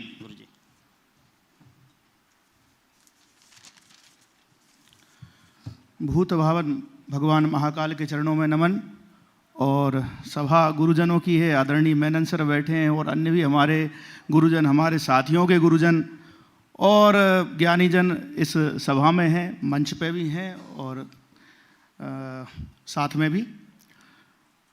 जो मूल विषय हमारा भारतीय ज्योतिष ज्ञान परंपरा में वेद, विज्ञान, धर्म एवं संस्कृति। कई बार जो आचार्यगण ऐसे बोल देते हैं कि अरे हम तो ज्योतिष के ज्ञाता नहीं हैं और हम इस विषय में नहीं जानते। ये केवल विद्वानों का विनय विनोद है, क्योंकि धर्म और संस्कृति में ज्योतिष कितना जुड़ा हुआ है ये तो सब जान ही रहे हैं। पहले वक्ताओं को लेकर के एक जो अध्यक्षीय मर्यादा है सत्र में, तो कुछ सामान्य चर्चा, जैसे आदरणीय सुनील जी ने जो देश के चारों कोनों में वेधशाला लगेंगी उसको लेकर ध्यानाकर्षण जो किया, उस पर एक पुरानी बात है, हमारे यहाँ की परंपरा वही है। आचार्य वराह मिहिर सांवत्सर सूत्राध्याय में स्वयं लिख रहे हैं कि भाई चारों दिशाओं में देखने के लिए 4 ज्योतिषियों की व्यवस्था रहनी चाहिए, क्योंकि उल्कापात इत्यादि कुछ घटना इतनी त्वरित होती हैं कि इनको आप नहीं देख सकते। आज यंत्र हो गए, तो हम जो वेधशालाएं चारों दिशाओं में देश के कर रहे हैं, कैनवास हमारा बढ़ गया है। कुछ अंकों की योजना की जो बात करी, जो हमारे यंत्र बनते हैं, जो योग कहीं 15 हो रहा है, कहीं 20 हो रहा है, तो 20 32 करके लोक में भी बात चलती है। तो क्या कीरो से न्यूमेरोलॉजी आई, उसकी जब हम देखें तो आप समरांगण सूत्रधार उठा करके देखिएगा, वहाँ अंकों के विषय में जब चर्चा है तो उसके देवता भी बताए हैं, और जो एक है उसके देवता सूर्य ही कहे गए हैं। तो वो न्यूमेरोलॉजी का भी वो वहाँ से संकेत कुछ कुछ तो मिलता हुआ दिख रहा है कि भैया थी तो हमारी ही, थोड़ी सी जाके बदल दी। ये आदरणीय यश जी, आपने पंच सिद्धांतों में जो बाद में भी कार्य हुआ है कि केवल वराह मेहर पर रुक नहीं गया, उसकी चर्चा करी, और एक जो विदेश गमन की आपने चर्चा करी कि भाई हमारे हम उस समय यात्रा बड़ी कठिन होती थी, इसलिए जो कष्ट होगा उसके साथ लिखते थे, बड़े ही कष्ट के साथ वो विदेश जाएगा। लेकिन आज हम अच्छे अर्थ में देखते हैं तो उन योगों में नहीं, किन्हीं और योगों में हम विदेश यात्रा को देख रहे होते हैं। आदरणीय सुरेंद्र शर्मा जी, आपने पांडुलिपि की चर्चा करी, और जो उनने एक मूल बात कही कि प्राचीनों का दिया हुआ धन है, और शकुन और बात चक्र की एक चर्चा उन्होंने छेड़ी थी किसी पांडुलिपि के आधार पर सर ने। तो हमारे यहाँ भी जैसे लोक में बातें चलती हैं कि दक्षिणी कुलच्छिनी माघ फागुन सुलच्छिनी, तो ये कहा था कि हवा अगर दक्षिण से वायु चल रही है तो वो अच्छी नहीं मानी जाती सामान्यतः कृषि की दृष्टि से, लेकिन माघ और फाल्गुन में वो अच्छी हो जाती है। तो उसका सीधा अगर रीजन समझें कि दक्षिण से जो समुद्र की हवा आएगी वो गर्मी लेकर के आएगी, और माघ फाल्गुन है जो महीना है उस प्रकार के, उस समय माघ में अगर उत्तरी हवा चल जाती है तो क्या होता है, पाला पड़ जाता है। इसलिए कहा कि माघ फाल्गुन में दक्षिण की हवा अच्छी है। बाकी अन्यथा हमारे यहाँ पूर्वाई की चर्चा बहुत आती है, पछुआ की चर्चा बहुत आती है, तो वो सब हमारी कहावतों में बातें मिलती हैं। फिर आदरणीय जयप्रकाश जी, आपने लिपिकारों के विषय में बातें हमें बताई, और जब हम स्याही इत्यादि के नियमों को देखते हैं तो वो ज्योतिषियों के बड़े काम की चीज़ है, क्योंकि जब कुंडली बनाएंगे तो कुंडली में हर कुंडली की एक अलग डिजाइन बनाते थे। पुरानी कुंडलियां आप लोग देखिएगा। आदरणीय गुप्त जी ने उज्जैनी की वेद परंपरा के विषय में चर्चा करी, और किस प्रकार से आज भी वो वेधशाला निरंतर कार्य कर रही है, और कब से उसने पुनः कार्य करना प्रारंभ कर दिया था, कब से वो सायन पंचांग वहाँ से जारी हो रहा है, उसकी चर्चा आपने की। आदरणीय हेमंत जी ने गृहों का वर्णन किया, और श्रद्धेय पीयूष जी, आपने बिल्कुल 2 शब्दों में ही बात खत्म कर दी। और लोक संस्कृति में आपने जो एक बात कही कि ग्रामीण पंडित जो होते हैं उनसे लोग पूछते हैं। अच्छा, एक और चर्चा निकली थी कि सभी शास्त्रों के ज्ञाता पहले होते थे, गांव में लगभग वैसा ही समझा जाता है। गांव में अगर कोई पंडित है तो वो पुजारी भी होगा, वो ज्योतिषी भी होगा, वो वैद्य भी होगा, वो झाड़ फूक भी जानता होगा। इसके अतिरिक्त पुरानी धर्मशाला भी होती थी, वो किसी पंडित का घर प्राय या ठाकुर का घर, ये धर्मशाला के रूप में भी काम में आते थे। तो ये हमारी वो परंपरा है। और जो 4 हमारे जो विषय थे, इसमें वेद की जो चर्चा थी, तो आश्लेषार्धा दक्षिणम उत्तरमयनम रवेर धनिष्ठाद्यम नूनम कदाचित आसीत येनोक्तम पूर्व शास्त्रेषु, ये कह कर वराह मेहर ने संकेत कर दिया है कि भैया पुराने ग्रंथों में लिखा हुआ है कि उत्तरायण का और दक्षिणायन का प्रारंभ अमुक समय से होता था। तो वो क्या कह रहे हैं कि गलत नहीं कह रहे, हमारे समय नहीं है, तो कह रहे हैं कि भाई निश्चित ही कभी था, क्योंकि पूर्व शास्त्रों में कहा है।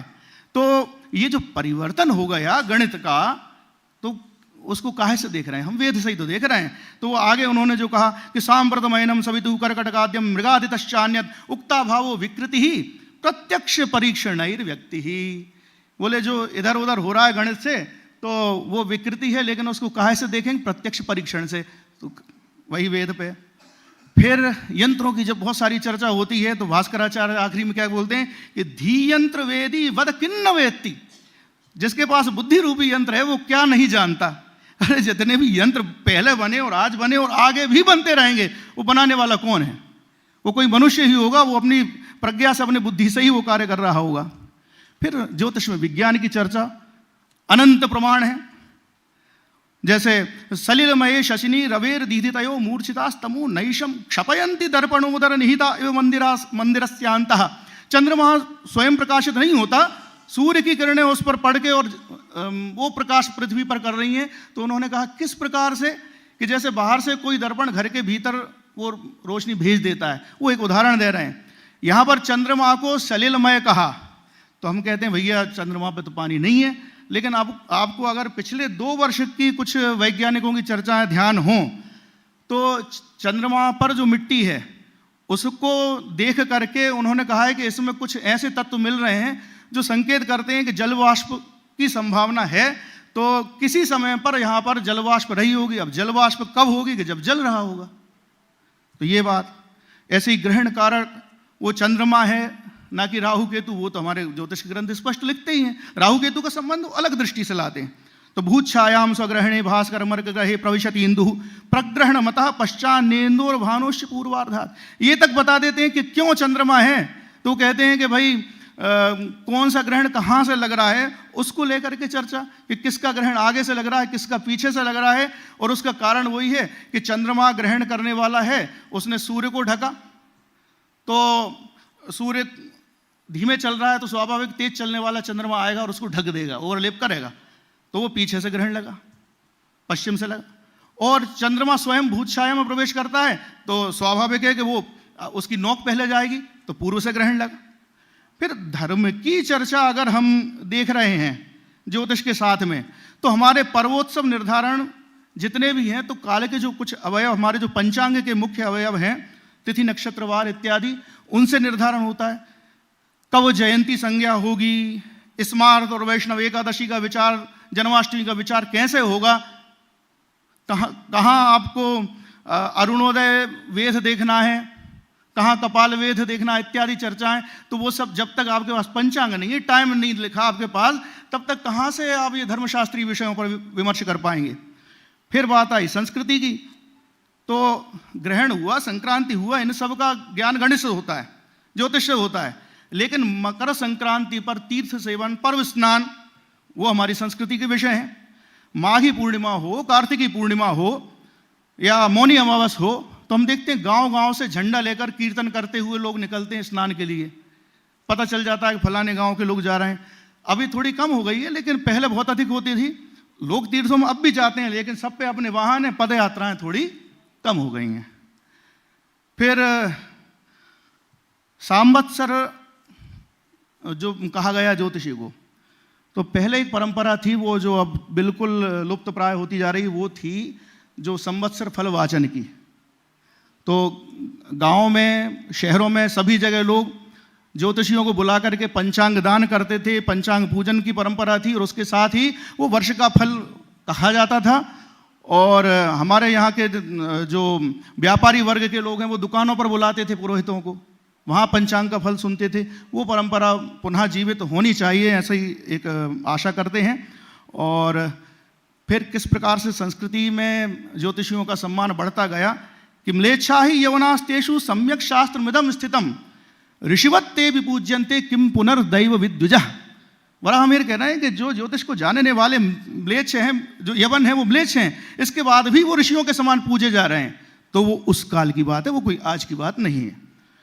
फिर कहाँ हमारे यहाँ श्राद्ध में वैद्यों को, ज्योतिषियों को थोड़ा सा किनारे रखने की बातें मिलती हैं कुछ ग्रंथों में, लेकिन फिर वो वराहमिहिर का युग कि ग्रंथतश्चार्थतश्चैतत् कृत्स्नं जानाति योग द्विजः स अग्रभुक् भवेत् श्राद्धे पूजितः पंक्ति पावनः।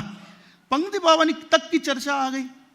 तो इस प्रकार से जो ज्योतिष है, वो चाहे वेद के जरिए हो, विज्ञान के जरिए हो, धर्म के जरिए हो, संस्कृति के जरिए हो, वो हमसे जुड़ा हुआ है। इन्हीं शब्दों के साथ बहुत बहुत धन्यवाद।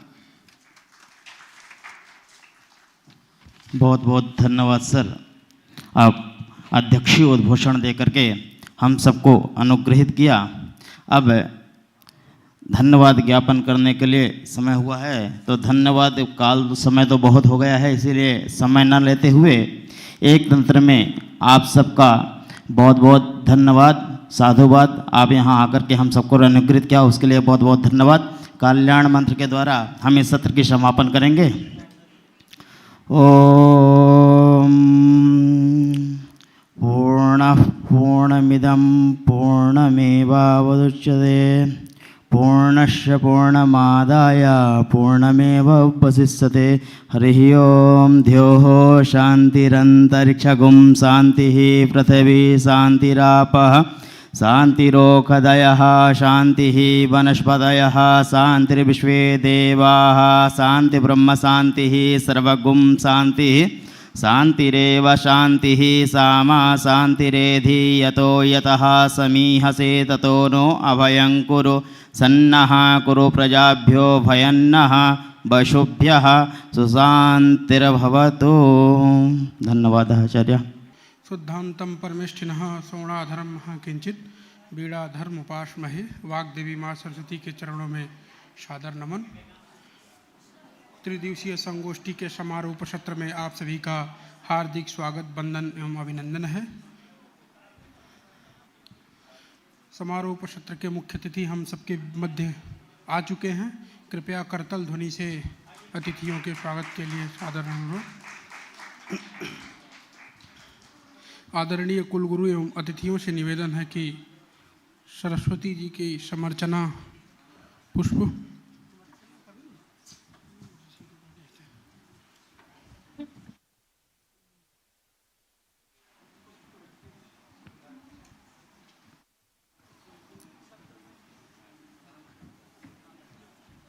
वैदिक मंगलाचरण के लिए आदरणीय पतंजलि कुमार पांडे सर से निवेदन है।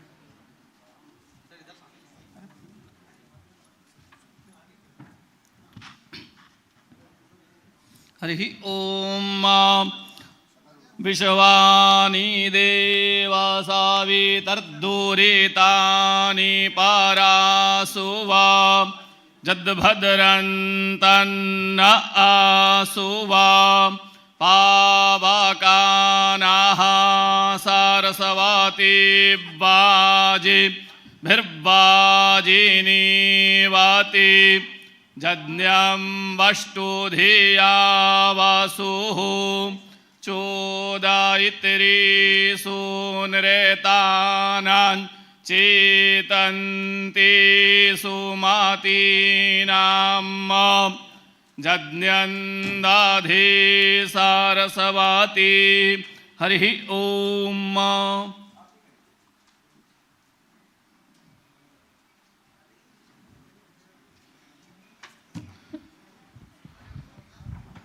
सभी जन अपने स्थान पे खड़े हो जाएं। अवसर है वंदे मातरम एवं कुलगान का। विवेकानंद जी।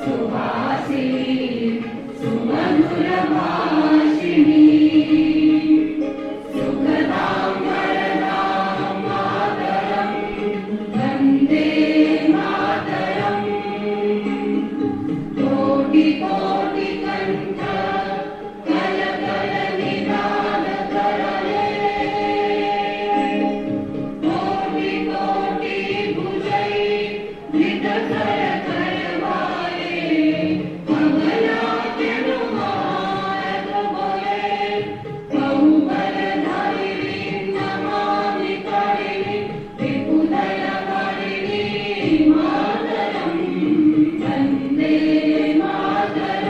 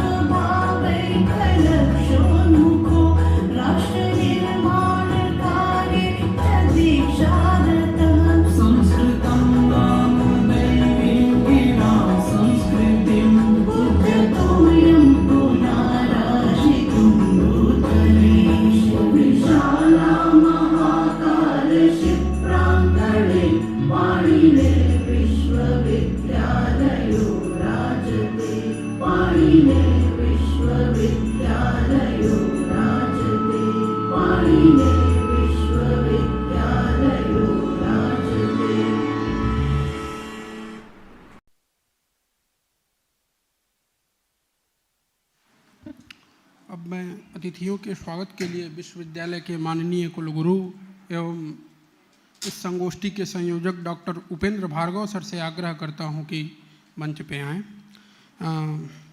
मुख्य अतिथि के रूप में हम सबके बीच उपस्थित हैं डॉक्टर सुरेंद्र थापा जी, उप मिशन प्रमुख एवं नेपाल के पूर्णाधिकारी प्रतिनिधि।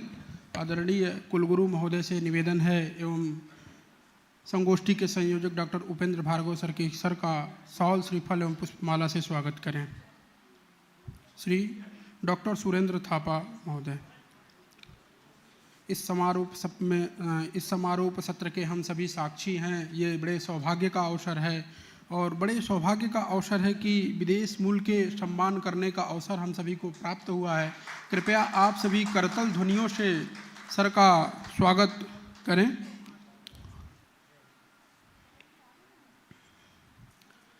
अग्रिम क्रम में हम सबके मध्य उपस्थित हैं सारस्वतातिथि के रूप में विश्वविद्यालय के पूर्व कुलपति परम सम्माननीय आदरणीय professor Vijay Kumar CG sir.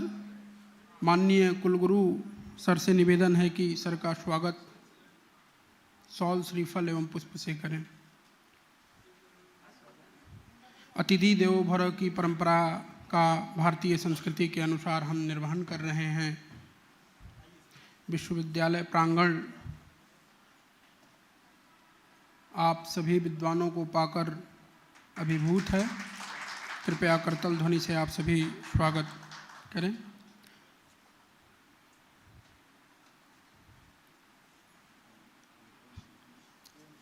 समारोह सत्र में इस सम्मानितातिथि के रूप में विक्रम विश्वविद्यालय के कार्य परिषद सदस्य सम्राट विक्रमादित्य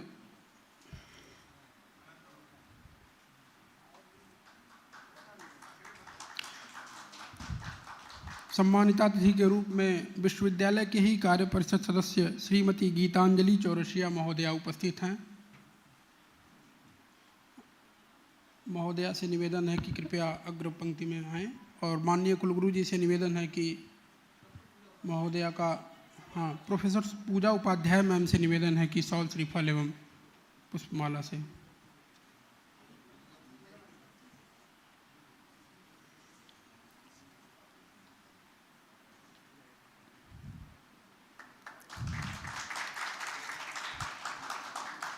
हम सभी के बीच सम्मानितातिथि के रूप में विश्वविद्यालय के माननीय कार्य परिषद सदस्य के रूप में श्रीमती सुमना लिंगा जी उपस्थित हैं। माननीय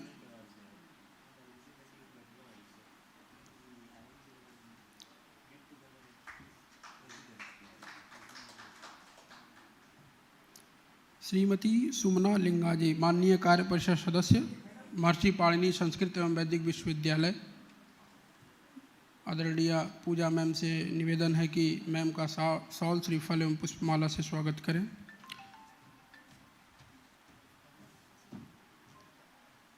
अग्रिम क्रम में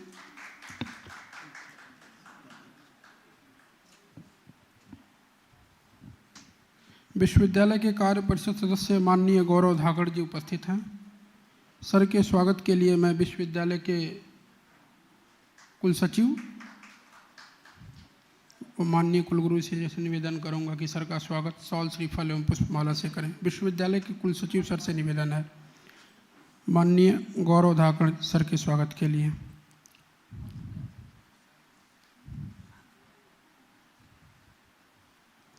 इस समारोह सत्र की अध्यक्षता कर रहे हैं हम सभी के मध्य विश्वविद्यालय के कर्तव्यपरायण कर्मनिष्ठ कुलगुरु परम आदरणीय माननीय आचार्य शिवशंकर मिश्र सर। सर के स्वागत के लिए विश्वविद्यालय के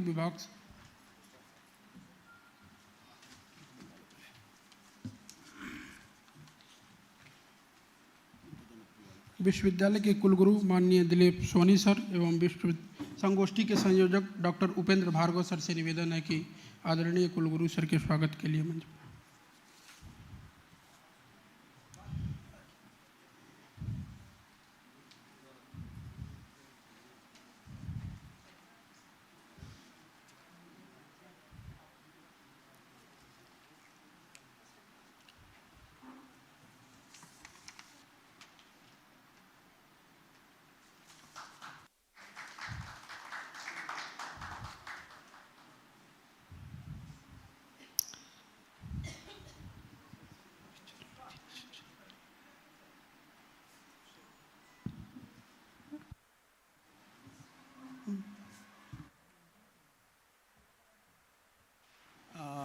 एक सम्मान और है, मैं इसके बारे में घोषणा करना चाहूँगा।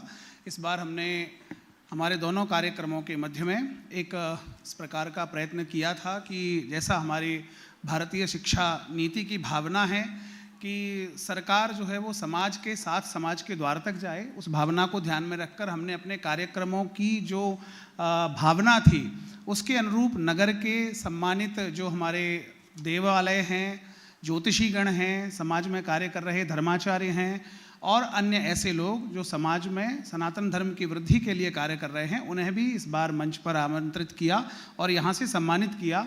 इस मंच ने इस कार्यक्रम में, यानी कि जो 28 तारीख से हमारा ये ज्ञान चक्र शुरू हुआ था, उसमें 28 को सर्वप्रथम जो सम्मान मूर्ति इस मंच पर उपस्थित हुए थे वे भगवान महाकालेश्वर के श्री अर्चक उपासक, उनके आदरणीय पंडित घनश्याम जी की सम्मान से वो सम्मान चक्र आरंभ हुआ था। और ये परंपरा है कि उज्जैनी की यात्रा भगवान काल भैरव के दर्शन से ही पूर्ण होती है।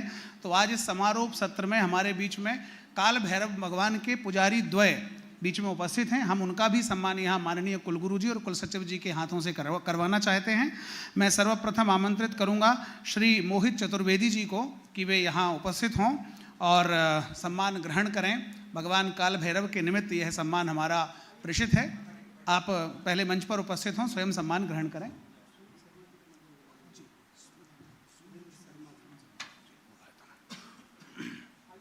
आइए।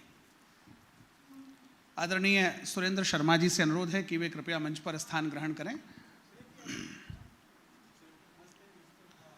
मोहित चतुर्वेदी जी हमारे विश्वविद्यालय के विद्यार्थी भी हैं।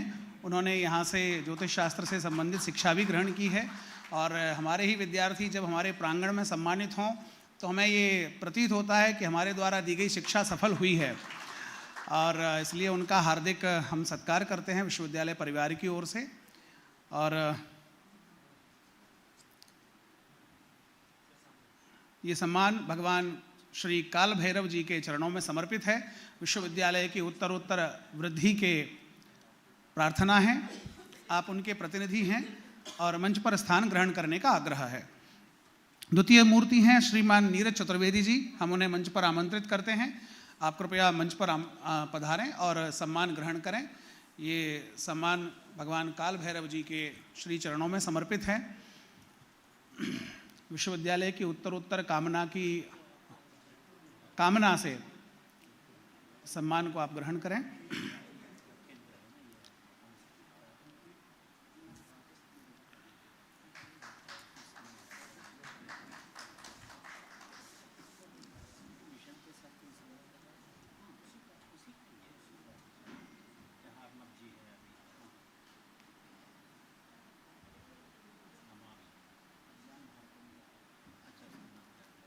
इसके साथ ही जयपुर से हमारे मध्य पधारे शिक्षाविद आदरणीय श्री डॉक्टर सुरेंद्र शर्मा जी के सम्मान के लिए मैं आमंत्रित करता हूं माननीय कुलगुरु जी और कुल सचिव जी को।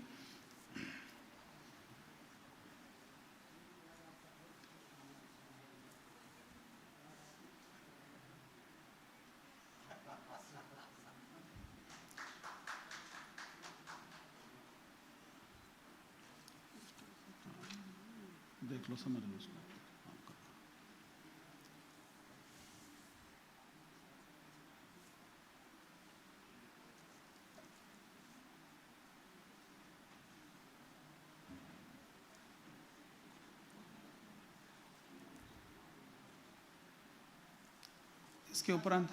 इसके उपरांत मैं विश्वविद्यालय के कुल सचिव जी का डॉक्टर दिलीप सोनी जी के सम्मान के लिए स्वयं उपकृत हूँ।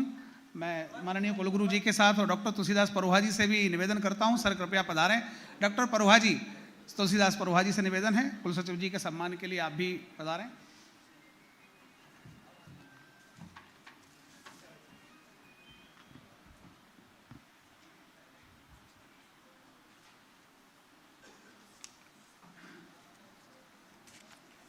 कृपया करताल ध्वनि से आप सभी स्वागत।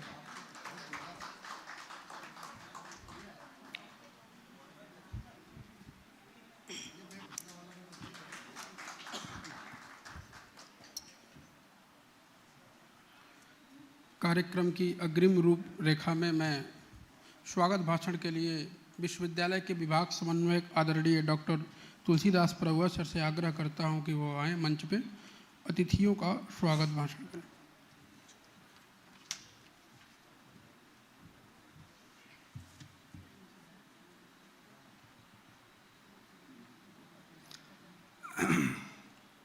यं शैवाः समुपासते शिव इति ब्रह्मेति वेदान्तिनो बौद्धाः बुद्ध इति प्रमाणपटवः कर्तेति नैयायिकाः अर्हन्नित्यथ जैनशासनरताः कर्मेति मीमांसकाः सोऽयं वो विदधातु वाञ्छितफलं त्रैलोक्यनाथो हरिः।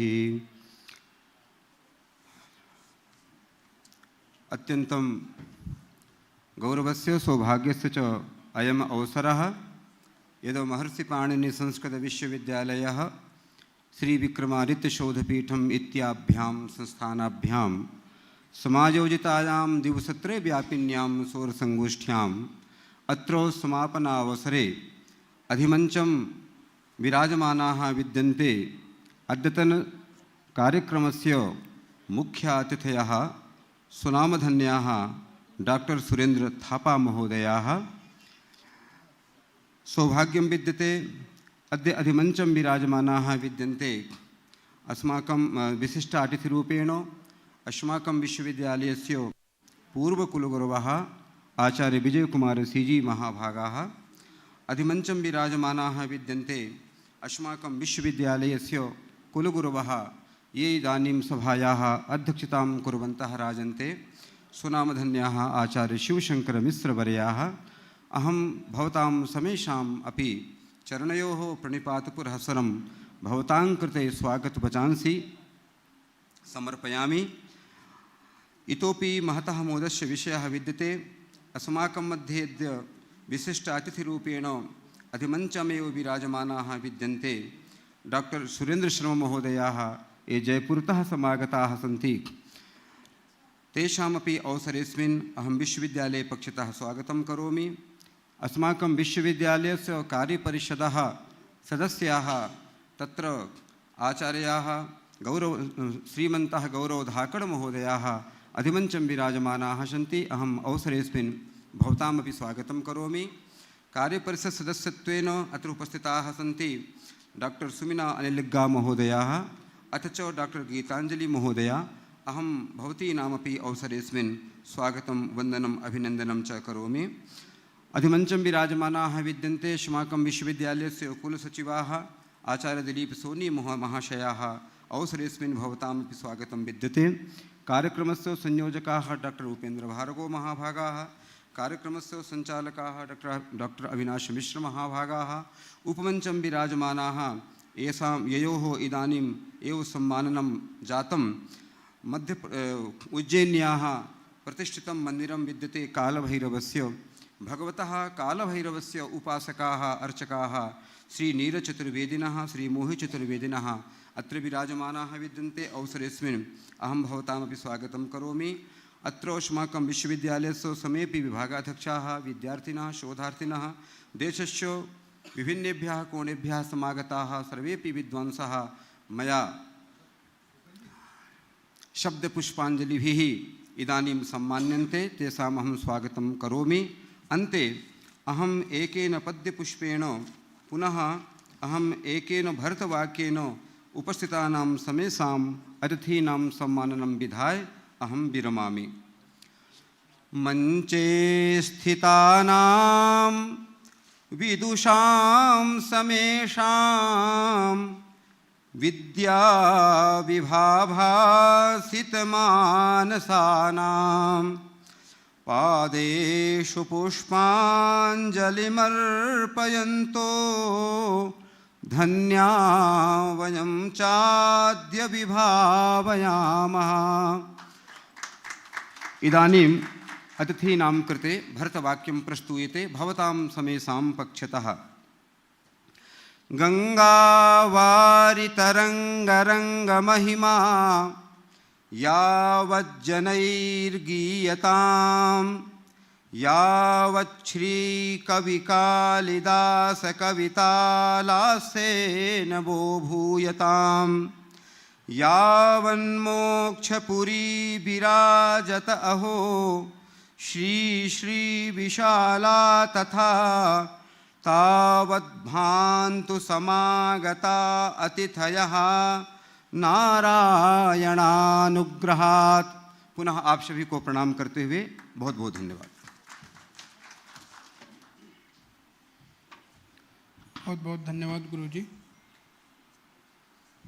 संगोष्ठी के प्रतिवेदन के लिए जो त्रिदिवसीय संगोष्ठी है, ये ज्ञान यज्ञ जो हुआ है, इसमें जो विशिष्ट प्रदेश से विद्वान जो पधारे हुए थे, उन प्रतिवेदन के लिए मैं संगोष्ठी के संयोजक ज्योतिष विभाग के विभागाध्यक्ष आदरणीय डॉक्टर उपेंद्र भार्गव सर से आग्रह करता हूं कि वो मंच पे आएं और संगोष्ठी का प्रतिवेदन प्रस्तुत करें। कल्याणानां निधये विधये सकलस्य कर्मजातस्य निधिपतये गणपतये चिंतामणये नमस्कुर्मः।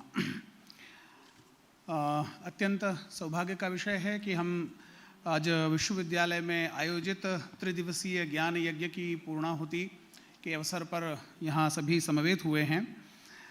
भारतीय ज्योतिष ज्ञान परंपरा में वेद विज्ञान धर्म एवं संस्कृति इस विषय पर सम्राट महाराजा विक्रमादित्य शोध पीठ एवं महर्षि पाणिनि संस्कृत एवं वैदिक विश्वविद्यालय उज्जैन के ज्योतिष विभाग के समन्वय से आयोजित त्रिदिवसीय अंतर्राष्ट्रीय संगोष्ठी में आप सभी ने 3 दिवस तक अपने ज्ञान गंगा में जो गोते लगाए हैं उसका एक संक्षिप्त विवरण मैं यहाँ माननीय सभा के समक्ष प्रस्तुत कर रहा हूँ।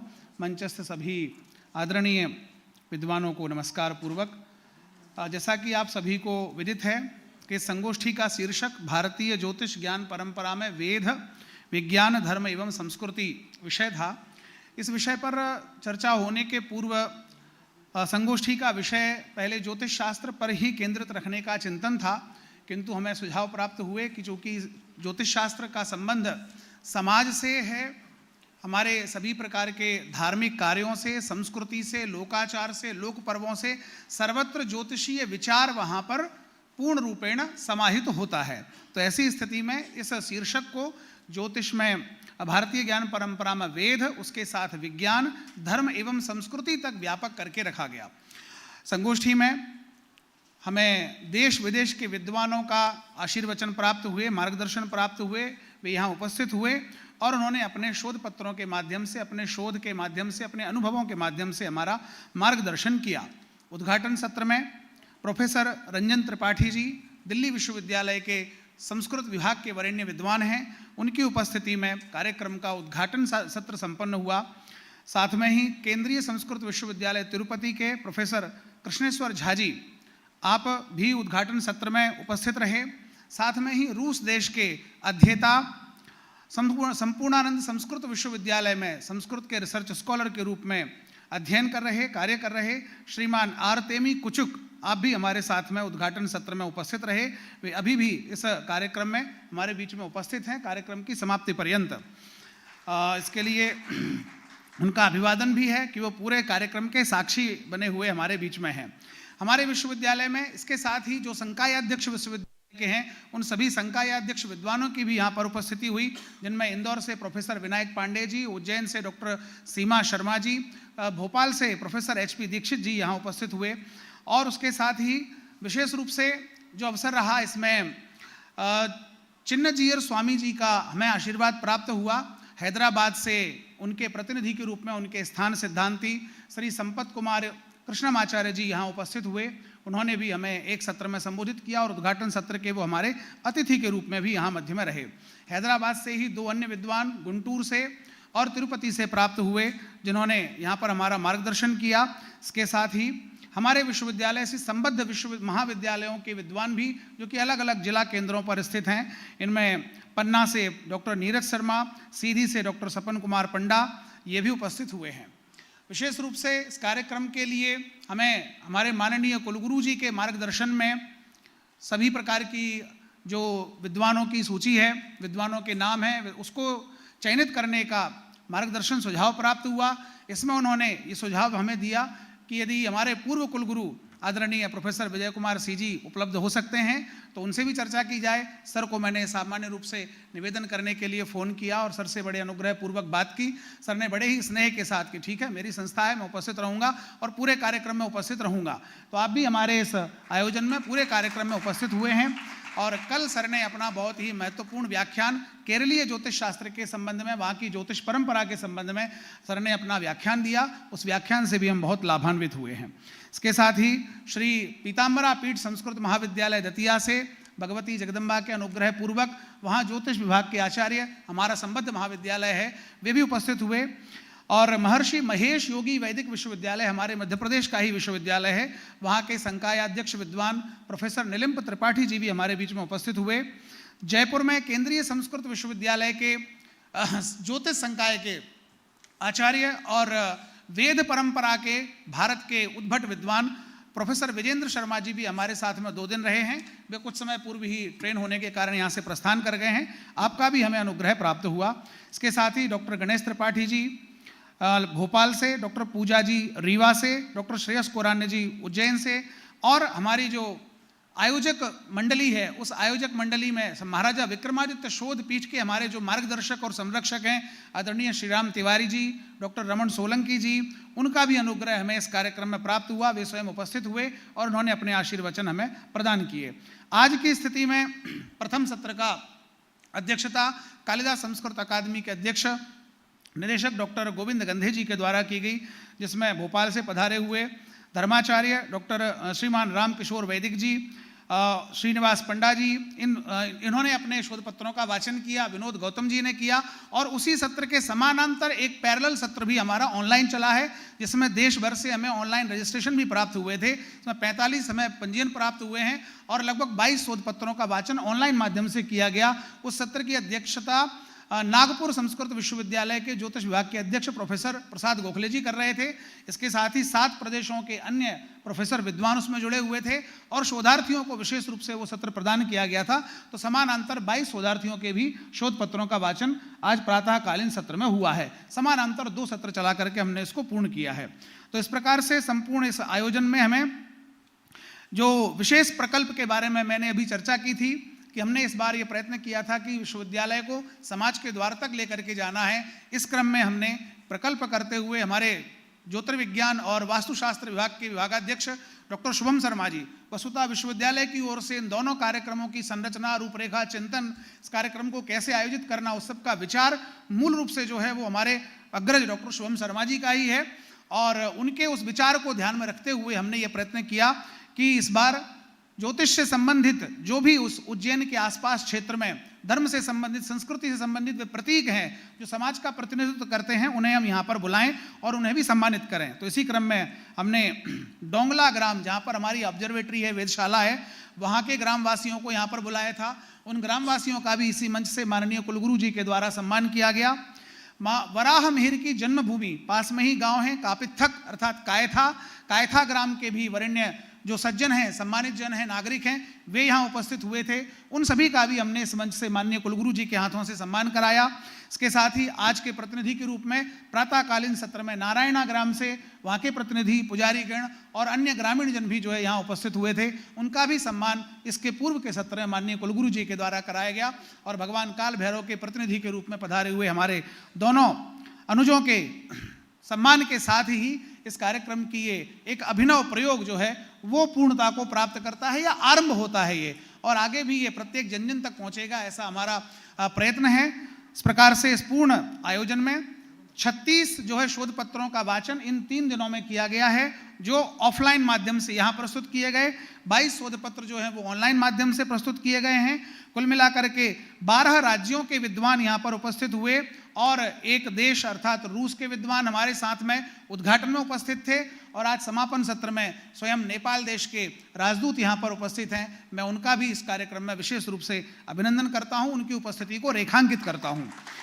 और ऑफलाइन माध्यम से, ऑनलाइन माध्यम से 22 शोध पत्र भी प्रस्तुत हुए। इस प्रकार से कुल जो शोध पत्रों की संख्या है वो 75 के ऊपर जाती है हमारी। और इन संख्या के साथ ही हम इस आयोजन को एक पूर्णतः सफल आयोजन मानते हैं, क्योंकि इसमें केवल शोध पत्रों का वाचन ही नहीं अपितु प्रायोगिक रूप से गणित का प्रदर्शन बोर्ड पर भी हुआ, श्वेत फलक पर किया गया और उसके साथ ही पावर पॉइंट प्रेजेंटेशन भी यहाँ पर प्रस्तुत किए गए हैं और गणित की परंपराओं पर, पंचांग की परंपराओं पर अनेक परिष्कार और शोध के संबंध में भी चर्चाएं यहाँ प्रस्तुत की गई हैं। तो इस प्रकार से इस कार्यक्रम का एक स्वरूप रहा जो कि अपने सुंदर लक्ष्य को प्राप्त करने में सफल रहा है, ऐसा हम मानते हैं। और जो भी शोध पत्र हमें इसमें प्राप्त हुए हैं, माननीय कुलगुरु जी के प्रयत्न से, उनके आदेशानुसार हम उनका प्रकाशन करने के लिए भी प्रतिबद्ध हैं। और उसका प्रकाशन करने के लिए हमारा कार्यक्रम पूर्ण नहीं हो पाया, उसके एक दिन पूर्व माननीय कुलगुरु जी ने कक्ष में बुलाया, आपके लिए एक लिफाफा आया है, खोलिए। मैंने लिफाफा खोला तो उसमें देखा हमारे विश्वविद्यालय के कुलाधिपति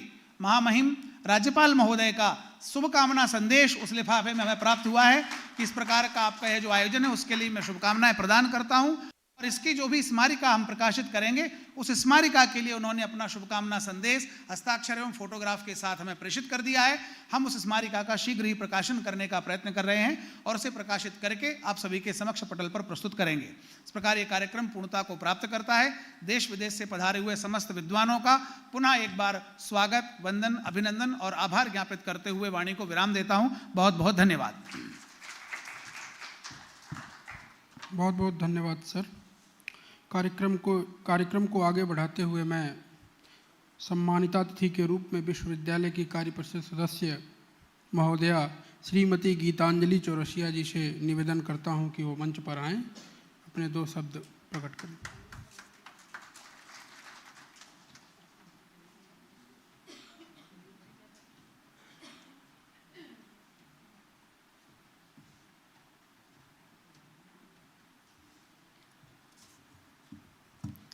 मुझे नहीं पता था मुझे सबसे पहले बुला लिया जाएगा।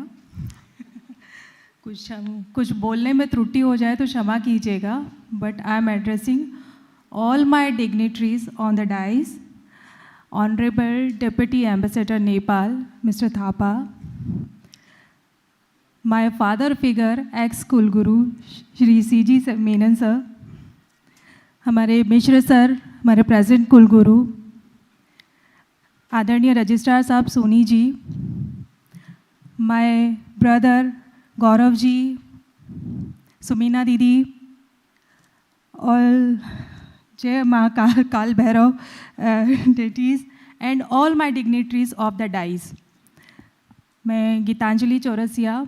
मुझे लगता है कि मैं क्या एड्रेस करूं, जैसा कि अभी भार्गव जी ने आपके सामने सब कुछ अपना व्रत प्रस्तुत किया, तो एक ये जो विधाओं का हमारी भारतीय संस्कृति को समझने का जो हमारा एक प्लेटफॉर्म हमने रेडी किया है, तो इसके लिए मैं बहुत बहुत शुभकामनाएं देती हूँ। मुझे अभी थोड़े समय पहले भोजन पर जो आपके विज़न, गुरु जी के मिश्र जी ने जो अपने विज़न दिए कि हम आगे ये इस तरीके के हम प्लान कर रहे हैं और ये कार्यक्रम हम लॉन्च करेंगे, हमारी संस्कृत भाषा, हमारी संस्कृति को केवल संस्कृत भाषा तक सीमित ना रखें, उसको आयुर्वेद और आयुष विभाग और इन सब हमारी जो मूल संस्कृति की जड़ है उसको हम आपस में एक दूसरे इसको जोड़ करके, और जो हमारा इसका विस्तार प्रचार और इसकी जो योजनाबद्ध इन्होंने कार्यक्रम मेरे सामने रखा, तो मुझे खुद ये आश्चर्य हुआ कि हमारी संस्कृति इतनी गहन है, इतनी गहरी है। उसको समझने के लिए आज ये इस तरीके का जो चिंतन भारत में हो रहा है, उस चिंतन का विस्तार, मुझे लगता है कि हम सबकी जवाबदारी है कि हमको अपने अपने स्तर तक उसको अपने कार्य क्षेत्र में इसको समाहित करना चाहिए। ये केवल एक पाणिनि संस्थान तक सीमित ना रहे, ये किसी संस्कृत विश्वविद्यालय तक सीमित ना रहे, बल्कि जैसे आज अंग्रेजी भाषा का विस्तार है, ऐसे संस्कृत भाषा का विस्तार घर घर तक, जन जन तक हो, ऐसे प्रचार की एक योजना हम बनाएं और उसमें हर क्षेत्र का जो कुशल वेद है उसमें अपना सहयोग प्रदान करें। तो बीइंग अ एडवोकेट अगर मैं कोई किसी तरीके का सहयोग कर सकती हूँ सर, तो मुझे आप मार्गदर्शन दें। और समय समय पर ऐसी कुछ मेरी जो अपेक्षा है, जो मुझे ऐसा लगता है कि कुछ ऐसी वर्कशॉप्स हम लोग करें जहाँ एक पर्टिकुलर फील्ड के लोग, जैसे वकील हैं, डॉक्टर हैं, या उसमें हम हमारी प्राचीनतम विधाएं हैं और संस्कृत के साथ साथ हमारी जो आयुष, और मुझे लगता है संस्कृत भाषा में सब कुछ है। जो हमारे जितने भी पेशे निकले हैं वो मूल रूप से हमारे संस्कृत में ही मौलिक रूप से थे। तो उसका अगर दर्शन छोटी छोटी वर्कशॉप्स के माध्यम से, भले ही वो वर्चुअल हो चलेगा, अगर हमको मिलता है तो उचित रहेगा। और आगे मैं आपके इस पूरी पाणिनि संस्थान के उज्जवल भविष्य की कामना करती हूँ और बहुत बहुत शुभकामनाएं देती हूँ सर कि इसको आप एक ग्लोबल यूनिवर्सिटी के रूप में एक रिमार्क करें। Thank you.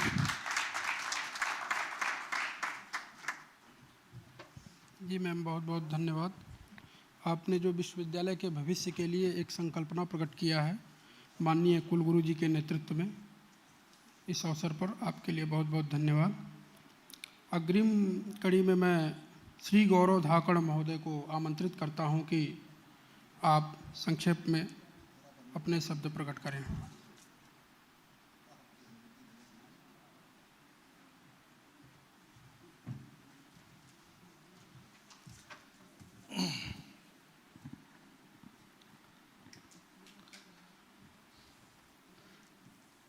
अत्यंत ही गरिमापूर्ण आयोजन, और जैसा मैंने पिछले उद्बोधन में भी कहा था कि हमारे मन में जो विचार आता है वो विचार, वो ज्ञान देने वाली हमारी जो मातृशक्ति माँ सरस्वती है, उनको मैं नमन करता हूँ। और ज्ञान के मामले में एक बहुत अच्छा चक्षु मेरा पिछली एक मंच पे हमारे सम्माननीय कुलगुरु जी ने खोला कि संस्कृत हिंदी एक ही है। तो हम सब यहाँ जो जितने बैठे हैं, जो संस्कृत बोलने वाले भी है, जो हिंदी बोलने वाले भी है, या आसपास के उपमहाद्वीप के आदरणीय नेपाल से भी, तो हम सब के मन में जो विचार आते हैं उसको प्रकट माध्यम से करने में हम, अतिशयोक्ति ना हो तो हम ये कहेंगे कि महर्षि पाणिनि के व्याकरण का अत्यंत योगदान है। तो प्रकट रूप से हमको व्याकरण देने वाले महर्षि पाणिनि को भी नमन करता हूँ। अत्यंत ही सम्माननीय मंच हो चुका है। भारतीय उपमहाद्वीप, अंतर्राष्ट्रीय, वो सब प्रकार की उपस्थिति यहाँ पे हम देख रहे हैं। मैं थापा जी को प्रणाम करता हूँ। मैं मेरे जस्ट लाइक माय गार्जियन, जिन्होंने मुझे बहुत अच्छा सानिध्य दिया। मेरे यहाँ 2 गार्जियन, यहाँ पे मैं तो बोलूँगा 3 बैठे हुए हैं, कि हमारे पूर्व कुलगुरु बैनन जी, इनके लिए जोरदार तालियां। वास्तव में जब आपके बारे में बताया गया कि आपको इस कार्यशाला, इस सम्मेलन के बारे में बताया गया है, और आपने 3 दिन का जो अपना बहुमूल्य समय दिया, क्योंकि अभी आप संस्कृत भारती के कार्य विस्तार की दृष्टि से पूरे दक्षिण भारत का कार्य देख रहे हैं, और संस्कृत की सेवा मतलब सनातन की सेवा, संस्कृत की सेवा मतलब संस्कृति की सेवा, और उस सेवा में आप दक्षिण भारत में अनवरत प्रवासों में लगे हुए हैं। सारे प्रवास छोड़ के आप, हमारे यशस्वी मुख्यमंत्री डॉक्टर मोहन यादव जी ने जो ये सुंदर जो विक्रमोत्सव का आयोजन किया है, और ये अंतर्राष्ट्रीय मंच पे मैं बड़े गौरव के साथ कह रहा हूँ कि लगातार 90 दिन तक, 89 नहीं होंगे, 91 हो जाएंगे, 90 दिन तक अनवरत चलने वाले सांस्कृतिक महोत्सव की श्रेणी में ये अपने आप में एक विश्व रिकॉर्ड कायम करने वाला, और विश्व रिकॉर्ड के आप सब आयोजन समिति के और श्रोताओं के सदस्य, आप सबको बधाई। ऐसे ही हमारे बहुत सम्मानीय कुलगुरु जी जब से आए हैं, उन्होंने जिस ऊर्जा के साथ मेनन साहब ने हमको ये विश्वविद्यालय सौंपा था, आपको सौंपा था, उसी ऊर्जा के साथ आपने इस विश्वविद्यालय को नए कीर्तिमान पे ले जाने का, और मुझे आज भी ध्यान है कि इतने बड़े विश्वविद्यालय से, हम तो कई बार सोचते थे कि केंद्रीय विश्वविद्यालय से एक अत्यंत ही उच्च कोटि के विद्वान को हम ये समझ पा रहे थे कि हमारा विश्वविद्यालय काफ़ी छोटा है, लेकिन आज इस मंच को देख के, इस मंच की सहभागिता को देख के, अभी हमारा जो पिछला जो कार्यक्रम हुआ था उसमें थाईलैंड से लेके पता नहीं कहाँ से हमारे विद्वानों का आना हुआ। अभी आपने बताया है कि देश के लगभग 12 राज्यों से सहभागिता, रशिया से सहभागिता, तो ये सब कुछ कर पाना, मैं आपका उद्बोधन उपेंद्र जी सुन रहा था कि हमारे कुलगुरु जी ने अतिथियों के नामों के ऊपर बहुत महीन रूप से कार्य किया है, और सभी विद्वान, निश्चित रूप से मैं भौगोलिक रूप से दूर था तो मैं सभी का आयोजनों में रसिक श्रोता के रूप में आ नहीं पाया, लेकिन मैंने वर्चुअल जब आप लोगों को सुना तो मैं आप सबके भावों को सुन के अत्यंत विभोर हुआ। तो मैं माननीय कुलगुरु जी का भी अभिनंदन करता हूँ। ये सब कुछ यदि इतने अच्छे से हो पा रहा है तो हमारे सम्माननीय कुल सचिव जी, जो कि इस विश्वविद्यालय के एक पिलर के रूप में स्थापित है, और हमारे कार्य परिषद के सम्माननीय सदस्य, मैं दीदी के विचारों को मैंने अभी सुना, बहुत अच्छा लगा। इस विश्वविद्यालय का जो विज़न है, जो वैदिक शिक्षा का, जो संस्कृत की शिक्षा का जो विज़न है, उस विज़न को कहीं ना कहीं हम लोगों ने आगे ले जाने के लिए, और ये बड़ी अच्छी बात है कि मंदिर संस्कृति में आप सबके सहभागिता से हमने जिस पाठ्यक्रम के यहाँ पर प्रस्ताव रखा था, यहाँ पे हमारे उपेंद्र जी और शुभम जी भाई साहब ने और माननीय कुलगुरु जी ने उस पाठ्यक्रम के ऊपर एक अंतर्राष्ट्रीय स्तर की कार्यशाला पिछली बार करी, और उसमें इतने अच्छे सुझाव आए, 100 से ज़्यादा अंतर्राष्ट्रीय विद्वानों ने आके जो सुझाव दिए, कि मुझे लगता है, और सबसे अच्छी बात है कि हमने प्रस्ताव किया था पोस्ट ग्रेजुएट पाठ्यक्रम का, लेकिन हमारे जो उत्साहवर्धन करता हमारे जो माननीय कुलगुरु जी हैं, उनने बोला भाई साहब केवल पोस्ट ग्रेजुएट नहीं, हम यहाँ पे अंडर ग्रेजुएट भी मंदिर संस्कृति में पाठ्यक्रम चलाएंगे। एक बार इनके लिए और इस निर्णय के लिए हमारे कार्यपरिषद सदस्यों के लिए भी जोरदार अभिनंदन। देखिए, पूरा जो इस संगोष्ठी का जो केंद्र है, वेद विज्ञान धर्म संस्कृति, लेकिन ज्योतिष, ज्योतिष मतलब ग्रह स्थिति, ग्रह स्थिति मतलब काल की गति, काल की रचना, काल की संरचना, और काल की गति संरचना। ये कोरोना के बाद जो लोग, पूरा विश्व भयक्रांत हुआ, तो भयक्रांत होने के बाद जो पूरा विश्व है, वो विश्व कहाँ दौड़ा चला आ रहा है? वो पूरा विश्व दौड़ा चला आ रहा है महाकाल और काल भैरव की शरण में। तो ऐसे मुझे आज बड़ा पूर्णता और पूर्णत्व का अनुभव इस आयोजन में लग रहा है कि हमारे पहले आयोजन में हमको महाकाल के साधकों का सानिध्य प्राप्त हुआ, और आज इस पूर्णाहुति में, वैसे तो इस क्रम को हमारे कुलगुरु जी बहुत आगे लेके जाएंगे, इसको हम पूर्णाहुति नहीं मान सकते हैं, लेकिन ये जो हमारा क्रम चलने वाला है, इसकी आज की पूर्णाहुति में मैं आप दोनों विद्वानों का भी प्रणाम करके अभिनंदन करता हूँ, वंदन करता हूँ कि काल भैरव मंदिर के साधक भी हमारे बीच में पधारे हैं। भाई साहब, बहुत अच्छा आपने यहाँ पे रखा, अंतर्राष्ट्रीय स्तर के विद्वान आए, Russia, CSU Delhi, CSU Tirupati, मैंने आप सबके विचारों को भी सुना, लेकिन आज यहाँ पे हमारी जो गीतांजलि दीदी ने जो बातें रखी है, हम वचनबद्ध हैं इस चीज़ को लेके, और मैं निश्चित रूप से आप दोनों से भी आग्रह करूँगा कि इसको लेके आप, जैसे कि भारतीय ज्ञान परंपरा के ऊपर हमारे यशस्वी प्रधानमंत्री नरेंद्र मोदी जी के नेतृत्व में ये जो वर्तमान में जो भारत का पुनर्जागरण काल चल रहा है, एक यूरोप में रेनेसा आया था और आज भारत में हम कहीं ना कहीं पुनर्जागरण काल कह रहे हैं, और हमारे पुनर्जागरण काल में ये वास्तव में कि भारतीय न्याय व्यवस्था, इसको लेके तो हमारे यशस्वी मुख्यमंत्री जी ने जो विक्रमोत्सव का जो पूरा कॉन्सेप्ट खड़ा है, और हालांकि संस्कृत का न्याय एक तरह से विज्ञान की तरह होता है, एब्स्ट्रैक्ट साइंस की तरह होता है, लेकिन जैसे ही मुझे पता पड़ा कि विश्वविद्यालय में न्याय शास्त्र के विद्वान कुलगुरु बन के आए हैं, तो मैंने तो ये सोचा कि हमारे यशस्वी मुख्यमंत्री जी जो विक्रमादित्य के न्याय और विक्रम की न्याय को जो पूरे विश्व में महिमा मंडित करने का कार्य कर रहे हैं, उसमें 1 और 1 11 होने वाला कार्य आपके माध्यम से होने वाला है। बाद में मुझे पता चला कि संस्कृत का न्याय शास्त्र थोड़ा सा उससे अलग होता है, लेकिन हमारे कुलगुरु जी ने इसमें निराश नहीं किया। कुलगुरु जी ने विज्ञान के हर क्षेत्र को लेकर, आप देखिए कि संगोष्ठी को भी हमने कितना, हमारे विश्वविद्यालय ने, सम्माननीय कुलगुरु जी और आयोजन समिति ने कितना अच्छा वेद विज्ञान धर्म संस्कृति। पिछली कार्यशाला में एक धर्म को लेके हमारे एक विक्रम विश्वविद्यालय के विद्वान आए थे, जिसके ऊपर हम विचार परिवार में भी काफी विश्लेषण करते हैं। धर्म की रक्षा कौन करेगा? हम करेंगे, हम करेंगे। जो धारणी है वो धर्म है, जो रेलीगेट किया जाता वो धर्म नहीं है। मतलब धर्म रिलीजन नहीं है, धर्म तो धर्म ही है, और वो धारणी है, और उस धर्म की जो मूल अवस्थाएं हैं उनको यदि हम लोग समझने का प्रयास करेंगे तो भारतीय ज्ञान परंपरा की वास्तविक सार्थकता है। श्रद्धेय भाई साहब ने और आप सब लोगों ने वास्तव में हमारे, मैं कहता हूं कि जैसे मैंने बोला 1 और 1 11, उस बात को आप सबने चरितार्थ करके दिखाया है।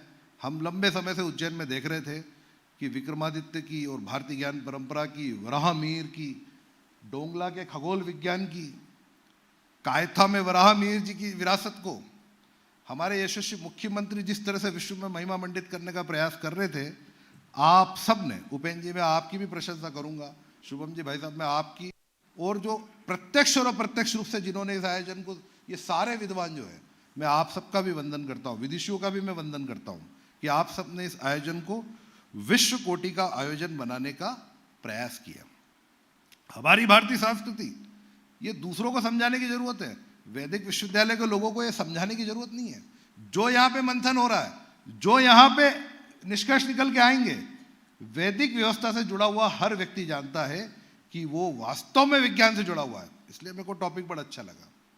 और मैं ज़्यादा कुछ तो बोलना नहीं चाहूँगा, लेकिन हमारी सनातन व्यवस्था में हम कहीं से कुछ भी पिक कर लें। जैसे मैंने महाभारत के बारे में बात हुई, महाभारत को कई लोगों ने महाकाव्य और काल्पनिक बताने की कोशिश करी, लेकिन जब हम खगोल विज्ञान की बात करते हैं, जब हम ज्योतिष की बात करते हैं, हम जब इस पूरी गर्मी के मौसम में जब आकाश की ओर देखेंगे और हमको दिखेगा कि एक ध्रुव तारा जो दृढ़ता से, स्थिरता से आकाश में खड़ा हुआ है, तो आप ध्यान रखना, मेरे इन शब्दों को स्मरण करना कि वो जो ध्रुव तारा आपको आकाश में स्थिरता के रूप में दिख रहा है, उसी प्रकार से हमारी भारतीय संस्कृति की गौरवशाली अध्याय में भीष्म की प्रतिज्ञा का भी नाम लिया जाता है। वो भीष्म के जन्म की कथा क्या है? गंगा माता, वसु के 7 पुत्र। वो 7 पुत्र क्या है? वो आप ज्योतिषाचार्य जी बड़े अच्छे से बता सकते हैं कि वो हमारे 7 नक्षत्र है। और वो 8वां नक्षत्र क्या है? वो 8वां नक्षत्र वो ध्रुव तारा है। और वो ध्रुव तारे की तरह स्थिर हमारे भीष्म की प्रतिज्ञा को इस पूरे विश्व में दृढ़ता का मान माना जाता है। तो निश्चित रूप से भारतीय संस्कृति के अंदर ऋषि पाराशर की यहाँ पे बात हुई। ज्योतिष विज्ञान में ऋषि पाराशर, वराहमिहिर, ऋषि पाराशर जी के आप जो वैदिक चिंतन को यदि आप देखेंगे तो उसमें आपको विज्ञान की सारी चीजें नजर आएंगी। आज जिस खगोल शास्त्र की बात होती है, धूमकेतु की बात होती है, हमारे महाभारत समय की जो हम ज्योतिषी स्थितियों को देखेंगे तो हम सब देखेंगे कि उस समय उत्तरायण, हमारे भीष्म जी ने जब उनका निर्वाण हुआ, स्वयं उन्होंने निर्वाण को धारण किया, तो उत्तरायण की स्थिति को उन्होंने जो है निर्वाण के लिए चयन किया। तो ऐसी तमाम जो स्थितियां हैं, अगर हम हमारे पूरा सनातन इतिहास को देखेंगे तो हमको देखने में आएगा कि कहीं ना कहीं इसमें ज़्यादा डीप में जाने से एक अलग श्रेणी शुरू हो जाएगी। चूँकि हमको समापन करना है और समापन के अवसर पर मैं इस मंच के माध्यम से, कार्य परिषद सदस्य के माध्यम से सम्माननीय उपेंद्र भाई साहब को और सम्माननीय जो पूरी आयोजन समिति है, आपको ये कहना चाहता हूँ कि बहुत ही सुंदर आयोजन आप लोगों ने किया है। जितने भी सुझाव आपने दिए हैं, जैसा कि हमारी गीतांजलि दीदी ने बोला है, पाठ्यक्रम के रूप में या किसी भी प्रकार से विश्वविद्यालय में आयोजन करना है तो तन मन और धन से ये कार्य परिषद और ये कार्य परिषद के हम तमाम सदस्य आपके साथ हैं। और बड़ी अच्छी बात है कि हमको ऊर्जावान कुलगुरु जी मिले, ऊर्जावान कुल सचिव जी मिले हुए, पुरानी विरासत हमारे कुलगुरु जी ने जोरदार दी है। मैं आप तीनों का भी जोरदार अभिनंदन करता हूँ। इस विरासत को आगे ले जाने में इस कार्य परिषद सदस्य की ओर से और इस कार्य परिषद की ओर से हम लोग कोई कमी नहीं छोड़ेंगे। ऐसे आप जितने आयोजन करना हो आप करिए। आपको कायदा में जाके 10 दिन का डेरा भी लगाना है और उसमें अगर कार्य परिषद की ओर से आपके सैद्धांतिक अध्ययन में अगर आप कोई भी अनुशंसा हमसे चाहते हैं तो हम तन मन धन से रेडी है। जय हिंद, जय भारत।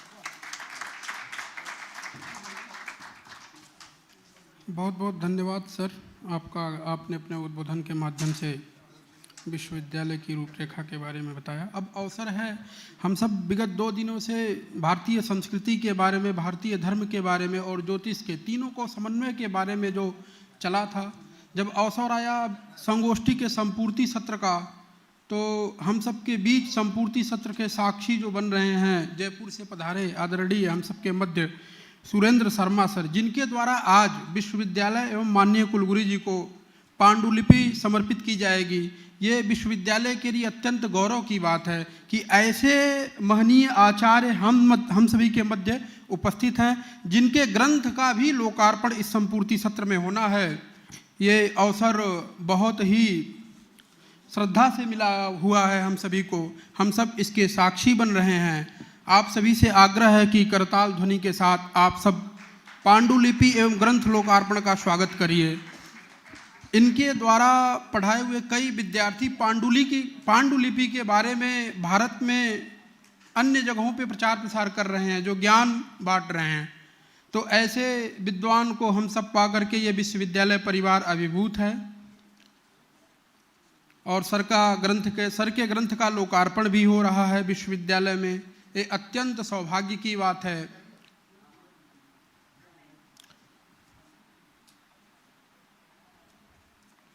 आप सभी करतल ध्वनि के साथ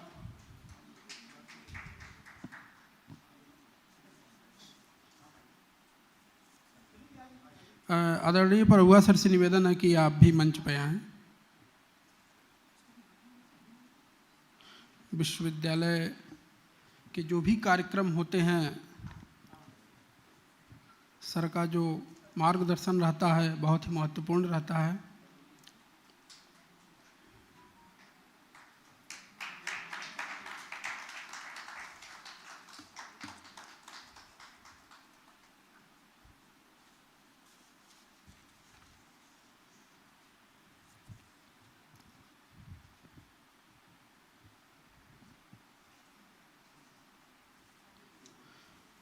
आदरणीय सर से हम सभी, आदरणीय सुरेंद्र शर्मा सर से हम सभी पांडुलिपि के विषय में और संगोष्ठी के विषय में कुछ सुनने का अवसर मिला है।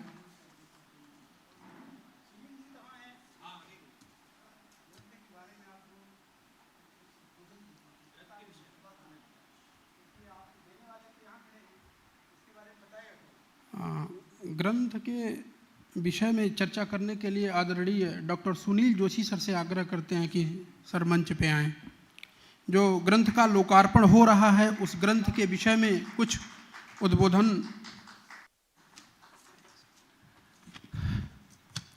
हम सभी के लिए परमानंद का विषय है कि आज इस अंतर्राष्ट्रीय संगोष्ठी में भारतीय लिपि का इतिहास नामक इस पुस्तक का विमोचन माननीय कुलगुरु महोदय के द्वारा किया गया है। यह जो लोकार्पण है वस्तुतः अपने आप में इस प्रकार ऐतिहासिक है कि विद्यावाचस्पति प्रोफेसर मधुसूदन ओझा जी और उनके शिष्यों के द्वारा भारतीय लिपि के इतिहास को इसमें दर्शाया गया है। और भारतीय लिपि का इतिहास हम सभी के लिए एक महत्वपूर्ण सोपान है, जिसके माध्यम से हम पुरातन जो हमारी संस्कृति है, भारतीय ज्ञान परंपरा की जो विचार सरणी है, उसको हम जान पाएँ। तो मैं चाहता हूँ एक बार पुनः आप ज़ोरदार तालियों से इस महनीय ग्रंथ के लोकार्पण समारोह को और अत्यधिक जो है ऐतिहासिक बनाएं जी। और विशेष रूप से जी शर्मा जी बताएंगे, बड़ी महत्वपूर्ण सूचना है।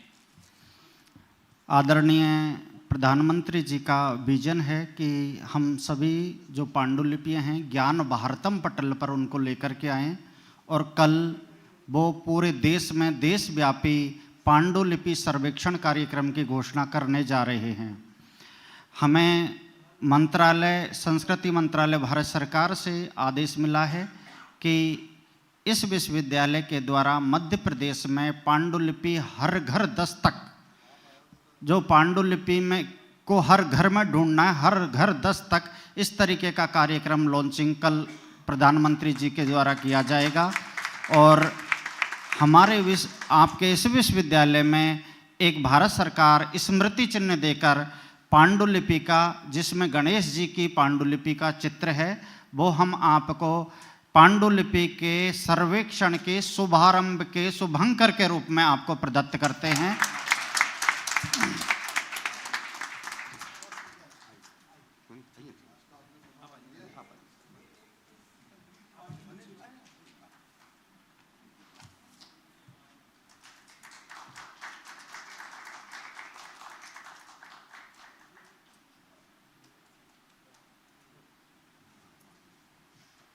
माननीय कुलगुरु जी से मैं निवेदन करूंगा, इस दर्शक दीर्घा में, इस सभा में कुछ ऐसे भी शोधार्थी हैं जिनको ये जानना है कि वस्तुतः तो पांडुलिपियाँ होती क्या हैं। बात तो बहुत लंबे समय से हो रही है, पांडुलिपि संरक्षण, सर्वेक्षण, संपादन, वस्तुतः तो पांडुलिपियाँ दिखती कैसे हैं।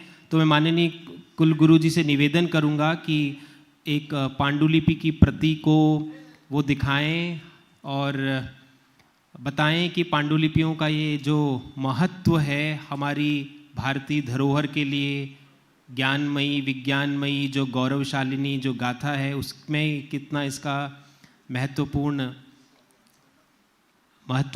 जो जी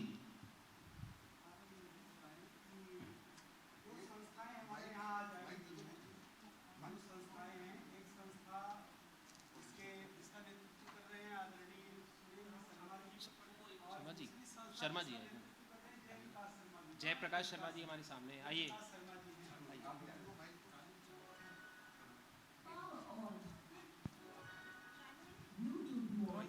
हेलो, शर्मा जी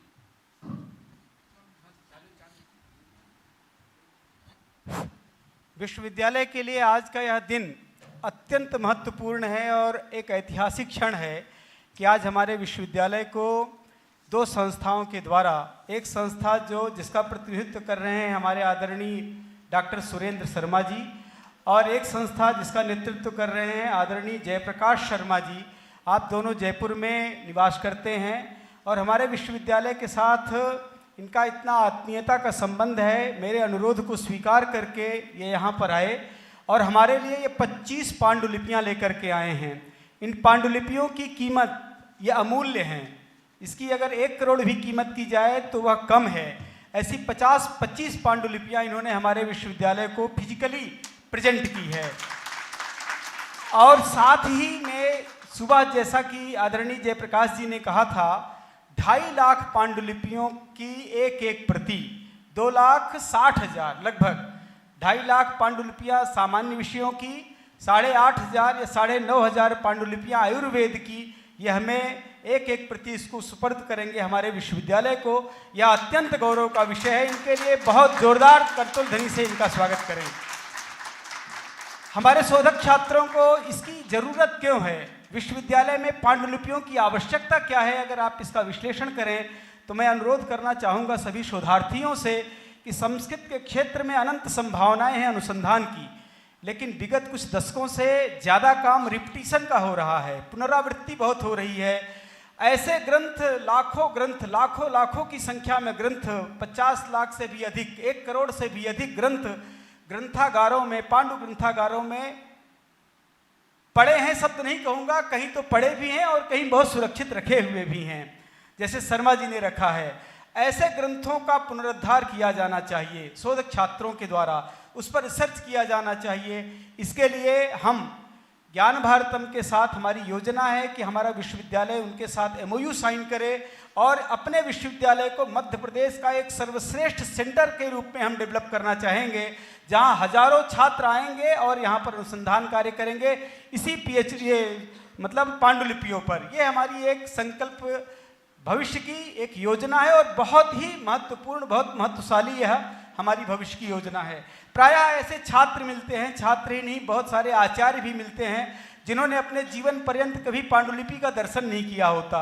उनको मैं सोच रहा हूं कि एक बार आज पांडुलिपि का दर्शन भी करा दें और हमारे विश्वविद्यालय को जो पांडुलिपियां प्राप्त हुई हैं उनके लिए मैं शर्मा जी को विशेष धन्यवाद भी करना चाहूँगा। धन्यवाद।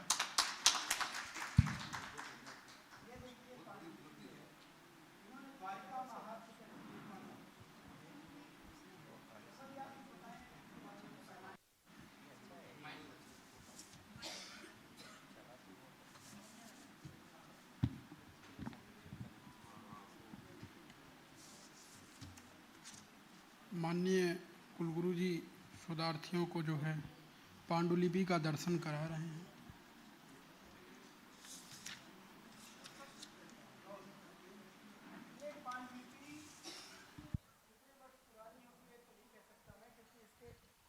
ऐसे टेढ़े करने पे लकड़ी की तरह टूट जाते हैं, लेकिन इसमें जब इसका ये संरक्षण करेंगे तो इसकी उम्र 200 वर्ष बढ़ जाएगी।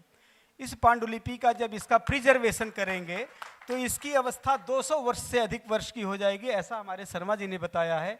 तो हम अपने यहाँ एक प्रिजर्वेशन का भी सेंटर यहाँ स्थापित करेंगे अपने विश्वविद्यालय में, जिससे पांडुलिपियों का पूरे प्रदेश में जिन व्यक्तिगत घरों में या जिन प्राइवेट संस्थाओं में जिनके पास पांडुलिपियाँ हैं उनसे हम यहाँ पांडुलिपियों का आमंत्रण करेंगे। ऐसे 100 संस्थान चिन्हित किए जा चुके हैं। हमारे आने के पहले ही शर्मा जी ने हमारे लिए उपकार किया है कि इन्होंने स्वयं ही 100 संस्थाओं को चिन्हित कर दिया है और उन संस्थाओं से हम पांडुलिपियाँ लाएंगे, उनको यहाँ प्रिजर्व करेंगे, उनकी यहाँ इनका ट्रीटमेंट करेंगे, ऐसा कह सकते हैं। इनको बहुत व्यवस्थित करके छात्रों के शोध कार्य के लिए इन्हें छात्रों को उपलब्ध कराएंगे और एक समृद्ध ज्ञान के सेंटर के रूप में महर्षि पाणिनि संस्कृत वैदिक विश्वविद्यालय को स्थापित करेंगे। यह हमारी एक महत्वपूर्ण योजना है। धन्यवाद। बहुत धन्यवाद। क्या बात है।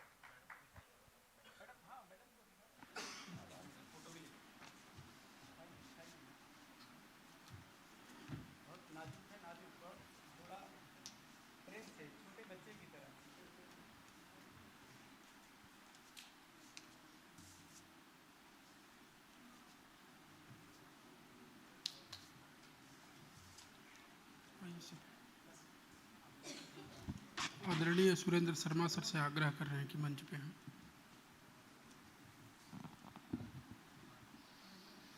संपूर्ण मंच को मेरा प्रणाम। आज का भव्य दिव्य ये कार्यक्रम संपन्नता की ओर है।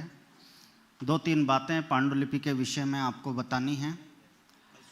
सबसे पहले तो हमने जो किया, आज पांडुलिपि के जो माननीय प्रधानमंत्री जी जो कल देशव्यापी सर्वे का जो प्रचार करने जा रहे हैं, शुभारंभ करने जा रहे हैं, उसकी आज ये पूर्व संध्या है और इस पर हमने एक स्मृति चिन्ह दे करके और पाणिनि विश्वविद्यालय में इसका शुभारंभ कर दिया है। तो आप अपने मोबाइल ऐप पर ज्ञान भारतम सर्च करेंगे, ज्ञान भारतम में सर्वे आएगा, सर्वे को क्लिक करेंगे, आपके घर आसपास कहीं भी कोई पांडुलिपि की आपको जानकारी है तो आप उसके ऊपर नंबर और उसका एड्रेस दे दीजिएगा।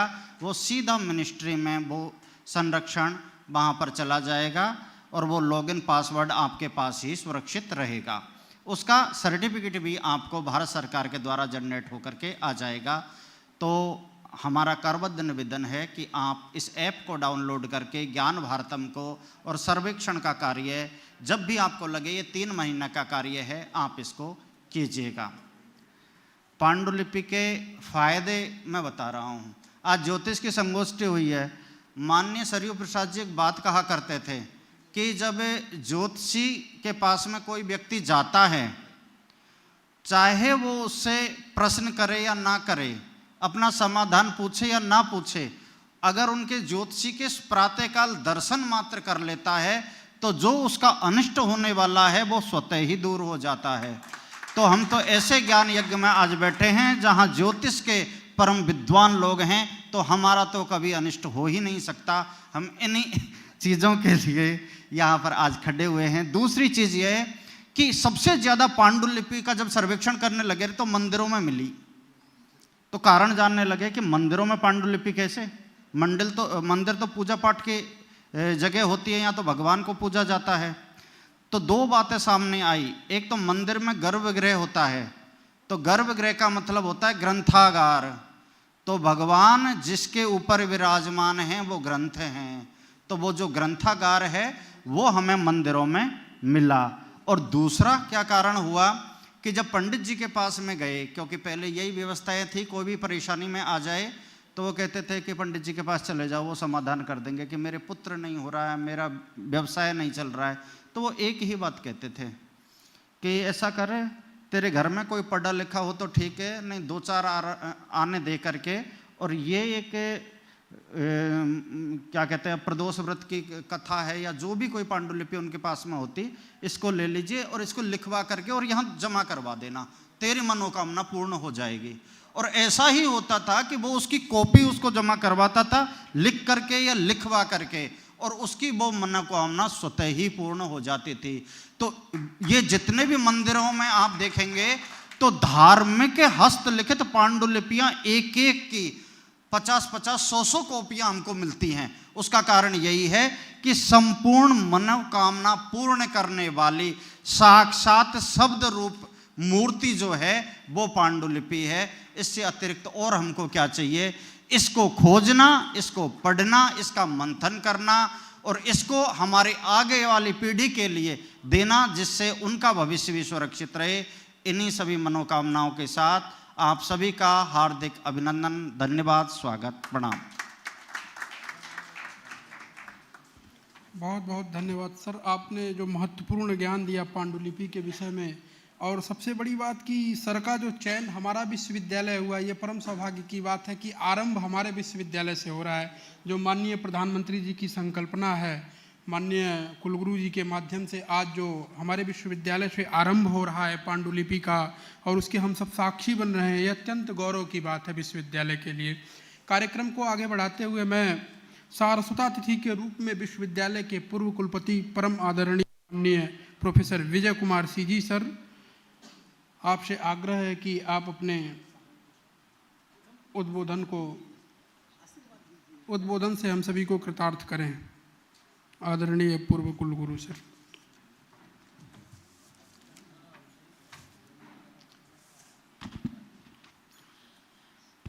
सदाशिवसमारंभां शंकराचार्यमध्यमाम् अस्मदाचार्यपर्यन्तां वन्दे गुरुपरम्परां येनाक्षरसमाम्नायमधिगम्य महेश्वरात् कृष्णं व्याकरणं प्रोक्तं तस्मै पाणिनेये नमः।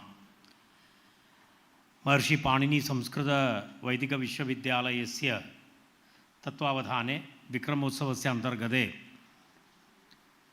विक्रमादित्य शोधपीठद्वारा तथा ज्योतिष विभागः महर्षि पाणिनि संस्कृत विश्वविद्यालयस्य द्वारा आयोजित दिवसत्रयात्मकी संगोष्ठी इदानीं सम्पूर्तिम् आयाति। अस्यां सम्पूर्तिसभायाम् अत्र अधिमञ्चं विराजमानः अस्य विश्वविद्यालयस्य आदरणीयः यशस्वी कुलपतिः अस्माकं मित्रमणि श्री मिश्रमहोदयः, एवमेवम् अधिमञ्चं विराजमानाः इतरे सर्वेपि विशिष्ट अतिथयः, विशेषतया नेपालस्य राजदूतः थप्पमहोदयः, सुरेन्द्रशर्मा महोदयः, इतरे अस्माकं कार्यपरिषत् सदस्याः, अस्माकं कुलसचिवः, एतस्य कार्यक्रमस्य संयोजकः अस्माकं मित्रम् उपेन्द्रभार्गवः, एवमेवम् अत्र उज्जयिनीस्थ विविधमन्दिराणाम् अत्र प्रतिनिधिरूपेण आगताः सर्वेभ्यः मम प्रिय प्राध्यापकेभ्यः छात्रेभ्यः च नमांसि अभिनन्दनानि शुभकामनाः। अस्मिन् सन्दर्भे अत्र स्थित्वा महान् आनन्दः जायते यत् इदानीम् एकं नवीनस्य प्रकल्पस्य आरम्भः जातः इति।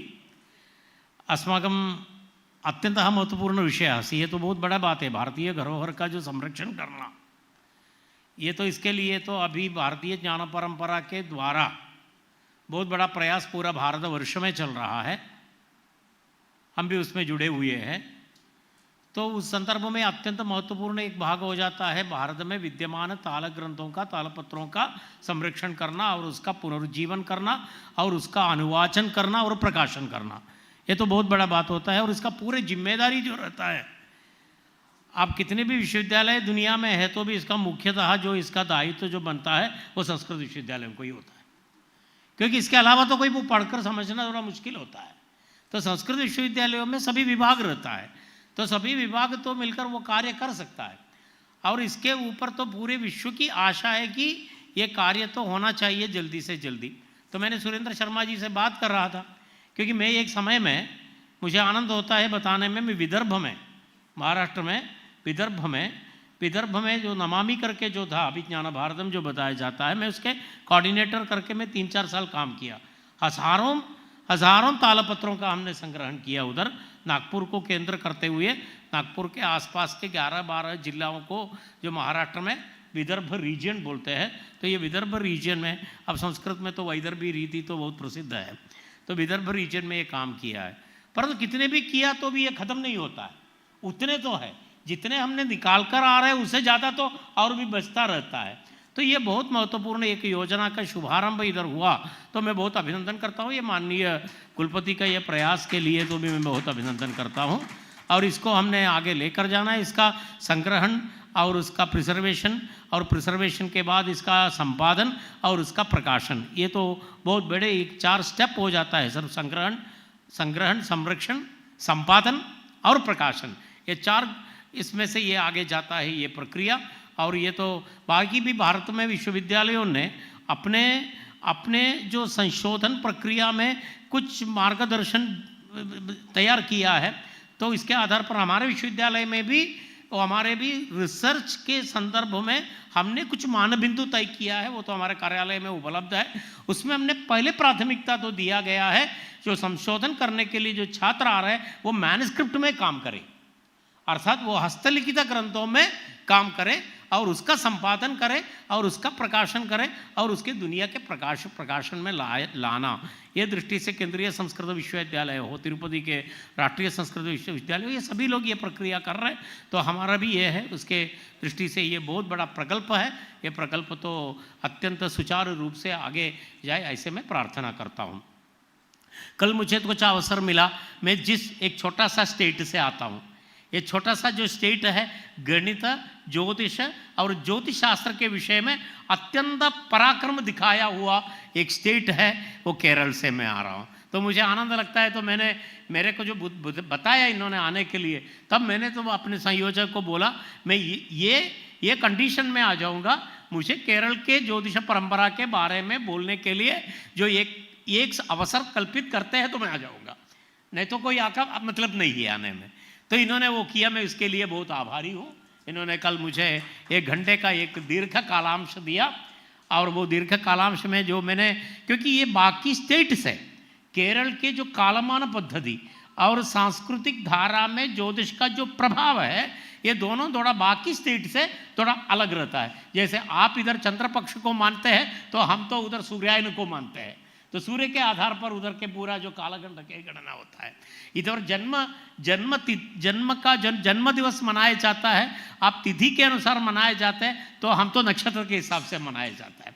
तो दोनों पद्धति अलग रहता है। हमारे महीना तो है सूर्यायन है, सूर्य जिस राशि में जाता है वो हमारे उधर के महीना है।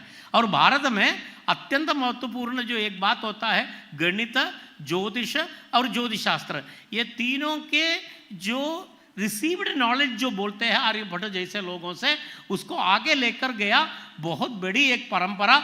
सैकड़ों साल तक केरल में जो चला है, ये सैकड़ों ग्रंथ तो इस विषय में आगे लिखा गया है। वो परंपरा में से जो कुछ बताने का कल मुझे इधर मौका मिला, 2 ग्रंथ को बताने का मैंने बताया नहीं कल, वो आपको पता होगा। तो केरल के एक महत्वपूर्ण जो पार्ट 2 मिनट में पता कर मैं खत्म करूंगा, ये भी थोड़ा जानकारी हो।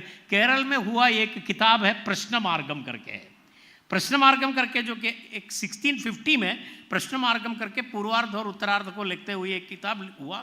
ये तो जो ज्योतिष शास्त्र, ज्योतिष तो गणित के ओर से थोड़ा लेकर पंच सिद्धांत में जो आता है, उसमें जातकम प्रश्न मुहूर्तम करके जो होरास्कंत में जो आता है, वो होरास्कंत में प्रश्न मार्ग करके करते हुए प्रश्न मार्ग के ज्योतिष में एक नया धारा तो केरल में जो शुरू हुआ है, तो वो प्रचलित है। उधर अष्टमंगल प्रश्न है, देव प्रश्न है, तांबूल प्रश्न है, इस प्रकार के अलग अलग प्रकार के प्रश्न होता है जो ये कहीं भी भारत के केरल के बाहर तो ये जनरली दिखता नहीं है। तो आप तांबूल प्रश्न होता है, तांबूल प्रश्न माने पान लेकर बैठते हैं और पान से गणना से वो जो ये करते हैं, उसके लिए सब शास्त्र है और लिखा हुआ जो सिद्धांतों का लिखा हुआ रखा है।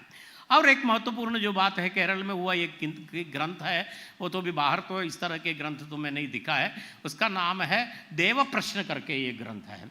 देव प्रश्न करके जो ग्रंथ होता है, वो ग्रंथ जो लिखा है ओणकुर शंकर गणगन करके जिन्होंने लिखा है, वो देव प्रश्न के द्वारा जितने भी मंदिरों के देवताओं को के अभीष्ट के बारे में, अनभीष्ट के बारे में, उधर जो प्रक्रिया करने के बारे में, आपने जो तंत्र समुच्चय करके ग्रंथ का नाम सुना होगा, तंत्र समुच्चय से जुड़ते हुए ये ग्रंथ होता है, ये केरला में जो हुआ है और उसका बहुत सारे प्रकार से उसका ये हो जाता है।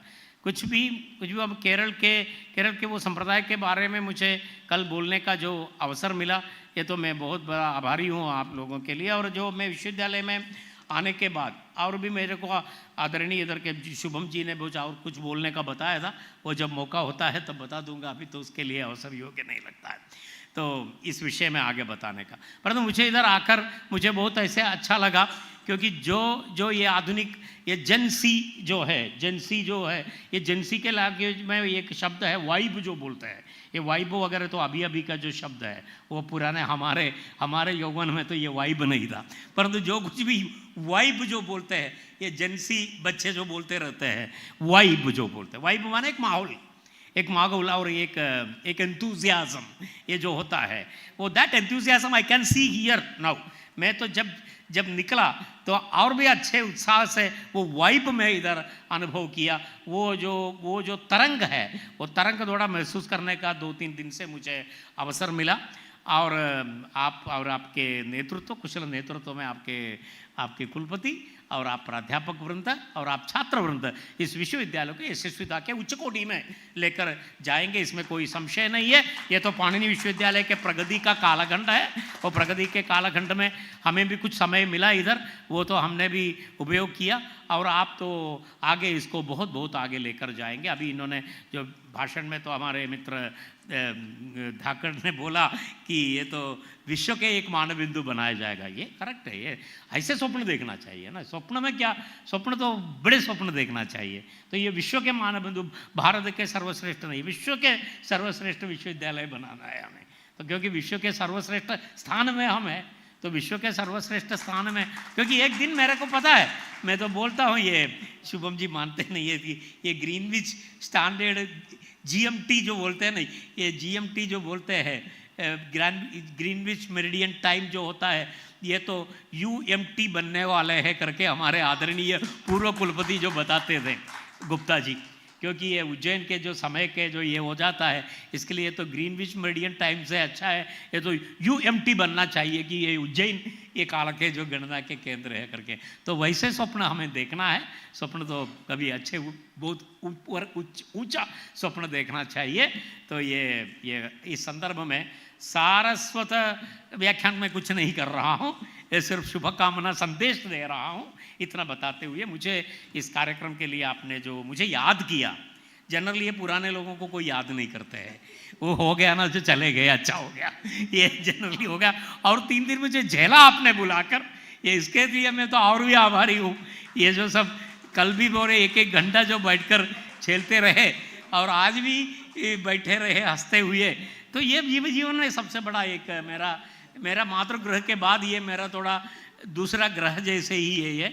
तो मेरे को इधर आने में बहुत अच्छा लगा और आपसे एक बार और भी मिलने का मौका मिला। बहु आनंदिता अस्मि, आनंद से पराकाष्ठायाम अस्मि, बहुधां पुनः सर्वेषामपि प्रसन्नवदनानि दृष्ट्वा अहमपि प्रसन्नताम् अनुभवामि इत्युक्त्वा अहं मम कानिचन वाक्यानि अहम् अत्र समापयामि। जयतु संस्कृतं, जयतु भारतं, सर्वेषां शुभकामनाः। धन्यवादाः।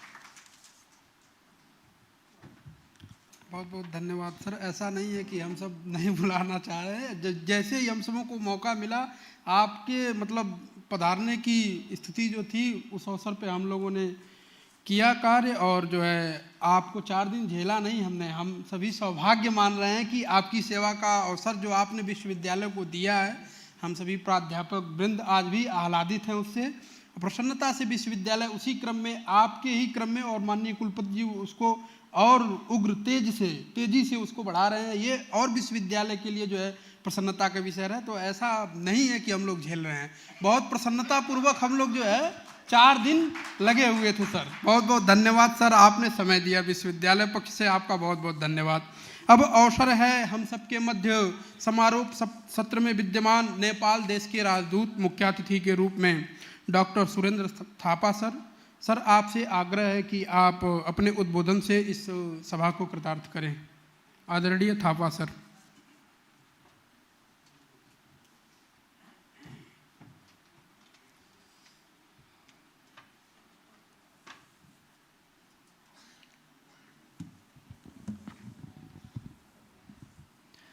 माननीय कुलगुरु प्रोफेसर शिवशंकर मिश्रा साहब, माननीय कुल सचिव प्रोफेसर दिलीप सोनी साहब, उपस्थित विशिष्ट महाजनों, विद्वानजनों, आदरणीय व्यक्तित्व,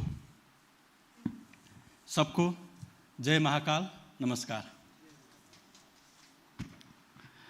आज उज्जैन में उपस्थित होना मेरे लिए अत्यंत गर्व की बात है। मैं पिछले 2.5 साल से प्रयत्न कर रहा था कि उज्जैन में आऊं और महाकाल का दर्शन करूं, लेकिन समय कुछ जुड़ नहीं रहा था। शायद इसी अवसर का मुझे इंतज़ार था जो आज यहाँ आना हुआ, महाकाल ने बुलाया, आप सबके साथ उपस्थित हुआ, मुझे अच्छा लगा। और इस मौका देने के लिए भी मैं आप सबके प्रति आभारी हूँ। नेपाल के लिए अवसर विशेष महत्व रखता है। नेपाल और भारत केवल भूगोल और इतिहास से ही नहीं जुड़े हैं, हम लोग संस्कृत और संस्कृति से जुड़े हुए हैं। हम लोग के ऐसे सभ्यतिक संबंध हैं जो सदियों में विकसित हुआ है। ये संबंध साझा संस्कृति, साझा आध्यात्मिक परंपराओं, साझा बौद्धिक विरासत और स्थायी जन जन से संपर्क का संबंध है। इस अनेक सूत्रों में संस्कृत का स्थान अत्यंत विशिष्ट है। संस्कृत नेपाल और भारत के बीच सबसे सशक्त सांस्कृतिक और बौद्धिक सेतुओं में से एक रहा है। इसने हमारी धार्मिक परंपराओं, दार्शनिक चिंतन, साहित्य, अनुष्ठानों और शिक्षण प्रणाली को आकार दिया है। पीढ़ियों से दोनों देशों के विद्वान, आचार्य, संत और साधक इस साझा ज्ञान भाषा के माध्यम से एक दूसरे से बातचीत करते रहे हैं, अपना ज्ञान बांटते रहे हैं। ये भी अत्यंत उपयुक्त है कि इस संगोष्ठी महर्षि पाणिनि के नाम से जुड़ी हुई, जो मानव इतिहास के महामानव व्याकरणों में से एक माने जाते हैं। आप लोग को जानकर आश्चर्य होगा कि नेपाल में एक म्यूनिसिपालिटी है जिसका नाम है पाणिनि रूरल म्यूनिसिपालिटी, और हम लोग मानते हैं कि महर्षि पाणिनि ने अपनी जो व्याकरण की पुस्तक लिखी थी उन्होंने वहीं पे रचना की थी, तो इसीलिए उस स्थान का नाम महर्षि पाणिनि रूरल म्यूनिसिपालिटी के नाम से रखा गया है। संस्कृत के साथ नेपाल का संबंध भी अत्यंत प्राचीन और स्थायी रहा है। शिलालेख अब भी हम देखते हैं, बहुत से शिलालेखों संस्कृतों में लिखा गया है, चाहे वो बौद्ध रिलीजन से जुड़े हुए शिलालेख हो या हिंदू धर्म से जुड़े हुए शिलालेख हो, वो ज़्यादातर संस्कृत में मिलते हैं। वर्तमान संदर्भ में संस्कृत का महत्व केवल विरासत तक सीमित नहीं है, ये नेपाल भारत संबंधों को और अधिक सुदृढ़ करने में रचनात्मक भूमिका निभा सकती है। राजनीतिक और आर्थिक संबंध स्वाभाविक रूप से महत्वपूर्ण है, लेकिन राष्ट्रों के बीच में राजनीति के अलावा भी और भी है, और वो है जन जन का संबंध। संस्कृत का संबंध वो राजनीतिक संबंध से भी ज़्यादा प्रगाढ़ होता है। यहाँ पर अनेक संभावना है। संस्कृत हमें हमारी साझा सभ्यतागत नींव का बोध कराती है।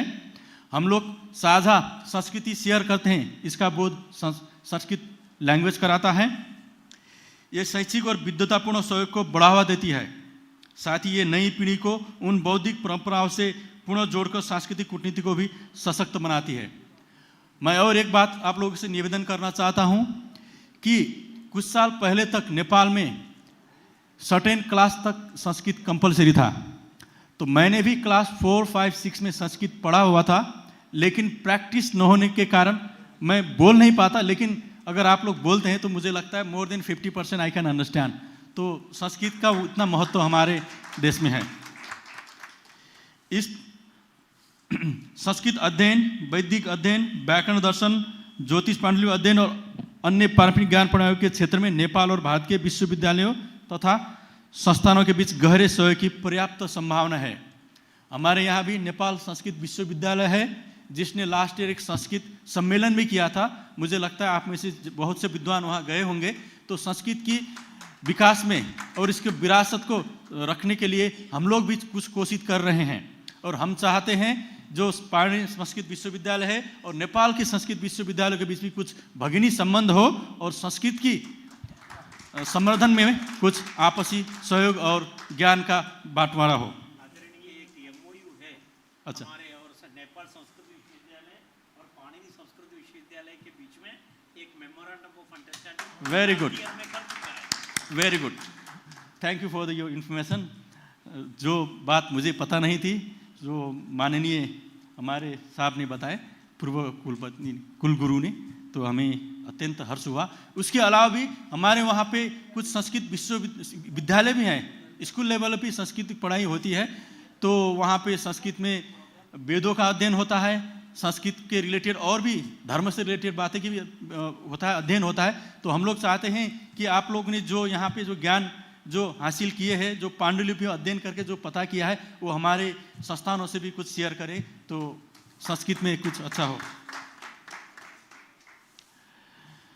अंत में मैं हमारी साझा सभ्यताओं की भावना को प्रतिबिंबित करने वाली एक मंगल कामना के साथ अपनी बात समाप्त करना चाहूँगा।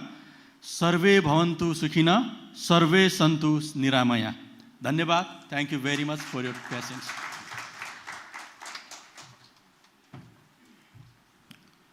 धन्यवाद सर। जैसे आपकी मनोभाव था सर्वे भवन्तु सुखिनः सर्वे सन्तु निरामया, इसी कार्य को हम लोग आगे बढ़ाते हुए आपका जो मार्गदर्शन प्राप्त हुआ है कि दोनों देशों के बीच एक समन्वय बना करके भारतीय संस्कृति को आगे बढ़ाने का, उस पर निश्चित ही हम सब आगे कार्य करेंगे। अब अवसर है इस समारोह सत्र के अध्यक्षीय उद्बोधन के लिए विश्वविद्यालय के हम सभी के अभिभावक माननीय कुलगुरु जी से मैं निवेदन करता हूं कि मंच पे आएं, अपने अध्यक्षीय उद्बोधन से हम सभी को कृतार्थ करें। ओम नमः श्रीमद् परमहंसा स्वादित चरण कमल चिन्मकरंदाय भक्तजन मानस निवासाय श्री रामचंद्राय नमोस्तु रामाय सलक्ष्मणाय देव्यै च तस्यै जनकात्मजायै नमोस्तु रुद्रेन्द्र यमानिलेभ्यो नमोस्तु चंद्रार्कमरुद्गणेभ्यः रामं रामानुजं सीतां भरतं भरतानुजं सुग्रीवं वायुसूनुं च प्रणमामि पुनः पुनः। सर्वेभ्यः सादरं नमस्काराः। महाराजा विक्रमादित्य शोधपीठम अथ च महर्षि पाणिनि संस्कृत वैदिक विश्वविद्यालयः इत्यनयोः संस्थानयोः संयुक्ततत्त्वावधाने समायोजितायाः दिवसत्रयव्यापिन्याः अस्याः अन्ताराष्ट्रीय शोधसंगोष्ठ्याः प्रवर्तते इदानीं सम्पूर्तिसत्रम्। इदानीं वयं सम्पूर्तौ भवामः। वस्तुतः अस्माकं कृते एतत् परमं भागधेयं यदद्य अस्मिन् सम्पूर्तिसत्रे अस्माकं मञ्चे विराजन्ते नेपालदेशस्य अस्माकं देशे येषां तावद् उद्बोधनम् अस्माभिः सद्यः श्रुतं डिप्टी एम्बेसडर् आदरणीयाः तावद् सुरेन्द्र थापा महाभागाः महोदयाः अत्यन्तं सरलाः, यथा तेषाम् उद्बोधनमपि अस्माभिः श्रुतम्। एकेनैव निवेदेन ते उक्तवन्तः यदहम् अवश्यम् आगमिष्यामि उज्जयिनीं प्रति। अतः वयं विश्वविद्यालये पक्षतः तेषाम् एकवारं करतलनिनादेन तेषां भूयो भूयः स्वागतं कुर्मः। नेपालदेशस्य अस्माकं देशेन सह अत्यन्तं तावत् घनिष्ठः कश्चन सम्बन्धः। नेपालस्य या संस्कृतिः विद्यते सा एव संस्कृतिः अस्माकं देशस्यापि। अतः एतेषाम् अस्मिन् अवसरे यदा भारतीयज्ञानपरम्पराविषये वयं चर्चां कुर्मः तस्मिन् अवसरे एतेषाम् उपस्थितिः अत्यन्तम् अस्माकं कृते प्रासङ्गिकी विद्यते। अतः एतेषां महोदयानाम् अद्य अहम् अत्र अस्मिन् मञ्चे स्वागतं करोमि। अतः परम् अस्माकं विश्वविद्यालयस्य पूर्वकुलगुरवः अत्यन्तं तेपि तेजस्विनः सर्वत्र भारते इदानीम् इतः सेवानिवृत्तिं सम्प्राप्य संस्कृतभारती क्षेत्रे ते इदानीं क्षेत्राध्यक्षाः केरलक्षेत्रे इदानीमपि ते सेवानिवृत्ताः न सन्ति। वस्तुतः विश्वविद्यालये कार्यं न कुर्वन्ति, परञ्च अन्यत्र यत्र कुत्रापि भवन्ति तत्र सर्वत्र संस्कृतस्यैव कार्यं कुर्वन्ति। एवं भूताः विजय मेनन महाभागाः। एवमेव अस्माकम् अस्मिन् अवसरे मत्कृते तु अत्यन्तं सौभाग्यजनकम् एतद् दिवसम् एतद् दिनं यदस्माकं विश्वविद्यालयस्य कृते येषां महोदयानाम् आगमनम् अत्यन्तं सौभाग्यजनकम्। एवं भूताः अस्माकम् आदरणीयाः येषां तावद् अस्माकं विश्वविद्यालयस्य कृते तथा भूतं पाथेयं यैः प्रदत्तं तादृशाः सर्वमहाभागाः जयपुरतः सम्प्राप्ताः। एवमेव अस्मिन् अवसरे अस्माकं मञ्चे अस्माकं कार्यपरिषद् सदस्यत्रयं तावत् त्रिवेणी विद्यते यद् कार्यपरिषदः। एकस्तावद् गौरव धाकड महोदयः, केवलं नाम्ना धाकडः नास्ति, केवलं नाम्ना गौरवः नास्ति, नाम्ना अपि आकृत्यापि स्वभावेनापि या गौरव धाकडः तथा भूतः अस्माकं कार्यपरिषत् सदस्यः गौरव धाकड महाभागाः। सुमना लिग्गा महाभागाः अत्यन्तं तावद् महोदयानाम् अस्माकं विश्वविद्यालयस्य उपरि सहजा सरला भावना भवति, सा निरन्तरम् अस्मान् प्रबोधयति। एवमेव अस्माकं विश्वविद्यालयस्य कार्यपरिषत् सदस्याः श्रीमत्याः गीताञ्जलि चौरसिया महाभागाः वस्तुतः तावद् तासां कार्यम् अस्ति, सा अधिवक्ता अस्ति। तावद् इन्दौर मध्ये कोर्ट मध्ये सा अधिवक्ता अस्ति। महोदयानामपि उद्बोधनम् अस्माभिः श्रुतम्, अत्यन्तं तावत् साधुतया तावद् अत्र उपस्थापितम्। एवमेव द्वौ अर्चकौ यतः तीर्थस्य एतौ अधिपतिनो विद्येते। यस्मिन् तीर्थे वयं वसामः तस्य तीर्थस्य द्वारपालभूताः भवन्ति कालभैरव महाभागाः कालभैरव देवाः तेषाम् अनुमतिं विना अत्र कोऽपि स्थातुं न शक्नोति तत्र तन्मन्दिरे एते अर्चकाः अतः अस्माकं कृते अत्यन्तं पूज्याः अस्माकं विश्वविद्यालयस्य कुलसचिव महाभागाः एवमेव अस्याः संगोष्ठ्याः संयोजकवर्याः उपेन्द्र भार्गव महाभागाः विश्वविद्यालयस्य आचार्याः तावत् तुलसीदास परुहा महाभागाः तिरुपतितः सम्प्राप्ताः झा महाभागाः देहलीतः सम्प्राप्ताः सुनील जोशी महाभागाः एवमेव जयपुरतः सम्प्राप्ताः जयप्रकाश सर्व महाभागाः अन्य समयेपि अस्मिन् अवसरे वस्तुतः अस्ति एतत् सम्पूर्तिसत्रम् अतः अल्पीयांशाः जनाः अत्र विद्यन्ते कुछ ही लोग बचे हैं बहुत लोग चले गए क्योंकि अब संपूर्ति सत्र पर हैं हम लेकिन जितने लोग हैं इतने लोगों से भी यह सभा अपने आप में परिपूर्ण है क्योंकि हम ही कहते हैं कि एकस चंद्रः तमोहन्ति न च तारा गणोऽपि च एक ही चंद्रमा महान अंधकार को नष्ट कर देता है बहुत तारागणों की जरूरत नहीं पड़ती ये जितने लोग हैं सब अपने अपने क्षेत्र के अपने अपने शास्त्र के अपने अपने विद्या वैभव के अत्यंत मनीषी अत्यंत निष्णात मनीषी हैं मैं आप सभी लोगों का इस संपूर्ति सत्र में विश्वविद्यालय की पक्ष से आपका स्वागत करता हूँ। सचमुच यह जो संगोष्ठी है भारतीय ज्योतिष ज्ञान परंपरा में वेद विज्ञान धर्म एवं संस्कृति बहुत ही सफल संगोष्ठी के रूप में दोनों संगोष्ठियाँ जो विक्रमादित्य शोधपीठ के और अपने विश्वविद्यालय के सौजन्य से यहाँ आयोजित की गई बहुत ही मैं कह सकता हूँ कि संपूर्णता में उनको अगर मैं कहूँ तो अत्यंत सफल संगोष्ठी के रूप में हमारे यह संगोष्ठियाँ संपन्न हुई हैं। जितने भी आचार्य यहाँ उपस्थित हुए सभी ने हमारी भारतीय ज्ञान परंपरा के बारे में ज्योतिष के बारे में अपने महनीय विचार यहाँ व्यक्त किए। सचमुच है ही हमारे भारत की ज्ञान परंपरा ऐसी एक एक अक्षर हमारे यहाँ मंत्र है। आज सुबह के सत्र में सुनील जोशी जी ने एक बात कही थी मुझे बहुत अच्छा लगा एक एक अक्षर और एक एक गिनती एक एक वर्ण गिनती जो संख्या एक एक संख्या अपने आप में मंत्र है और एक एक अक्षर अपने आप में मंत्र है जिसे हम आ समझते हैं वह मंत्र है।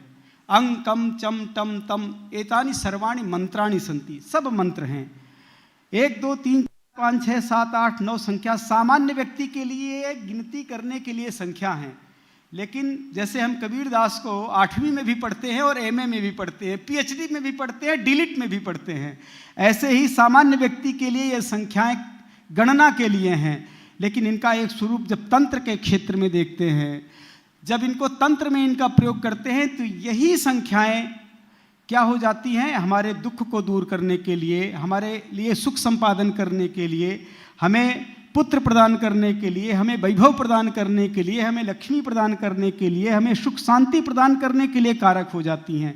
इन्हीं 9 संख्याओं का समीकरण जो लोग इन 9 संख्याओं का समीकरण जानते हैं वही समीकरण कभी वास्तु का मंत्र बन जाता है वही समीकरण कभी वाहन में दुर्घटना ना हो इसका दुर्घटना नाशक मंत्र बन जाता है वही इन्हीं अंकों का समीकरण आरोग्य नाशक मंत्र बन जाता है। इन्हीं संख्याओं का जो समीकरण है वो हमें हर तरह के फल देने का सामर्थ्य रखता है। विचार कीजिए संख्याएं वही हैं लेकिन इनका प्रयोग महत्वपूर्ण है। ऐसे ही हमारी जो सारी वर्णमालाएं हैं आयुण रेलरिक एयोंग अयौच ये जो चतुर्दश सूत्र में पठित जो वर्ण हैं ये एक एक वर्ण सब सार्थक है किसी महत्वपूर्ण मंत्र इसीलिए कहा अमंत्रम अक्षरम नास्ति इसीलिए यह वचन हमारे समक्ष आया अमंत्रम अक्षरम नास्ति शब्द नहीं कहा कि कोई शब्द अमंत्र नहीं है एक भी अक्षर ऐसा नहीं है जो मंत्र नहीं है। अमंत्रम अक्षरम नास्ति नास्ति मूलम अनौषधम अयोग्य पुरुषो नास्ति योजकस्तत्र दुर्लभा। आप सभी लोग जो राम रक्षा स्तोत्र पढ़ते होंगे उसमें कहा है एकैकम अक्षरम पुंसाम महापातक नाशनम। राम रक्षा स्तोत्र अगर आपको पूरा पढ़ना नहीं आता तो एक श्लोक पढ़ लीजिए एक श्लोक भी नहीं पढ़ना आता तो एक लाइन पढ़ लीजिए एक लाइन भी नहीं पढ़ना आता तो कहा एक शब्द पढ़ लीजिए उसमें भी आपको समस्या है तो एक अक्षर पढ़ लीजिए। एकैकम अक्षरम पुंसाम एक एक अक्षर उसका छोटे मोटे पातक का नहीं चींटी मारने के पाप का नहीं महापातक नाशनम गोहत्या वध का भी पाप नष्ट करने वाला सामर्थ्य रखता है। ऐसी महिमा है संस्कृत की वर्णमाला की। संस्कृत के वर्णमाला में पढ़े गए एक एक वर्ण में इतनी अपूर्व जनकता है, इतनी पुण्य जनकता है। हमें केवल आलोडन करने की ज़रूरत है, हमें केवल उस मंत्र में छिपी शक्ति को उद्घाटित करने की ज़रूरत है। तो यह सचमुच आज बहुत महत्वपूर्ण दिवस है। मैं तो आज इसलिए अत्यंत गदगद हूँ कि हमारे शर्मा जी ने जो हमारे लिए यह एक पूरी संपदा दे दी है, इस पांडुलिपि को आधार मान करके जो हमारे विद्यार्थी यहाँ से अपूर्व रिसर्च करेंगे, अपूर्व अनुसंधान कार्य करेंगे, जो अपने आप में पूर्णतः नवीन होगा, किसी का पृष्ठपेषण नहीं होगा, पुनरावृत्ति नहीं होगी, वही हमारे विश्वविद्यालय की प्रतिष्ठा को बढ़ाएगी, वही हमारे विश्वविद्यालय के गौरव को बढ़ाएगा।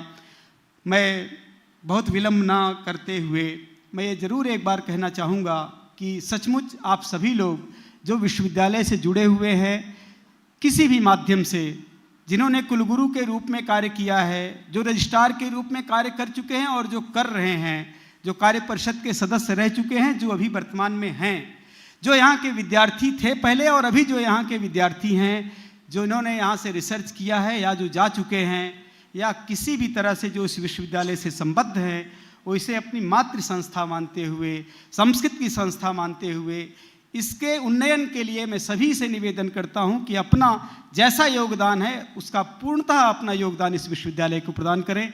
मेरी याचना है इस विश्वविद्यालय के उन्नयन के लिए। मैं किसी दिन कह रहा था किसी से कि कुलपति का कार्यकाल सबसे कम होता है, जैसे मेनन सर का था। मेनन सर 4 साल यहाँ रहे, उसके पहले भी परोहा जी थे, आज भी परोहा जी हैं, और मेरे पहले भी परोहा जी थे, मेरे बाद भी परोहा जी रहेंगे। तो सचमुच यह विश्वविद्यालय तो परोहा जी का है। हमने तो इस विश्वविद्यालय में 4 साल का कार्यकाल करना है और वह कार्यकाल परोहा जी के वैशिष्ट के लिए, जिससे कि परोहा जी की प्रतिष्ठा बढ़े। परोहा जी उपलक्षण है, परोहा जी के साथ अखिलेश जी भी हैं केवल अखिलेश जी हंस रहे हैं इसलिए मैंने कहा अखिलेश जी भी हैं, उपेंद्र जी भी हैं। यस, क्योंकि ये विभाग प्रमुख हैं, विभाग समन्वयक हैं, इसलिए मैंने इनका नाम लिया। कहने का मेरा मतलब है कि जो यहाँ पर हैं, जो इस विश्वविद्यालय में अपनी सेवाएं दे रहे हैं, सचमुच उन्हें एक लंबी यात्रा करनी है। इस विश्वविद्यालय के प्रतिष्ठा के भी वही साक्षी होंगे, इस विश्वविद्यालय के अभ्युदय और उन्नयन के वही साक्षी होंगे। हम तो अपना कार्यकाल पूरी निष्ठा से, क्योंकि हमारे पास कोई दूसरा कार्यांतर है ही नहीं, लोगों के पास और बहुत सारे कार्य होंगे, अपने पास तो कोई दूसरा कार्य ही नहीं है, एक ही कार्य है। उज्जैन में है तो केवल विश्वविद्यालय। कार्यांतरम नास्ति किमपि अस्माकम जीवनस्य, न मकान का न दुकान का, कोई भी कार्य नहीं है अपना मकान है भी नहीं और मकान की ज़रूरत भी नहीं है, क्योंकि हम जहाँ रहते हैं, हम रहते हैं बड़े बड़े मठों में। हम दिल्ली में रहते हैं तो हमारे मठ में 500 कमरे हैं। आप सभी लोगों को दिल्ली में ठहरा सकते हैं। आप पूरे के पूरे हरिद्वार चलें तो आप सबको हरिद्वार में ठहरा सकते हैं, लेकिन अपना एक मकान नहीं है। तो मेरा मतलब ये है, मैं थोड़ा हास्य की उसमें कह रहा हूँ, अपना तो कोई भी कार्यांतर नहीं है, एक ही कार्य है, विश्वविद्यालय का उन्नयन, विश्वविद्यालय की प्रगति, विश्वविद्यालय का विकास। और इस क्षेत्र में मैं आप सभी लोगों का, जिसका जो सामर्थ्य है, मैं उसके सामर्थ्य की याचना करता हूं कि आप सभी लोग विश्वविद्यालय के उन्नयन के लिए अपना योगदान करें, विश्वविद्यालय की प्रतिष्ठा के लिए। अभी तो हमने ये पांडुलिपि का कार्य किया है, ऐसा मत समझिए, ये कार्य तो अभी एक कार्य है। कम से कम 25 कार्य मेरे पाइपलाइन पे एक साथ हैं, एक साथ 2500 कार्य हमारे साथ हैं, और हम सभी कार्यों को एक साथ कर रहे हैं। हम योग विभाग में अभी एक बहुत बड़ा कार्यक्रम करने जा रहे हैं। जैसे हमने पांडुलिपि के लिए किया है, ऐसे योग विभाग में एक हमारी बहुत बड़ी परियोजना है, उसको भी लाने का जल्दी ही प्रयत्न कर रहे हैं। तो हम सब लोग मिल करके, लेकिन आप सभी लोगों के सहयोग से, आप सभी लोगों के सौजन्य से, और पूर्व कुलगुरु जी भी ऐसा मत समझें कि उनको हम बुलाएंगे नहीं, हम उनको हर साल बुलाएंगे। और दोनों चीज़ें, उनका मार्गदर्शन हमें चाहिए, क्योंकि इनके पास अनुभव है, इतने वर्षों का अनुभव है। अनुभव तो बोलता है ना, अनुभव का तो महत्व है अपने आप में। हम उस तरह के कुलगुरुओं में भी नहीं हैं, क्योंकि अभी तो हम अपने अंदर कुलगुरुत्व का भाव ही नहीं आता। अभी तो लगता है कि हम आचार्य हैं बस सचमुच सर, मुझे फील नहीं होता कि मैं कुलगुरु हूँ। लोग मुझे फील करा देते हो, एक अलग बात है। मुझे कभी फील नहीं होता कि मैं कुलगुरु बन गया हूँ। मुझे लगता है मैं एक अध्यापक हूँ, मैं एक आचार्य हूँ। हाँ, प्रोफेसर की फीलिंग है मुझे, क्योंकि प्रोफेसर के रूप में कार्य किया है। मुझे कुलगुरु का कोई वो भाव सा नहीं रहता। हाँ, ये अलग बात है कि मंच की मर्यादा है, सभा की मर्यादा है, विश्वविद्यालय की मर्यादा है, उसके प्रतिष्ठा की रक्षा करनी है, इसलिए उसका भी भाव ग्रहण करना पड़ता है। लेकिन हम उस तरह के कुलगुरुओं में नहीं हैं जो पूर्व के कुलगुरुओं के बारे में अनुचित बोलें, उनके कार्यों की उपेक्षा करें। मैं खुले मंच से कहता हूं कि मेनन जी ने बहुत कार्य किया है, इनके लिए आप सभी लोग ताली बजाकर इनका स्वागत करिए। और मैं पूरा प्रयास करूंगा इन्हें पराजित करने का, मैं पूरा प्रयास करूंगा इन्हें पराजित करने का, क्योंकि इसी से इनकी भी प्रतिष्ठा बढ़ेगी और इसी से मेरी भी प्रतिष्ठा बढ़ेगी। कहते हैं ना कि हमारी परंपरा में कहा जाता है कि सर्वतो जय मनुच्छेद शिष्यात पुत्रात पराजयम, सभी जगह विजय की कामना करनी चाहिए, लेकिन अपने शिष्य से, अपने पुत्र से, उसमें मैं एक शब्द जोड़ता हूं अपने अनुज से। तो मैं इनके अनुज की तरह हूं, तो मुझसे ये पराजित होने पर भी गौरव का अनुभव करेंगे, ऐसा मैं समझता हूं। धन्यवाद। बहुत बहुत धन्यवाद सर। आपकी जो संकल्पना है विश्वविद्यालय को आगे बढ़ाने की, हम सब अध्यापक एकत्र होकर के उसमें सहयोग करेंगे, ऐसी आशा है। अब कार्यक्रम के अंतिम रूपरेखा में मैं वेद विभाग के विभागाध्यक्ष डॉक्टर संकल्प मिश्र सर से आग्रह करता हूं कि मंच का आभार व्यक्त करें।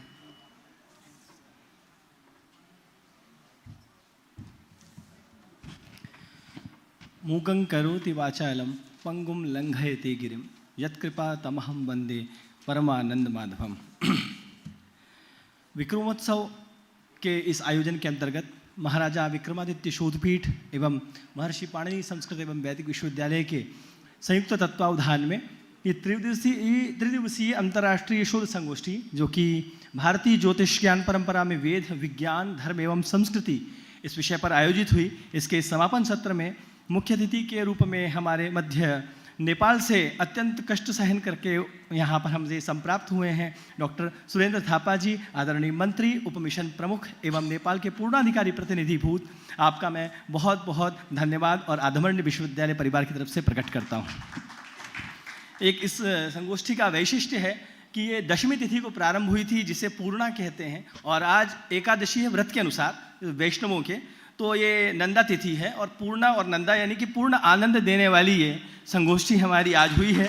इसलिए इसमें जो भी आयोजक बंधु यहाँ पर प्रत्यक्ष रूप से संलग्न रहे, अप्रत्यक्ष रूप से संलग्न रहे, वो विशेष रूप से हमारे विश्वविद्यालय परिवार की तरफ से अभिनंदन के पात्र हैं। आज के कार्यक्रम की अध्यक्षता कर रहे हमारे विश्वविद्यालय के सर्वदा कल्याण की कामना से युक्त रहने वाले माननीय कुलपति जी, माननीय कुलगुरु जी, आचार्य शिवशंकर मिश्र जी का भी बहुत बहुत आदमर्ण्य प्रकट करता हूँ कि उन्होंने यहाँ पर हमारा बार बार मार्गदर्शन किया, यथासमय उपलब्ध रहे और इस सत्रों का संयोजन करने की दृष्टि से जो भी उपयुक्ततम था वो हमें अवगत कराया और संगोष्ठी को बहुत अच्छे उत्कर्ष की ओर ले जाने के लिए हमारा सहयोग किया। इसके लिए बार बार जो आदरणीय कुलगुरु महोदय का हमें आशीर्वाद प्राप्त हुआ, इसके लिए माननीय कुलपति जी का मैं बहुत बहुत अभिनंदन व्यक्त करता हूँ। इस प्रसंग में हमारे मध्य में सारस्वत अतिथि के रूप में हमारे पुराने अभिभावक, जो वर्तमान में भी अभिभावक हैं लेकिन प्रशासकीय दृष्टि से वो अभी पूर्व कुलगुरु कहला रहे हैं। यद्यपि गुरु की गुरुता कभी समाप्त नहीं होती, प्रशास की दृष्टि से यद्यपि कुल गुरुत्व 4 साल का है, तथापि एक बार जो गुरु पद पर आ गया उसका वो गुरुत्व कभी समाप्त नहीं होता। इस दृष्टि से मैं माननीय पूर्व कुलगुरु महोदय प्रोफेसर विजय कुमार सी जी का, जो कि केरल से अत्यंत सुदूर प्रदेश से हमारे प्रेमवशात यहाँ पर अत्यंत सहज भाव से यहाँ पर उपस्थित हुए और हमें यहाँ पर 3 दिन तक विशेष रूप से आशीर्वाद प्रदान किया, इसके लिए मैं आदरणीय विजय सर का बहुत बहुत हार्दिक आभार और अभिनंदन व्यक्त करता हूँ। इस प्रसंग में हमारे मध्य कार्य परिषद के सदस्य त्रय श्री आदरणीय गौरव धाकड़ जी भाई साहब, सुमिना लिग्गा मैडम एवं गीतांजलि चौरसिया मैडम, तीनों ने ही सहर्ष इस स्वीकृति दी और आज के समापन सत्र में हमें यहाँ पर मार्गदर्शन के लिए उपस्थित हुए। इसके लिए मैं सदस्य त्रय का बहुत ही अंतस्थल से आभार व्यक्त करता हूँ। इस प्रकरण में एक विशेष जो मणि के रूप में जुड़ गए हमारे मध्य में सुरेंद्र शर्मा जी, जो कि जयपुर से पधारे हैं और इन्होंने आज पांडुलिपि मिशन के विविध तथ्यों से अवगत कराया, जो कि ज्ञान भारतम पोर्टल के विषय में, जो कि कल जिसका लॉन्चिंग माननीय प्रधानमंत्री नरेंद्र मोदी जी द्वारा होनी है, उसके विषय में अवगत कराया। उसके लिए मैं इनका बहुत बहुत आभार व्यक्त करता हूं। आपके इस जो आपने हमें यहाँ पर पूर्व में जो सूचना प्रदान की है, निश्चित रूप से यह सूचना छात्रों के मध्य में जाएगी और बच्चे यहाँ पर पांडुलिपियों के ऊपर कार्य करेंगे। और अभी भी कुछ बच्चे, विशेष रूप से एक बच्चा तो मैं जिसको जानता हूँ व्यक्तिगत रूप से, वो आधान से संबंधित एक पांडुलिपि पे कार्य कर रहा है और उसका कार्य संपूर्ति की ओर है। तो आगे भी छात्रगण यहाँ पर पांडुलिपियों के ऊपर कार्य करेंगे और शोध की दृष्टि से विश्वविद्यालय एक नई कीर्तिमान स्थापित करेगा। ऐसी दृष्टि से मैं आपका बहुत बहुत हार्दिक आभार व्यक्त करता हूँ। भगवान शिव के गणों में भगवान काल भैरव जी का नाम स्मरण होता है। भगवान का दर्शन तो कोई भी कर लेता है, लेकिन उनकी अर्चना करने का अवसर बहुत कम लोगों को प्राप्त होता है। ऐसे नित्य जिनको भगवान के चरणों में रहने का अवसर मिलता है, ऐसे अर्चक द्वय मोहित चतुर्वेदी जी एवं नीरज चतुर्वेदी जी, दोनों का मैं बहुत बहुत हार्दिक आभार व्यक्त करता हूं। आप हमारे अत्यंत लघु सूचना के आधार पर यहाँ पर हमारे मध्य उपस्थित हुए, इसके लिए विशेष रूप से आपका आभार। इस कार्यक्रम में हमारे मध्य तिरुपति से विराजमान है प्रोफेसर कृष्णेश्वर झा जी, मैं आपका बहुत बहुत अभिनंदन और आभार व्यक्त करता हूं। आप दिवस से यहाँ पर उपस्थित हैं, आप उद्घाटन सत्र में आप यहाँ पे आपका आशीर्वाद प्राप्त हुआ हमें, और आज समापन सत्र में भी आप हमारे मध्य मौजूद हैं और आपने समय समय पर हमारा मार्गदर्शन किया और हमारी प्रार्थना थी उसको स्वीकार करके आप हमारे मध्य उपस्थित हुए। इसके लिए विश्वविद्यालय परिवार की तरफ से मैं आपका बहुत बहुत अभिनंदन व्यक्त करता हूँ। हमारे विश्वविद्यालय में जो भी घटनाक्रम चल रहा है, जो भी संगोष्ठी की अपडेट्स हैं, वो समस्त अपडेट्स संस्कृत न्यूज़ के माध्यम से ट्विटर पे, फेसबुक पे तत्काल प्रसारित हो रही है। मैं देख रहा हूँ सुनील जोशी जी चुपचाप बैठ करके उस काम को कर रहे हैं। इसके लिए दिल्ली विश्वविद्यालय के आदरणीय सुनील जोशी जी का भी मैं बहुत बहुत हार्दिक आभार व्यक्त करता हूँ। इस संपूर्ण आयोजन में जो कि पृष्ठ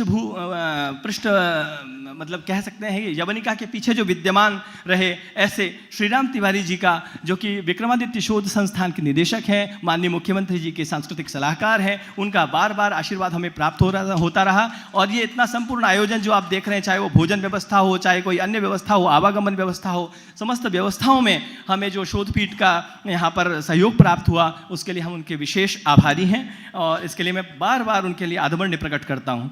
इस संपूर्ण आयोजन में हमें प्रशासकीय सहयोग मिलता रहा। विश्वविद्यालय में कोई पत्रावली किसी कारण से लंबित न हो, जिसके कारण इस आयोजन में कोई समस्या उत्पन्न हो, ऐसी दृष्टि से हमें बार बार प्रशासकीय दृष्टि से सहयोग प्रदान करने वाले, मार्गदर्शन करने वाले ऐसे हमारे माननीय कुलसचिव जी प्रोफेसर दिलीप कुमार सोनी जी का भी मैं इस अवसर पर बहुत बहुत आदमर्य प्रकट करता हूँ। इस संगोष्ठी के संयोजक डॉक्टर उपेंद्र भार्गव जी, जिन्होंने 3 दिवस तक इस संगोष्ठी को बहुत अच्छे से संपन्न कराया, साथ ही पृष्ठभूमि में रहने वाले डॉक्टर शुभम शर्मा जी, जो कि इस संपूर्ण आयोजन की भूमिका में रहे, जो कि हमने देखा कि कुछ दिवस पूर्व भी एक संगोष्ठी का आयोजन हुआ था, वो भी अंतर्राष्ट्रीय संगोष्ठी थी, उसमें भी शुभम शर्मा जी ने प्रस्ताव बनाया और उपेंद्र जी को साथ में लिया और इन दोनों संगोष्ठियों के प्रस्ताव भेज करके उसकी स्वीकृति प्राप्त की और ये अच्छे से दोनों कार्यक्रमों का आयोजन कराया। इसलिए मैं शर्मा जी का भी बहुत बहुत हार्दिक आभार और धन्यवाद व्यक्त करता हूँ। इस प्रसंग में हमारे मध्य किसी भी परिस्थिति में जो हमारे विभाग समन्वयक, हमारे अभिभावक के रूप में विद्यमान रहे, ऐसे डॉक्टर तुलसीदास परोहा जी का भी मैं बहुत बहुत धन्यवाद व्यक्त करता हूं। डॉक्टर अखिलेश कुमार द्विवेदी जी, डॉक्टर पूजा उपाध्याय, डॉक्टर अजय सिंह राठी, आप सभी लोगों ने इस संगोष्ठी में अपनी सक्रिय भूमिका निभाई और यहाँ पर जहाँ भी आवश्यक था वहाँ पर अपना बौद्धिक या अन्य प्रकार का जैसा भी सहयोग अपेक्षित था, उन समस्त सहयोगों को हमको प्रदान करके इस संगोष्ठी को सफल बनाने में विशेष रूप से भूमिका निभाई। इसके लिए मैं आपका बहुत बहुत आभार व्यक्त करता हूं।